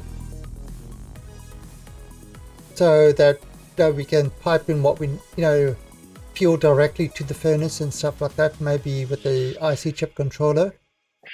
Keep the furnace heated so it doesn't cool down this much. Yeah, exactly. You can pipe in the fuel as you need it. Set the temperature. There's a couple of ICs to control the furnace to set the temperature to what you need it with dials and stuff like that. And yeah, and the other thing I want to do... Okay, I think there the ISP has just come back up again. Yep. You see, it's kind of on my phone, so yes. A hacking of a router to do all this sort of shit. Oh, there goes the kitty. Kitty knows it's bedtime. Let me just jump in and at least get into a good spot to die.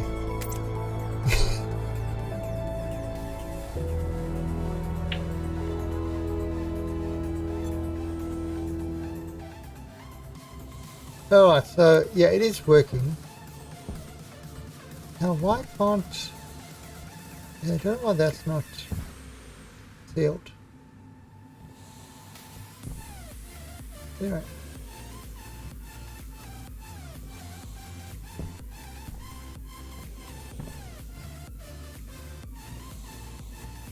Well, now you can build. It's a lot better. Yeah. Yeah, I mean, the unfortunate part is... I'm surprised it took that long to drop out.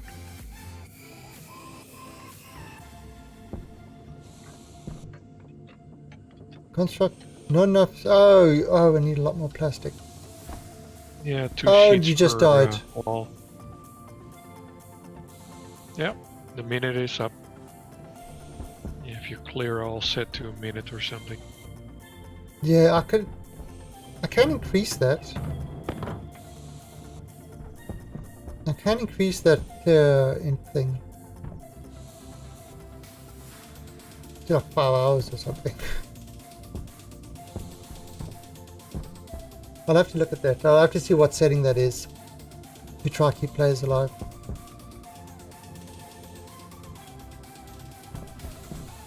Something like clear all interval from the top of my head. And if you set it to 0 or -1, it disables. Yeah, because it's... Yeah, cause then it wouldn't be respawning all the crap all the time. But anyway. Okay, so I mean... So this is what we've got over here. We've got this, and I've actually made this very spacious. And the reason I've made this very spacious is because you're going to have a lot of pipes going all over the place. We have to add things like kind of pressure stuff and things like that. We could have displays on the wall above the things to tell us how much gas is in each item. You know, so there is a lot of things you can do with this.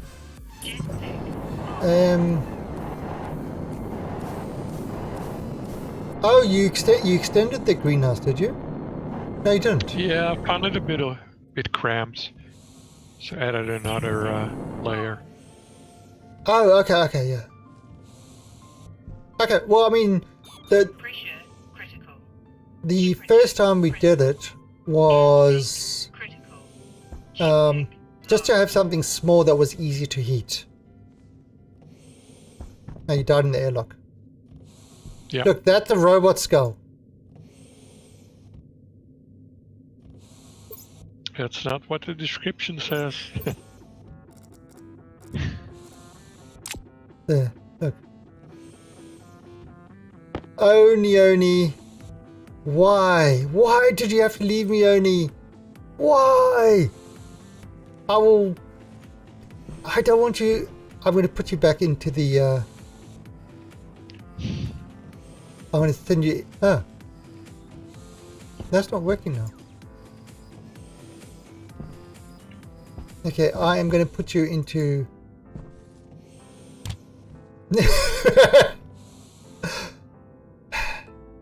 I'm going to recycle you to a new Neoni. There we go. Okay, yeah, we're really not getting any... So let me go inside. Switch off all the unnecessary stuff.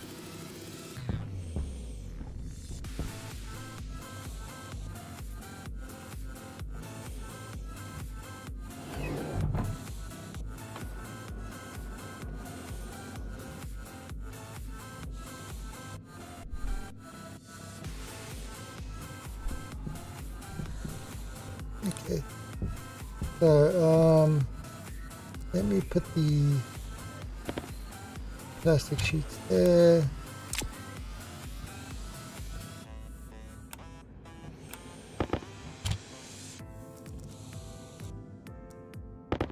I'm gonna put the cereal bar there.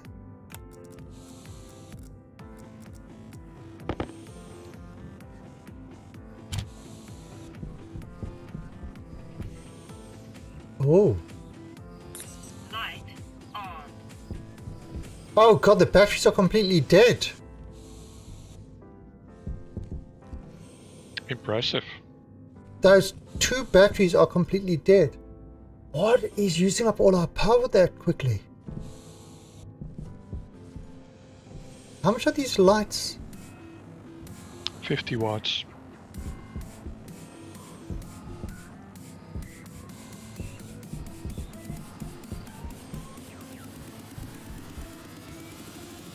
Yeah, we'll just have 1 light on. It's...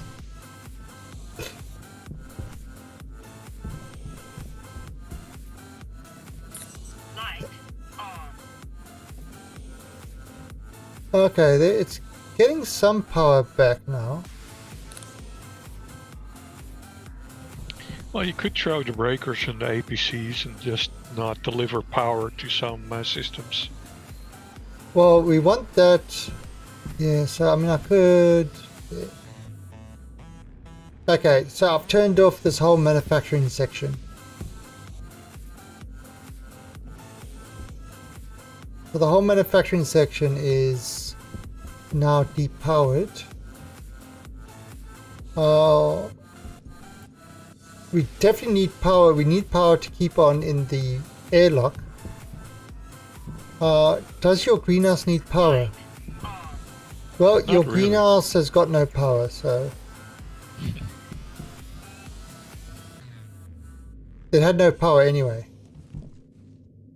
Okay, so we probably... I think, well, you know what we've got to do? We've got to double that solar power, add in a whole new row of solar panels. Yeah, we just outgrew the demand Yeah. or the supply. Yeah, we're gonna have to do that. But anyway, we'll worry about this tomorrow. Or if you pop on later, at least you can get inside the airlock. Wait, something is still draining power. What is draining power there? So this light. Or maybe it's slowly charging. Oh, the batteries are still charging. The batteries in all the APCs. Light. Well, they shouldn't be. They're full. Well, Turn it they're on. full when they're blue. But in Oh, the if it's flashing APCs, blue, the is that- power controllers, those are charging as well, 1000 watts a piece. Alright. So Anyway, they're slowly recovering. okay. So we'll leave it over there. Anyway, I am going to call it a night over there. I will see you guys tomorrow at 6 a.m. UTC. And what's tomorrow? Tomorrow's Friday. Yeah. So we'll do this. Oh, it's sun. The sun's coming up now.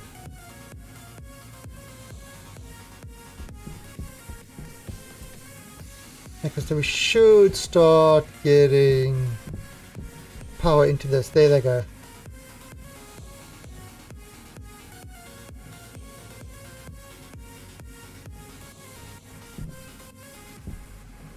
So power is starting to come in. So yeah, I think before we... Yeah, if I turn on the atmospheric, that uses a ton of power. So we really have to have full batteries. And I kind of have to have that gas generator ready to go. Which we could then have a circuit to do it if the batteries drop below a certain level. You're going to have to set something like that up.